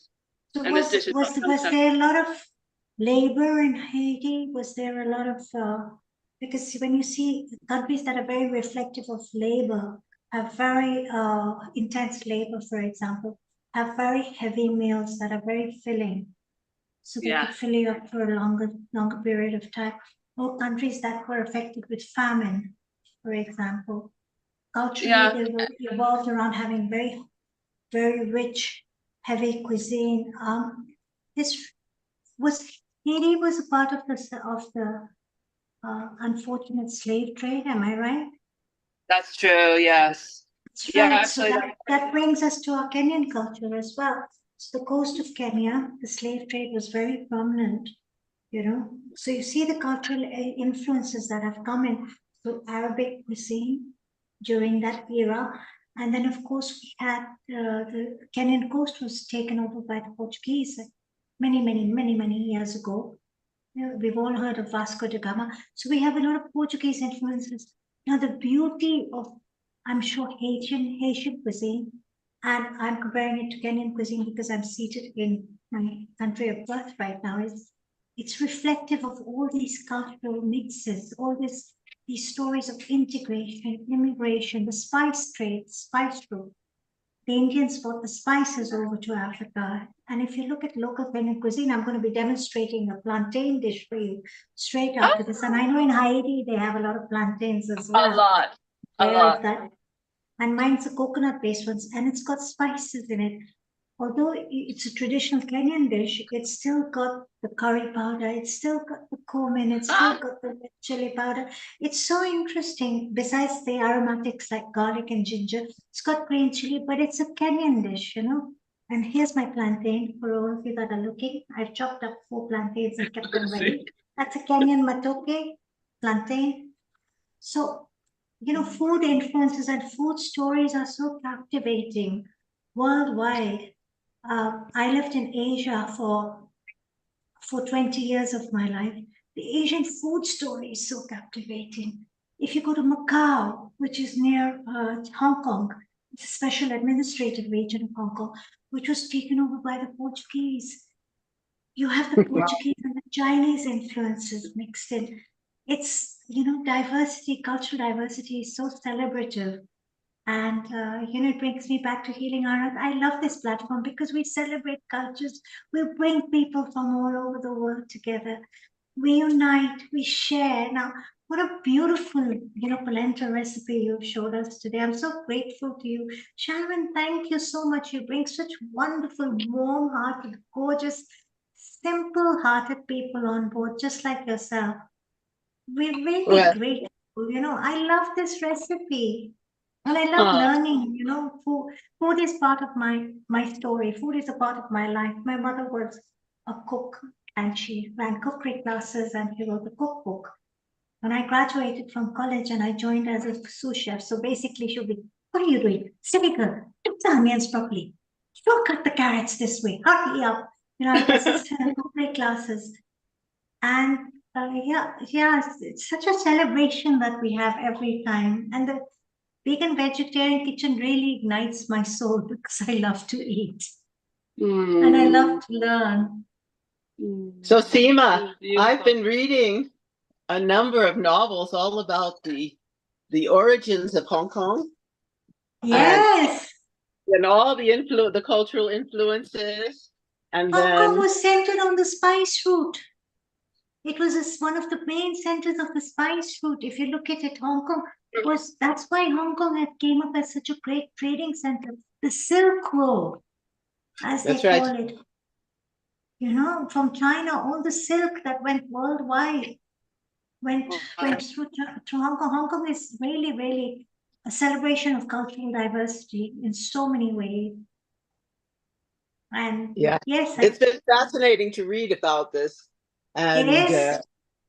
All the way from the founding of Hong Kong to now, I'm reading about Hong Kong in about the early 60s. Hong Kong was the pearl of the Orient at one time. Yes. And also, I'm reading about all the Chinese. I'm very interested in books that have stories about the British East India Company and between India and China. British East India Company between India and China. I believe it was, correct me if I'm wrong, I read this somewhere, but I'm not very sure. It was during the British era that they took the tea leaf from China over to India and planted it there. And that's how India became a tea producing country. Well, they were looking for, the British government was looking for an alternative to the opium to be able to raise the money. Yes. That trade, oh my God, yes. How can I forget?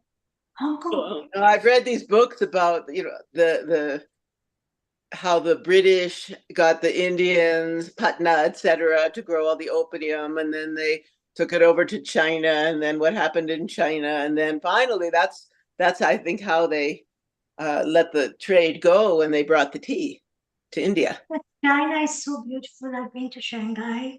It's such a gorgeous city. Shanghai has changed. It's developed. It's happening. It's lit up. There's a huge expat population that lives in China. Mainland China is very gorgeous. I've been to Guangzhou, which is in the Canton, the Cantonese speaking. I've been to Yiwu, which is the main trading section center of China. I've been to Sanya, which has beautiful beaches, powdery sands, gorgeous, gorgeous holiday resort. And of course, Hong Kong is a city of lights, and it always will be. And it will always hold a very special place in my heart. Always. That was my children. Do they still have all the typhoons and weather like that? Oh my God, yes. Oh my God, the typhoons. We have T1, T2, T3. We have to shut all our windows. We have to sometimes tape up our windows with sellotape. We have T8. Now, I want to share this story. I was new in Hong Kong and I didn't pay much attention to what T3 was. And the winds in T3 are very strong. And I decided to venture off and be very brave and said, it's just rain, nothing will happen. I've lived with thunderstorms in Kenya, nothing will happen. Guess what, Sharon? The wind was so strong, I had to hug onto a tree. Wow. Literally hug onto a tree. My umbrella went upside down. I was so wet, I was hugging onto a tree. Waited for the wind to subside. When I came home, you know, my friend looked at me and she says, you went out. Do you know the Hong Kong Observatory has advised nobody to go out? I said, what did I know? She said, listen, let me tell you. T3, T1 is okay, T2 is okay. T3, you do not get out of the house. Can I spell it out to you? You do not get out of the house. And T8, we have trees falling and everything. And oh, yes. Well, amazing. We're in the windy season here. We're having gusts up to like 50 miles an hour. And Hong Kong is hilly. It's mountainous. So all the water comes down from the mountain and it collects in one area. So there are puddles of water sometimes, not all the time. But having said that, T1, T2, T3, T8, whatever tea you get, the next day when it's over, the supermarket shelves are full. First thing in the morning, the city runs efficiently and things just bounce back to normal like that. It's very efficient. Yes, it's been fascinating to read about the relationship between the Portuguese, the British, and the Chinese. And the lovely influences. I'm watching now, there's a great show called Shogun about the Japanese and the British and the Portuguese. This is one of the most, it's a series and it's fantastic. The aesthetics of it, the beauty, the detail of the sets and the costumes and the acting. It's an old movie, right, Shogun? It's quite... Yes, it is. But that now they have a new series. I think it was made in Japan. And it is so beautiful. It is, all the women are just gorgeous, you know, and it really, really gives you deep insight into Japanese culture. Japan is beautiful. We have Lataji here. Lataji, would you like to say something about this lovely Haitian dish that we have? Yeah, I wanted to just mention a few things that I've been during the typhoons in Hong Kong. I have experienced them, every summer, August, I think. The Hong Kong get pretty bad typhoons, yes. Having said that, Hong Kong is a city that never sleeps. It's a city of lights, won't you agree? A very vibrant and alive city. When you visited that in Hong Kong, wasn't that your experience?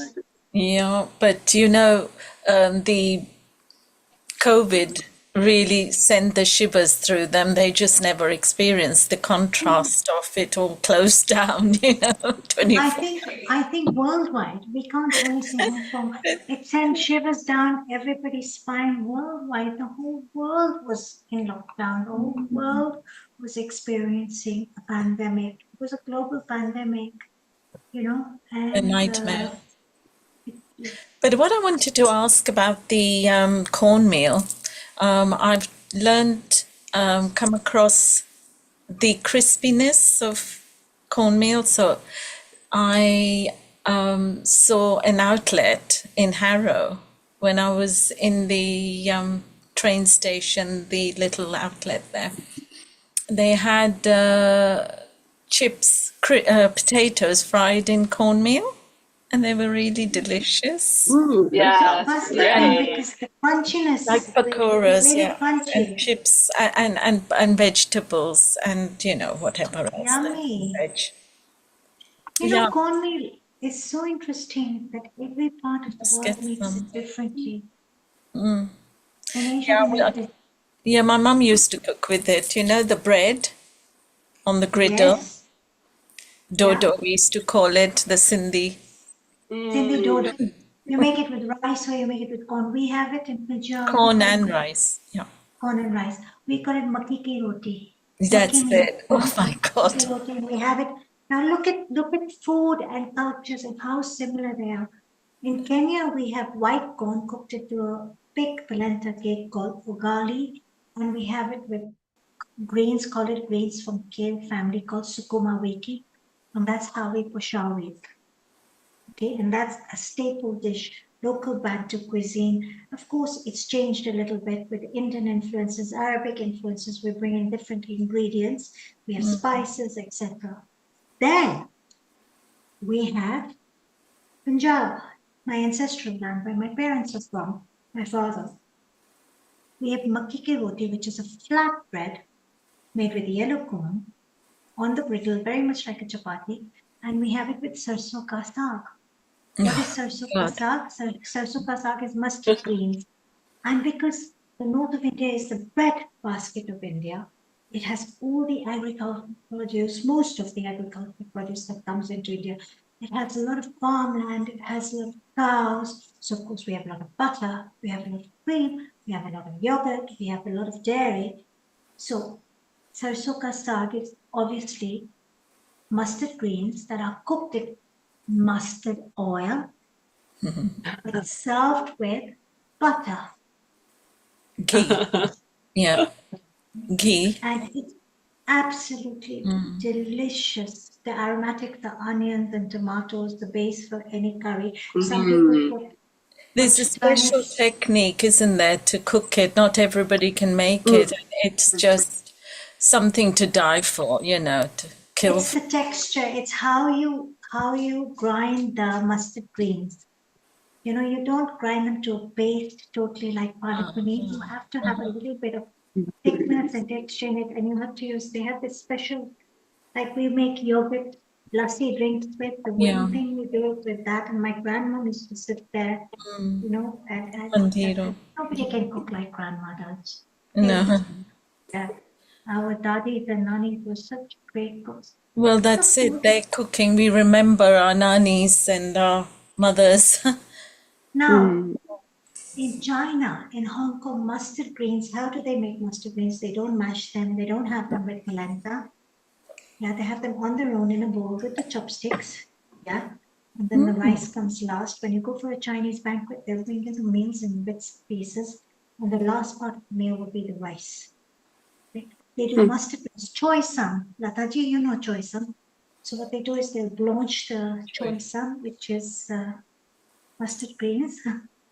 And then they'll stir fry them with garlic and sometimes with chili and soy sauce and serve them beautifully on a plate. Everybody will take their chopstick. Everybody eats together, takes their chopstick and eats soy sauce. I never experienced that in Hong Kong. Sorry? I never experienced that. I experienced the what's it called, choy. Yeah, they have different didn't know choys. they They've had got morning. The choy is green vegetable in Hong Kong in Chinese. So they have different choice. We have choice down, we've got pak choy, we've got morning glory, which is another choy. The choy is like a green, So when we talk about stir frying, and I'm talking to my Chinese friends and I'm taking a recipe, and they say stir fry, I say chow chow, I say haya chow chow, means you just stir fry it really fast. Yeah. So green vegetables are normally chow chowed, and then kept semi-cooked. They retain a lot of their nutrition because they don't kill their vegetables like we do in India. We just overcook everything. In not all parts of India, but in Punjab at least, we overcook everything. We don't leave anything al dente. So sometimes the nutritional value of the vegetables is lost. It's killed, yeah. There's so much we can do. Now I can see that polenta is getting ready. Has it bulked up? Yeah, yeah, very much. And I just did, usually I start with more water here. Usually it's 1 to 4. I do at least 1 to 5. This was even 1 to 6, but I think because we started it in the cast iron pan, it dehydrated a bit. And so it still has, I think at this point, 20 minutes to cook. And so this would be a wonderful winter meal, right? Winter. Yeah, I mean, there's no winter in Haiti. Right. But you know what we do eat usually after sunset. Yeah, we usually don't eat that much during the day. The daylight hours, it's too hot. Yeah. Right. So it looks really. Oh, I wish I could dive into this computer through the screen and just fly over and eat it up. Oh, I wish that too. Me too. Me too. I'd love for you to be here. I wish you all would have been with me yesterday too. Oh my goodness. I'm just thinking I'm going to be showing you 2 dishes now. One is a sweet dish, which is an ode to Vishali, because she really worked hard at speaking about foods for love and strawberries and chocolate, and she's a chocolate lover, and that'll be the dessert I'm going to show you. And the first dish I'm going to show you is a local Kenyan dish, which is raw bananas in coconut milk. And I'm just thinking, I'm just visualizing putting this matoke raw banana dish together with this wonderful polenta porridge that you have, and you have the perfect comfort combo. Yeah, sounds like. Yeah. Perfect combo. So I think my battery's bad. So I'm thinking. So while it is cooking, Seema, you can go to your recipe and Sharon and Mary can chat to you and then show it when it's ready. Yeah. Stick my charger in here so the battery doesn't die. Yes. So Sharon, while Seema is setting her setup, your dish can be getting ready. We go to Seema and then we show your final dish as well, okay? That's wonderful. I'm going to go back on the computer here. Yes, sure. So you can sit down for a moment. Yes, and, okay. I will be back on the computer in a minute. Yes, and Seema, you can unmute yourself. That's it. And while Sharon is coming, that's it, Seema. Yes, you unmute yourself, Seema, here. I will prompt it to you again. Just unmute. The prompt has come to you. Unmute yourself, please. If you look at the bottom left, just press the microphone and it will unmute.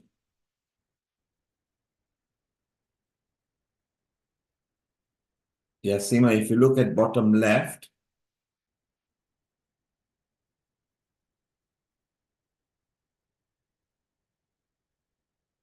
it should unmute. You are a co-host, Seema.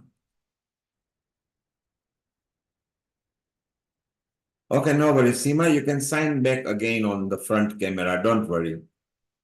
If you can, yeah, you're joining the audio in the other one.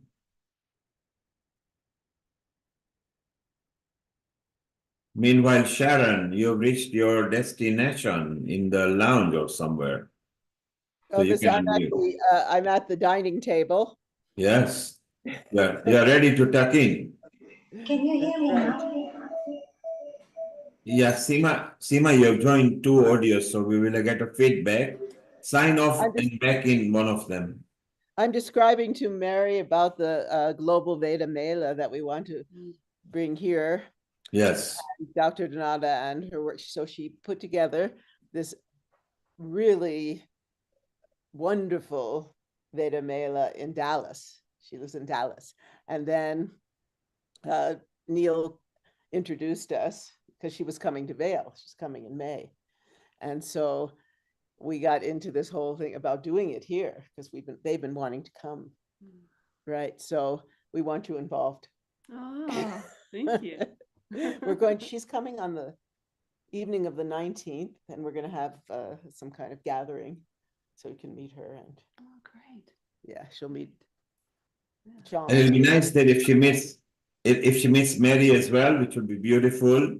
Yes. The more we meet, the better it is, because Creston Veda Mela will be a very good first time ever kind of thing in Creston, which will be so beautiful. Obviously, with your leadership, Sharon, you and Donada leading this, which will be so beautiful. Yes, yes. And, since we have temples from all over the world, it can really be a cultural immersion. So at the foundation in the Vedic sciences, and then reaching out to cultures.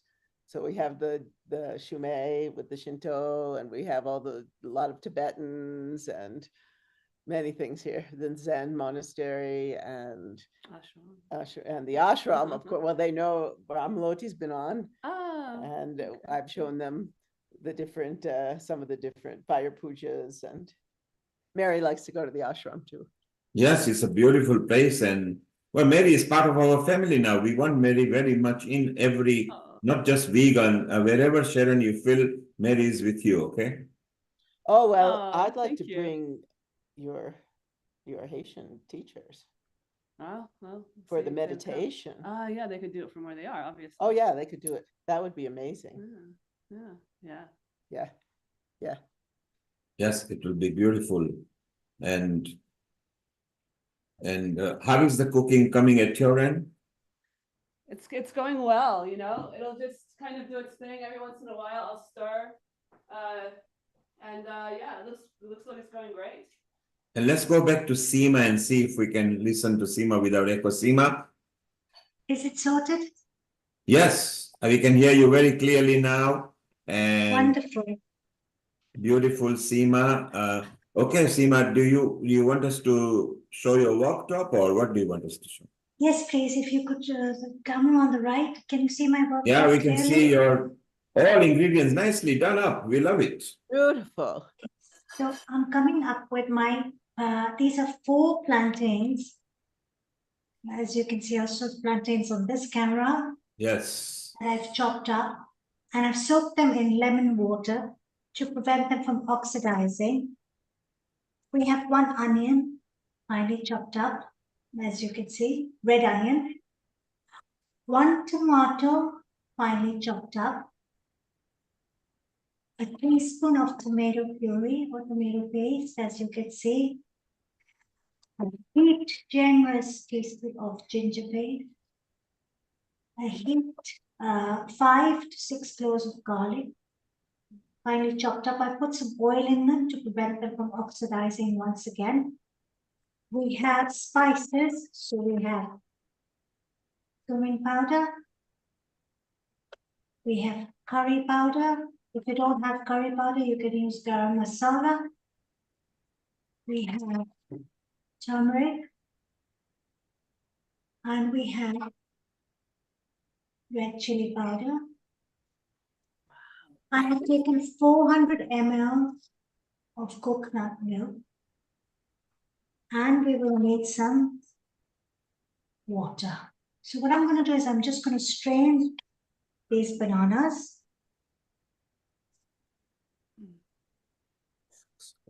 So good. Oh, all of them. We have them here to prepare everything. And we're going to work on a medium to low flame. Can you all see the pan clearly here? Is the worktop surface? Yes, it is. It's showing well. So we're going to Just add a little bit of oil. Seema, you put the sound. Wait, let me just mute it. Okay, fine. Carry on. 2 to 3 tablespoons. We're going to heat this up. So we're working on a medium-low flame.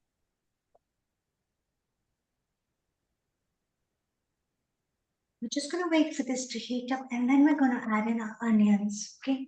Now, when I cook, okay, I love to add salt into my onions because what happens is salt draws all the liquid out of the onions and enhances the caramelization process. Okay, so this is getting a little hot. Let me take this up a notch. Now, you may ask, which oil do you want to use? So we started cooking with sesame oil in this house because the Ayurvedic doctor has told us that sesame oil is very good for your health. You could use light virgin or a light olive oil, not virgin, or you could use any healthy oil of your choice, or you could opt for ghee if you wish to. Some people prefer to cook with less ghee. I'm using sesame oil here. I'm going to add in my onions. And I'm going to saute these down and caramelize them till they're just golden. So we're going to add in a little bit of salt as we're going along. As you can see, that's just going to draw all the liquid out of the onion and enhance the caramelization process. This is the part we need to be patient for. Okay. You may wish to use white onions, but I feel red onions give a deeper, richer flavor. So basically what we're doing here is we're making a base. And this base is very similar to any of the bases that we'll make for any curry. Okay. So Kenyan cuisine has a lot of the influences from Indian cuisine and Arabic cuisine. And very much what we're doing right now is we're making something very similar to a simple masala, which is the base for many curries. Should you wish, you can actually make this base in advance in bulk, which is what a lot of us do, and freeze it, store it in Ziploc bags, portion it up, and freeze it. And you can add it to any curry dish that you're making, or use it as a base. Defrost it, heat it up, and use it as a base to any curry dish that you are making. It expedites the cooking process. All right. As the onions are sauteing down, what I have here is green chili, freshly chopped green chili, pili pili. Kenyan cuisine is incomplete without pili pili. As you can see, there's pili pili here. I have gone generous with my pili pili, and I've got about 3 here. More or less, the choice is yours. We like to spice things up in our kitchen. Coming to the Shirley's topic on aphrodisiac food, chilies actually release endorphins in our body, so they're very good for love foods or food moods. Okay, so as I smell this, it smells beautiful. I can get the sweetness of the onions starting to come through as they saute down, and the pungency and the pepperiness of the chili is coming up. So I'm getting these drops of flavors in layers. So it's very beautiful. So we're going to saute this a little further. I'm going to add in a little more salt to pull up those liquids. I work very intuitively with my cooking, just like Ayurveda does. We call it andaza in Hindi. Andaza is you're just using your intuition and your senses to cook with. But of course, there is a standard recipe for this dish, which I can provide you with. Should you wish to have it, just drop a note in the chat box. Okay. So the onions are cooking down. At this stage, I'm just going to add a little wee bit more oil. And I'm going to add in the aromatics. What are the aromatics? We have a heaped teaspoon of ginger paste, as you can see. I minced this earlier on. 5 to 6 cloves of garlic. So let me just measure this out for you in teaspoon format. So it's a heaped teaspoon and a level teaspoon of finely chopped ginger. We're going to bring this all together, saute it down really well. Okay, it's just going to turn just golden. We're not going to brown this. A traditional curry will actually ask you to give a lot of depth of flavor and really caramelize your onions to a deep golden brown color. A laborious process, it takes a while, but we're just going to take this to a note of just golden brown. Now we're working in layers here. We have the onion. After the onions, we have the green chili. After the green chili, saute, saute, saute, we have the ginger and garlic. So we've already worked in layers. The next layer, I won't do that right now, it's going to be tomatoes and tomato puree. So let me put those both together. Tomatoes and tomato puree. That's going to be the next layer. So this is going to be exotic and spicy as well. And going back to America, Mary and Sharon, do we need to go and stir our dish there because it's time maybe so we get a proper thickness on there? So let's have that while Seema is stirring at her end. I love when women are stirring things up. As long as they're stirring things up in the right way. Yes, at the Healing Our Earth style.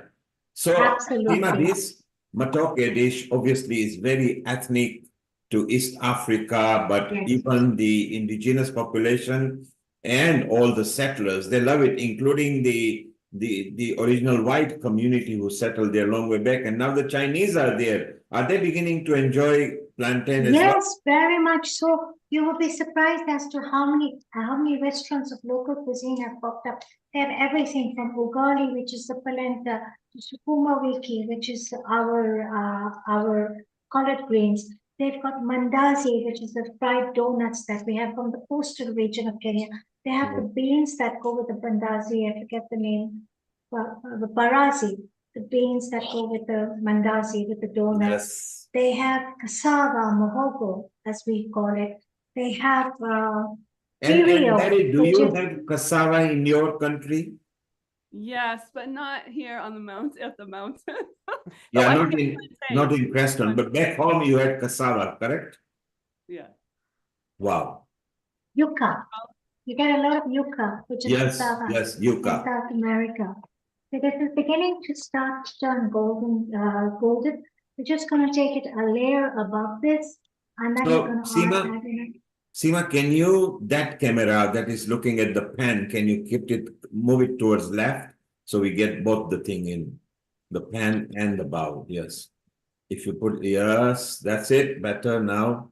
We are central, so that's good. And Mary, how is our dish coming up there in Creston in Colorado? Oh, it's going great. It's almost done. And Sharon, can you scent the aroma? Of course.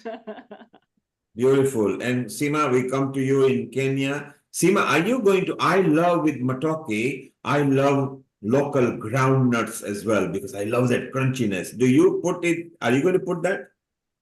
No, I'm not going to use groundnuts today because I ate them all up. Aha, you ate them all up. But it's something that you, I must confess because they're so delicious. But yes, traditionally for texture, we add a bunch of the groundnuts. Should you not have groundnuts, you can add roasted cashew nuts. And you're in Kenya, and generally, even in some of the grounds, they actually, you get them in the local grounds, they're groundnuts, really fresh. Isn't that true? We still have the little boys with the cones of groundnuts coming on the Uhuru Highway, selling them to us. That is something that hasn't stopped. But now the packaging has improved. They've got these lovely sealed plastic bags, no more the paper bags. Some cones, yes, but mostly sealed in plastic bags. They come around still with the basket, with all the nuts there. And Sharon, do we have groundnuts growing in Colorado or Creston? Can nuts grow in the ground? No, because the climate wouldn't allow it, would it? No, maybe in a greenhouse, but we have pine nuts. Yes, we have pine nuts. Yes, and pine nuts are actually coming above the ground, aren't they? Oh yeah, they're in the which tree. is different to the ground nuts. Our dear friend Peter May, he's doing some experiments to see if he can get them because they come every 7 years, but he's doing some experiments to have them come more often. I think he's got them every 3 now. Really? Or he's got, yeah. He's done it for 3. Yeah. Yes, Seema, what you do? Heavenly fragrances are filling the air right now. Our Wow. onions are just beginning to turn a golden brown, as you can see. I'll bring them under here. Yes. Okay, so we're going to add in our tomato, Tomatoes. one medium-sized tomato. Now this is also going to deglaze the bits of the onion that are on the bottom of the pan, and that is flavor. Always remember that is flavor. And for color, we're just going to add in a lovely small touch of tomato paste, tomato puree, as we call it here. This is And Sharon, you of course grow tomatoes in your greenhouse, don't you? Oh, we've just planted about, let's see, 32. I'm just going to bring this plants. over here so you can see how it's all coming together. Yes. All different kinds. All different kinds. Okay, now while this is coming together, we're going to add our spices. So I'm going to add in a teaspoon of turmeric.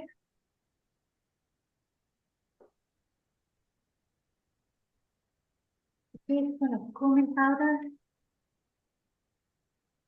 So Sharon, although we are from Africa, even in UK we make this dish because wherever we go, we take the dish what is on our taste buds. So and in UK you get every vegetable of the earth, everything comes in UK.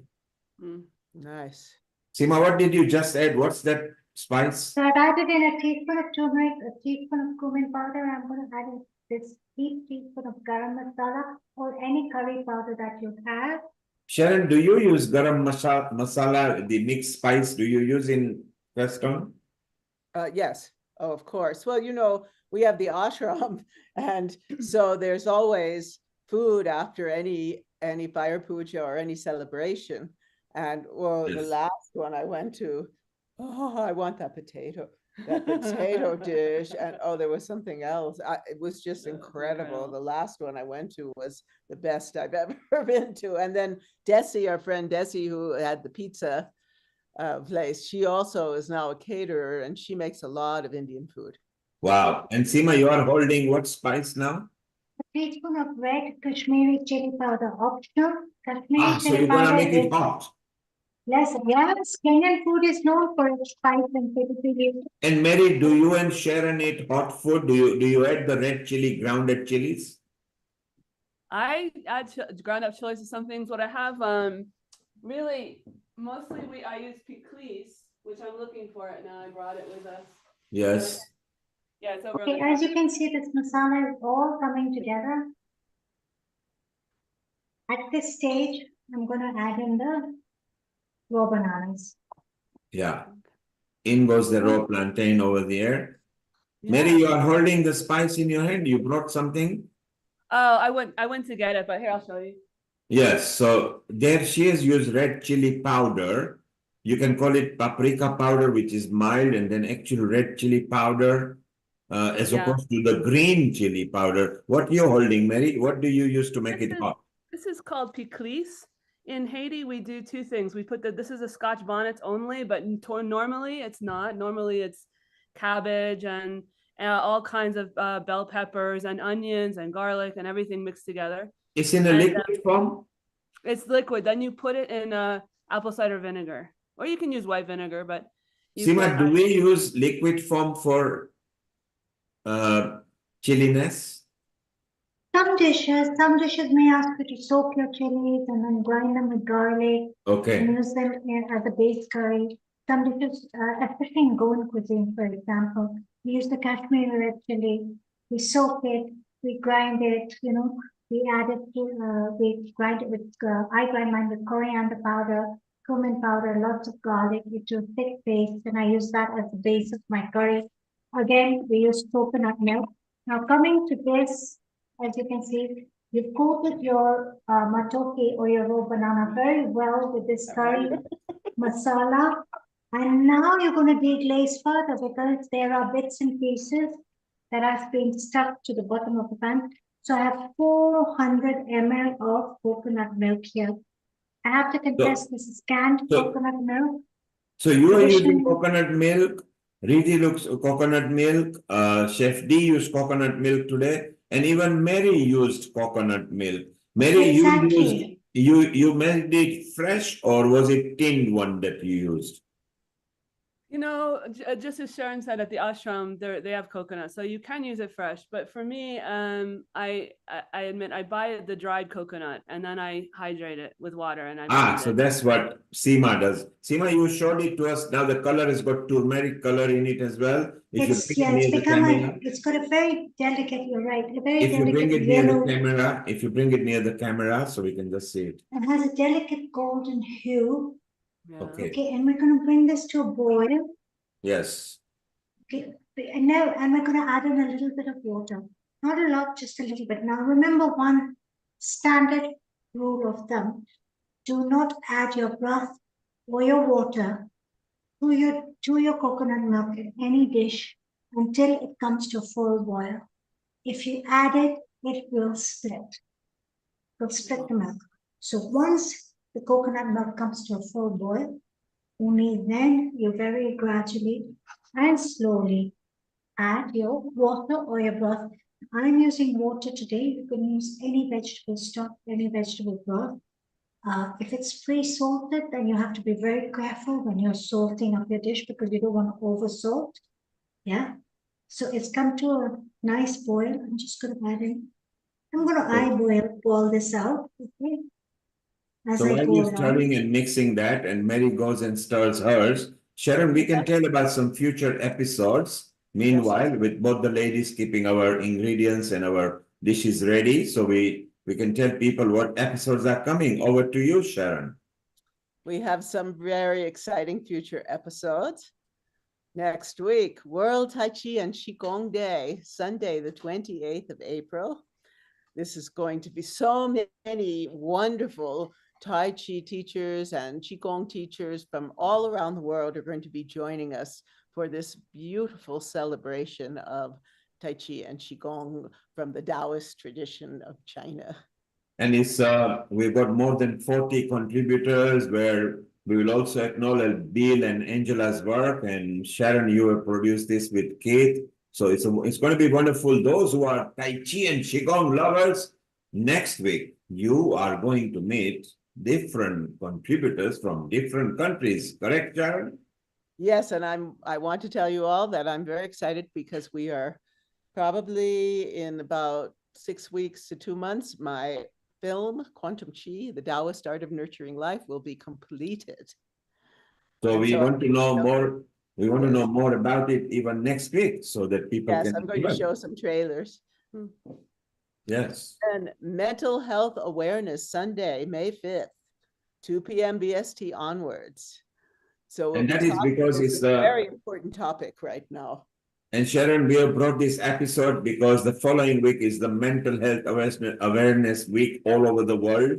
So let us bring a bit of education. Let us maybe help people who might be suffering or who may not be knowing that they're suffering, but ought to talk to people. At Healing Our Earth, we bring love, harmony, education free. And then after that, this is where we want to see the Hanuman Chalisa reel as well, because it will be very meditative. And we'll see if we can have Mary's friends from Haiti give us a Haitian meditation. That would be Yes, yes, because that's what we like at Healing Our Earth. We bring different facets of meditation, different culture meditation, and different culture yoga. So we want that, Mary, and you please be part of us as well, okay? Thank you. Yeah. Yes. So that's on the 12th of May. And that is always a wonderful show, so informative. Yoga and meditation for body, mind, and soul. Exactly, for body, mind, and soul. We love it. Oh, integrated health, Sunday, the 26th of May, transforming healthcare. The last session was incredible. It really was. Dr. Rajiv Gupta and many, many other professionals talking about Ayurveda, talking about TC, traditional Chinese medicine, and I'll find some very interesting people from different modalities. I have a Rolfer I would love to bring, buddy. And Sharon, you are, of course, our producer every top of the hour, every week. We are very proud of you. We love you for that. And let's go back to Seema, who is bustling to show us roughly what's happening over there, Seema. Bring this forward here. As you can see, Ah, it's cooking up into this wonderful velvety cooked curry. Yeah. and Seema, I love this dish particularly because it's creamy and everything. I love it with the spicy chapati, what we call teplas. But the spicy Yes. chapati and this goes so well because it's double spice. So midway as it's simmering down, we're going to salt it now. Just Yes. the taste, not too much. And I like to add black pepper. Just a little bit. I like to add black pepper to everything. This is optional, but Yes. it just lifts the dish up, of course. Now we're just going to give it a few more minutes. Matoke, I'm just going to check the matoke. And while you are checking that, Mary, ought we go to visit to your oven and see how we are doing, because we have got another mustard color looking dish over there while Seema, yours is simmering. Yes. Let it simmer, and Sharon, maybe you can walk up to the working top over there and maybe see what color we have done down there. So it's so beautiful that going from Kenya, sitting here in London, we are traveling over there. Earlier, we visited with Alicia and then Chef D. It was so beautiful, Seema, wasn't it? It was fantastic. We've had such a journey today. We went to Delhi, we went to London, we've been to the United States of America, we've traveled to Haiti. And we went to Bengaluru as well, where we went Nidhi over there. Bengaluru, we went to Yes. Bengaluru, which was wonderful. We learned a vegan avocado ice cream with banana and cocoa.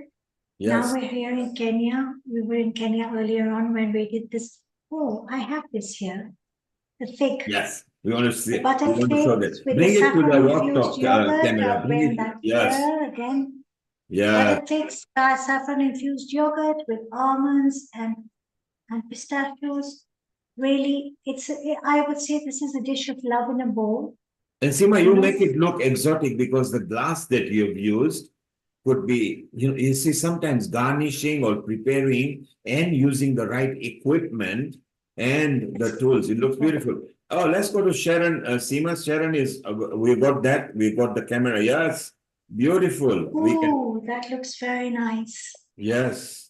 That So looks very, very nice. matoke with coconut milk and this special oats with coconut milk. So I think it's a porridge, isn't it, Seema, this one? Mary? We've been telling a coconut milk story today. Alicia did a beautiful chia pudding with coconut milk with granola and fruit. Nice. And we've done a coconut milk with grapes. And It's almost done. Sharon, we are live to you now. So how is the porridge coming out? Oh, it smells so good. Yeah, Wow. And how many minutes before it's done, before we tuck in? Even Nita is dying now. Look, her mouth is watering and she's looking eagerly. Lata is just, you can see that she's just waiting for it. Seema, you want to say? keep on coming as well. It's almost done. It's just, the corn needs to hydrate to the perfect amount. So it's very close. I put a little salt, a little black pepper now. And there's a little cloves in the beans. I didn't say that, but we'll cook them in a little cloves. And yeah, it's very close. Thank you. Does it go in? This I usually have separate because people here, it's too hot for people. I see. So put a little bit on top. So that is sprinkled as per choice of the person's taste. Yeah. Buds, right? Yes. Yeah, that's true. And I is add it it. very hot? If I'm making it for myself, I add it. But Is not it for very everyone. hot? It's super hot. It's almost as hot as you can get in terms of a pepper. So if you compare to Tabasco, it is equivalent or hotter than Tabasco. It would be like as if you were thinking Tabasco was ketchup. You know ketchup? Yes. Okay. It's like that. So It's like this that. is damn hot. It's damn hot. Yeah. Vindaloo. Very like it. Yeah, I mean Indians know spice, right? So And it's Seema, I think, is ready to show her dish. I think is nearly done now, Seema. it is done. I'm going to just give you a few flakes of red chili flakes to lift this up and just. adorn it a little bit. Yes. And of course, I'm just going to add a little bit of spring onions on the side. This is something of the Chinese in me, just to give it a little bit of beauty. And of course, cilantro, just a few strands. And Mary and Sharon love cilantro, don't they? Because they are also going to use it today to garnish. Kenyan cuisine is never complete without its cilantro. Let the cilantro follow in one direction. And then we finish this dish off with, no Kenyan dish is complete without dimu or lemon juice. So we're going to finish this dish off with some lemon juice.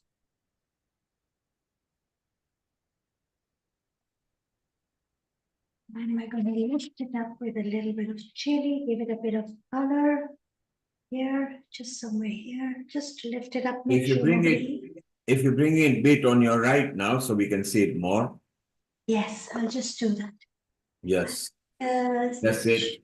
You can put it there. You can put it there. Yes, perfect. We can see. And maybe if you switch off the top light, and then we'll be able to see the color much better. I can see a red chili there. When the whole light is gone, so the color is changed. Maybe put it back up. So you got onion on the top, and at the bottom you got cilantro. Cilantro here, Yes. chili there, and onions. So what I did, a lot of people ask me, Seema, how do you do these onions? Yes. Because they love them, they look very pretty. So what I do is I take spring onions and I cut them very, very thin, and then we soak them in water. When you soak them in water, they curl up into these beautiful curls, and then you take them out. So the spring onion is done. We have the cilantro is done. Should you wish, and if you wanted to, you could add a curry leaf, because we have curry leaf growing in our garden, but it might get a bit busy. You know, the choice is yours. But this is the dish, and it's very delicious. It's extremely velvety and comforting. So Lata wants to make a comment now. Yes, sure. I just thought that was rice rather than the spring onions, but yeah. I mean, what would you eat with that, darling? Okay, so we have it plain. As in our house, we have it plain, like it's a comfort in a bowl. A lot of people here would have it with rice, or as Mr. Neil Kumar very kindly said, he'd have it with tepla. Some people have it with chapati. And Seema, if you look at the other screen, Kenya has already put her dish as well. So we've got a dish in Kenya ready, a dish in America ready, and we in London are deciding which country to fly to, because they're different continents. I'm wondering when technology will be able to send it down. Yeah. And I love both the dishes, because look, now there is a contrast to both of. Yes, Sharon, zoom in more. It's so beautiful. Wow, I'm just going to go and have a go at making that now. Because I've got coconut milk, and I've got this we can eat on its own at any time. And Seema, with yours, we can have it with rice and spiced chapatis, right? Teplas. Exactly. You can have it with teplas. You can have it with plain parathas. You can have it with plain steamed rice. You can have it with plain rotis as we call them. So Seema, it's a very versatile dish. Let's go to Creston in Colorado, and let's have Mary and Sharon saying and whether they've tested it. So Mary and Sharon, get your spoons out, test buds out, make us jealous. We don't mind, because at Healing Our Earth, we sacrifice our body for others. And Sharon, I think I love the bottles of the sleep, while Seema is still gone further. Yeah, I love it.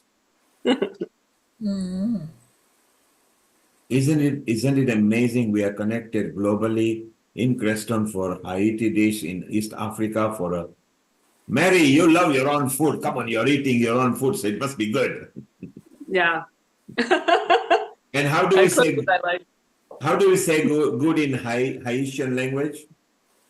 You say to say it's a good thing. You say it's a boba guy. It's boba guy. Okay, boba guy. I just love it. Yeah, and I love that recipe that Alicia made.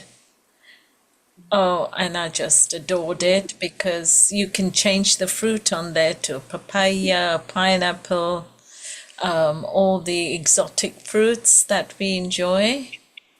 It was a wonderful recipe. That's what I love about Alicia. She's not scared to experiment. You know, Versatile, yeah, she's creative. versatile, and she'll throw herself in and she'll bring you the most unique mushroom and she'll turn it into a vegan.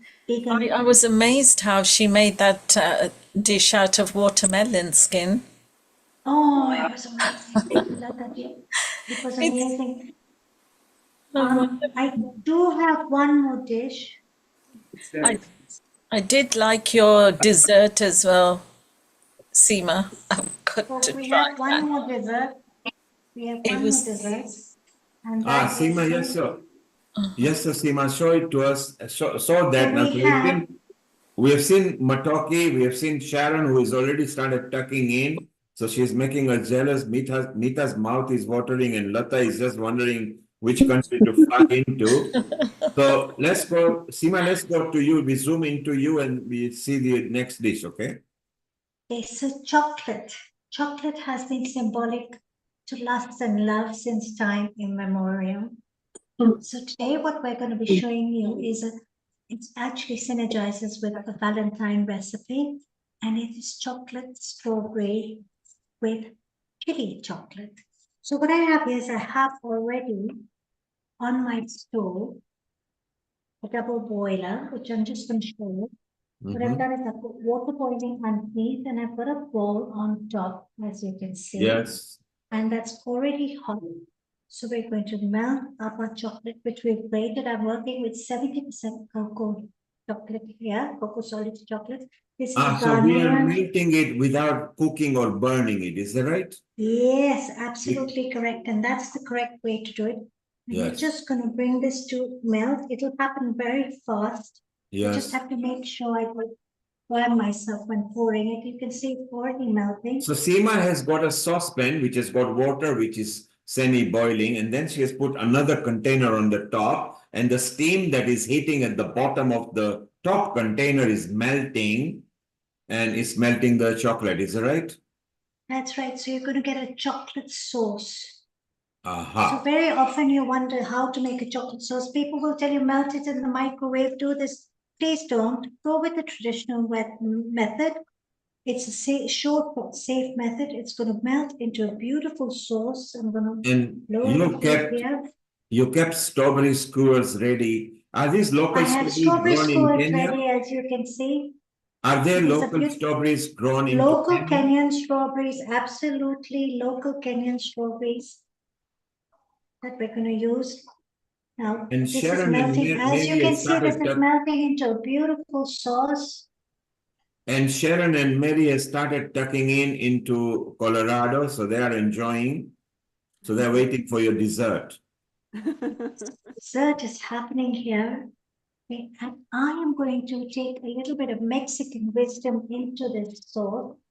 And I'm going to switch it off, and I'm just going to add a touch of chili flakes. So is it from Haiti or Mexico? The dish is, I would say it's a combination of Mexican chocolate sauce, like the moody sauce, but it's So not savory. we went to Mexico via Haiti, okay, so that it covers everybody.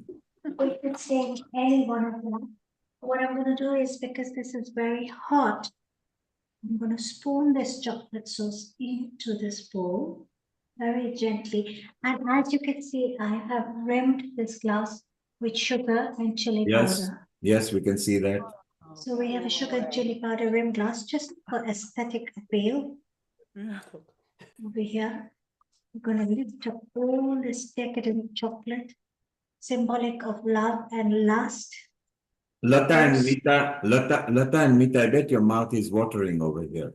Chocolate for beauty also is full of antioxidants, but of course, you've got us in the mood. Looks really delicious. Foods for mood and foods for love. So Seema, maybe we are not listening. Lata and Mita are saying You've got them in the mood. If you put your volume up, Seema, at your end, so you could hear the comments. It's the highest it can go, unfortunately. Okay, Mita, what did you say? We didn't capture. Yeah, it looks delicious, especially, you know, when you covered the ream with sugar and chili. Yes. So what are you going to fill that in with? So she's I'm going to use this. now Yeah. sprinkle a little bit of chili flakes on this. That reminds me of Bloody Mary, in which, you know, they put tomato and vodka in the glass, and then it's covered with the ream is covered with salt.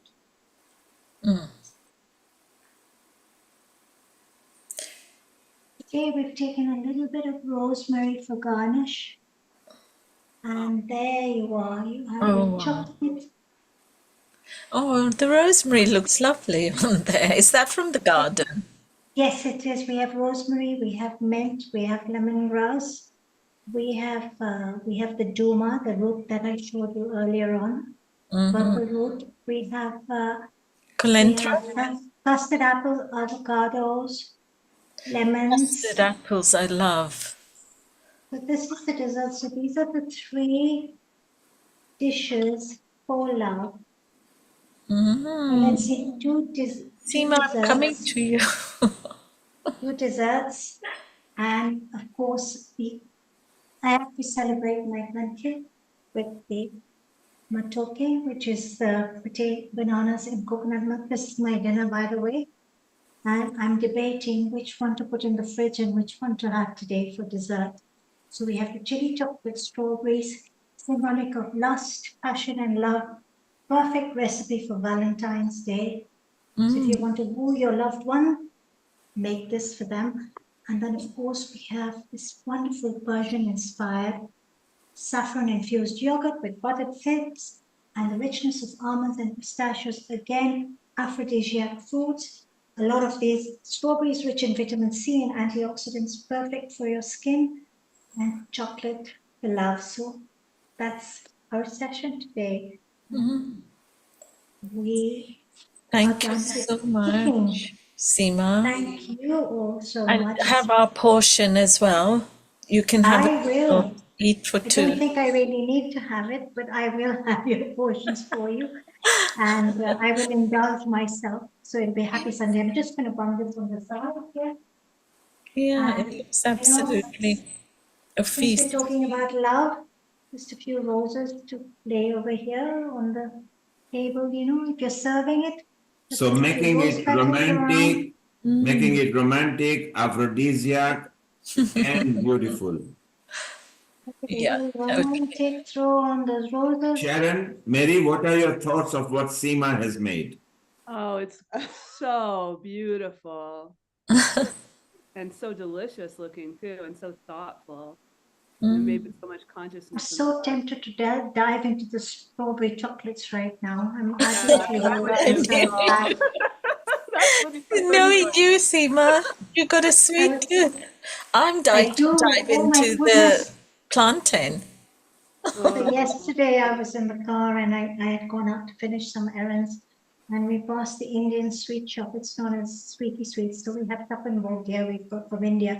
We've got Sweetie Sweets. We've got the ISKCON Temple Hare Krishna shop, which does the best Indian sweets. They do something called cham cham, which is absolutely delicious. And I had this sudden sweet craving.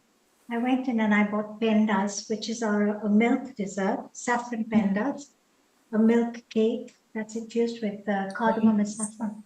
I ate 4. I literally just one after the other. Yeah, and then I said, "Oh no, you have to stop now. This is so dangerous." So tomorrow I'll be working out double time in the gym. So Seema, we've got 3 dishes. Can you lift one by one into the I camera? will start with decadent chocolate infused Bit lower, chocolate sauce. bit lower, please. Thank you. Lower. Yes, now it's into camera. So this is beautiful. Chocolate sauce with strawberries. And Thank you. And the next dish. Our next dish is buttered figs with saffron yogurt topped with almonds and pistachio. I just love that. Seema, that's for me. And I love we it have anytime. savory, we have Kenyan matoke, plantains, cooked, simmered in a spiced coconut milk, topped with slivered spring onions, and a squeeze of lemon juice and a few garnishings of coriander and curry leaves and mint. It's beautiful. And That, Seema, that Neil's gonna have that, aren't you, Neil? I will have all of it. I love everything because at Healing Our Heart, we get all love that is thrown to us. We take it and consume it. And Mary, Sharon, can you show your dish on the camera as well, please? Although you have munched half of it. So you nearly finished most of it. How was it, Sharon? Yes. Look at that. So, how was it, Sharon? Are you going? Have you made it before? Would you go? Would you try it out? I'm going to try that out because I'm going to make it as a base. Hello. We got Jay. Jay. Yeah, Jay, try a spoon out and we want your opinion on that because he was not present when it was being made. So it would be a man's opinion. He's the chef, isn't he, there? Yes. He's another chef. He loves using tomato and create them into so many different kind of sauces and purees and everything. Pretty soon. Oh, all the beautiful Kenyan strawberries we have. Look at them. They're No, delicious. Very organic looking. And Very organic. Our produce is very organic and very, very. Are they sweet, Seema? Shall I try one? Yes. I'm tempted. They're really sweet. I've got some pineapple here. I'm going to try. My God, but you have to show us pineapple. The Del Monte pineapple, the Kenyan one, they're so juicy. This is they're fresh. Full of nectar. I really So pride myself. So Sharon, Mary, and Seema, this brings me to an idea that when we do a daily episodes on Facebook Live and our website on the Women Forum, I think that kitchen episodes should be regular during a particular weekday where every woman and man can tap into, and I think we should make it maybe twice a week feature separate from Healing Our Earth. So it's purely kitchen. Everything to do with kitchen. Nice. That'd be great. We love it. That would be gorgeous. And have a cook along as well. Yes, basically, That's great. That's great. yeah, basically we exchange ideas about the kitchen and every week bring different nationality so we can integrate people to show. So if we use two nationalities, show how food can be eaten in situ and particularly the seasonal fruits and vegetables of the country that you are domicile of. So therefore, nature has designed fruits, vegetables, and foods so that it can heal you naturally.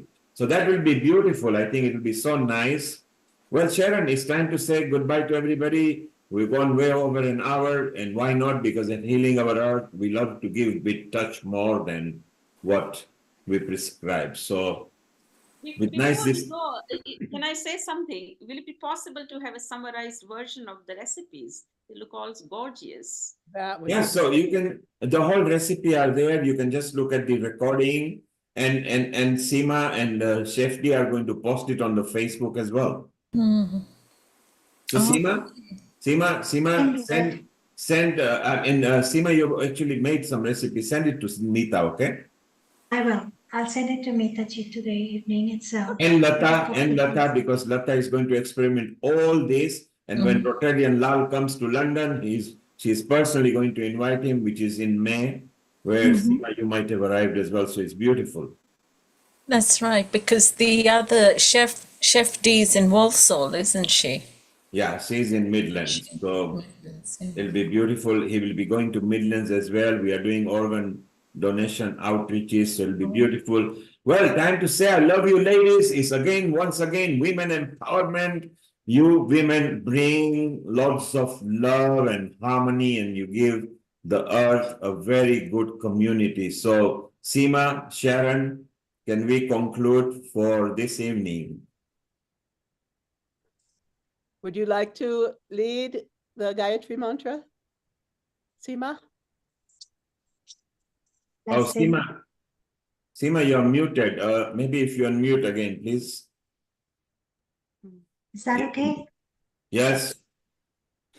So let's conclude this wonderful session that we've had this Sunday by honoring the mother of the Vedas, Mata Gayatri. So let's close our eyes. And as we close our eyes, let us take our attention to our heart center and really be grateful for everything we receive on a daily basis. As we culminate with this Gayatri mantra, let's take all the light within our being and send it to our planet, to all countries in conflict, to all those who are suffering, sharing our energy with all starving children worldwide. Together, let's take the sankalpa that we will heal our earth. Let's all take a deep, long breath in and slowly breathe out.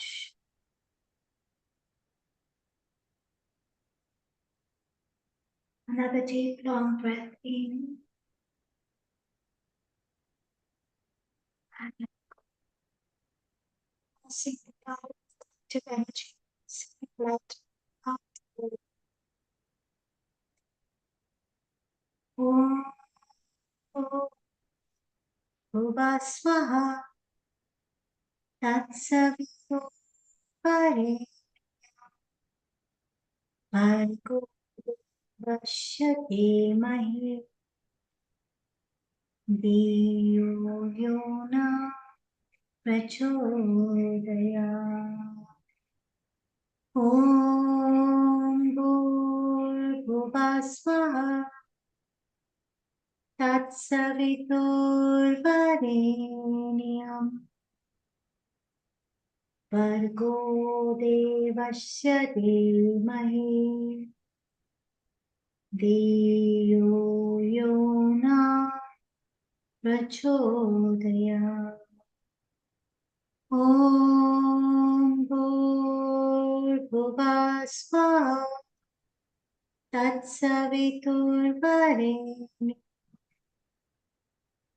Bhargo Devasya Dhimahi Diyo Yona Prachodaya Sarvamangal Shive Sarvarthasadike Sharanye Trayambike Gauri